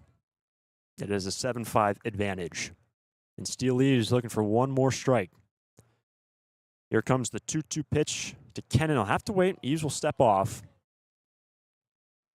Gather yourself. You have to settle in. You know you have the runner in scoring position. That run won't tie the game. You have a 2-run cushion. You are all fine. And now the 2-2 pitch. Slider is lifted into right field. Out there is Brenton Clark, camps out under it and makes the play in Santa Barbara. A 7-5 victory over the Arroyo Seco Saints. Steele Eves, a 6-out save. What a day here in Pasadena. Fantastic game from Santa Barbara. A 7-5 win. And a gutsy performance from Santa Barbara. You had to come back multiple times in that game. You were down at the beginning. You were down in the middle parts. And then you got the lead in the top of the 8th. It's even harder to maintain the lead for 2 innings. You know they got to come up in the bottom of the 9th. The good thing if you're Santa Barbara, you got Steele Eves in your back pocket, and boy, did he come through. Only allowed 1 base runner, 2 strikeouts, and his 3rd save of the summer. Good enough for the CCL lead. Ethan O'Neill will pick up the win just like 4 days ago on July 1st. O'Neill picks up the win. Eves will get the save, and Santa Barbara will do it all again with the Saints tomorrow with a 2 o'clock first pitch up at Santa Barbara High School. These 2 teams will play again. The final score 7-5. Final thoughts on this one? Great game. Great game. You know, these Foresters, especially on this road trip and the stretch, they've played some really, really close and exciting games, and this might be the biggest win of them all. You know, you had your backs up against the wall. If you lost, you now had a tie for the division lead, and you got the result. You got the win. You're heading back into Santa Barbara. Home crowd, home game, with a bit more cushion. A massive result, and one that you just have to feel so relieved about if you're Bill Pintard. And before we close, we've highlighted the pitching from O'Neill and, of course, Eves, who just picked up the save. But Cole Chamberlain had the first hit of the day. Santa Barbara was hitless through 4, and he brought home the go-ahead runs for Santa Barbara, the 2 RBI double in the 8th. Big day from Chamberlain as well. Massive day, and, you know, the bat's been a little up and down for Cole. He's had a couple of, some strikeouts recently, but what a way to come back in a tough environment. The lights, they came on. You know how hard it is to hit in these kind of dimmed situations. The Foresters made it look easy. They're the ones whose bats came alive in the latter half of the game, and it got them the win.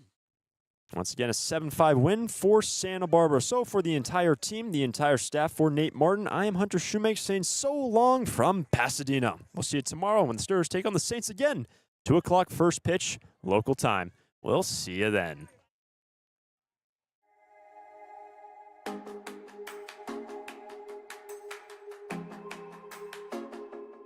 Thank you.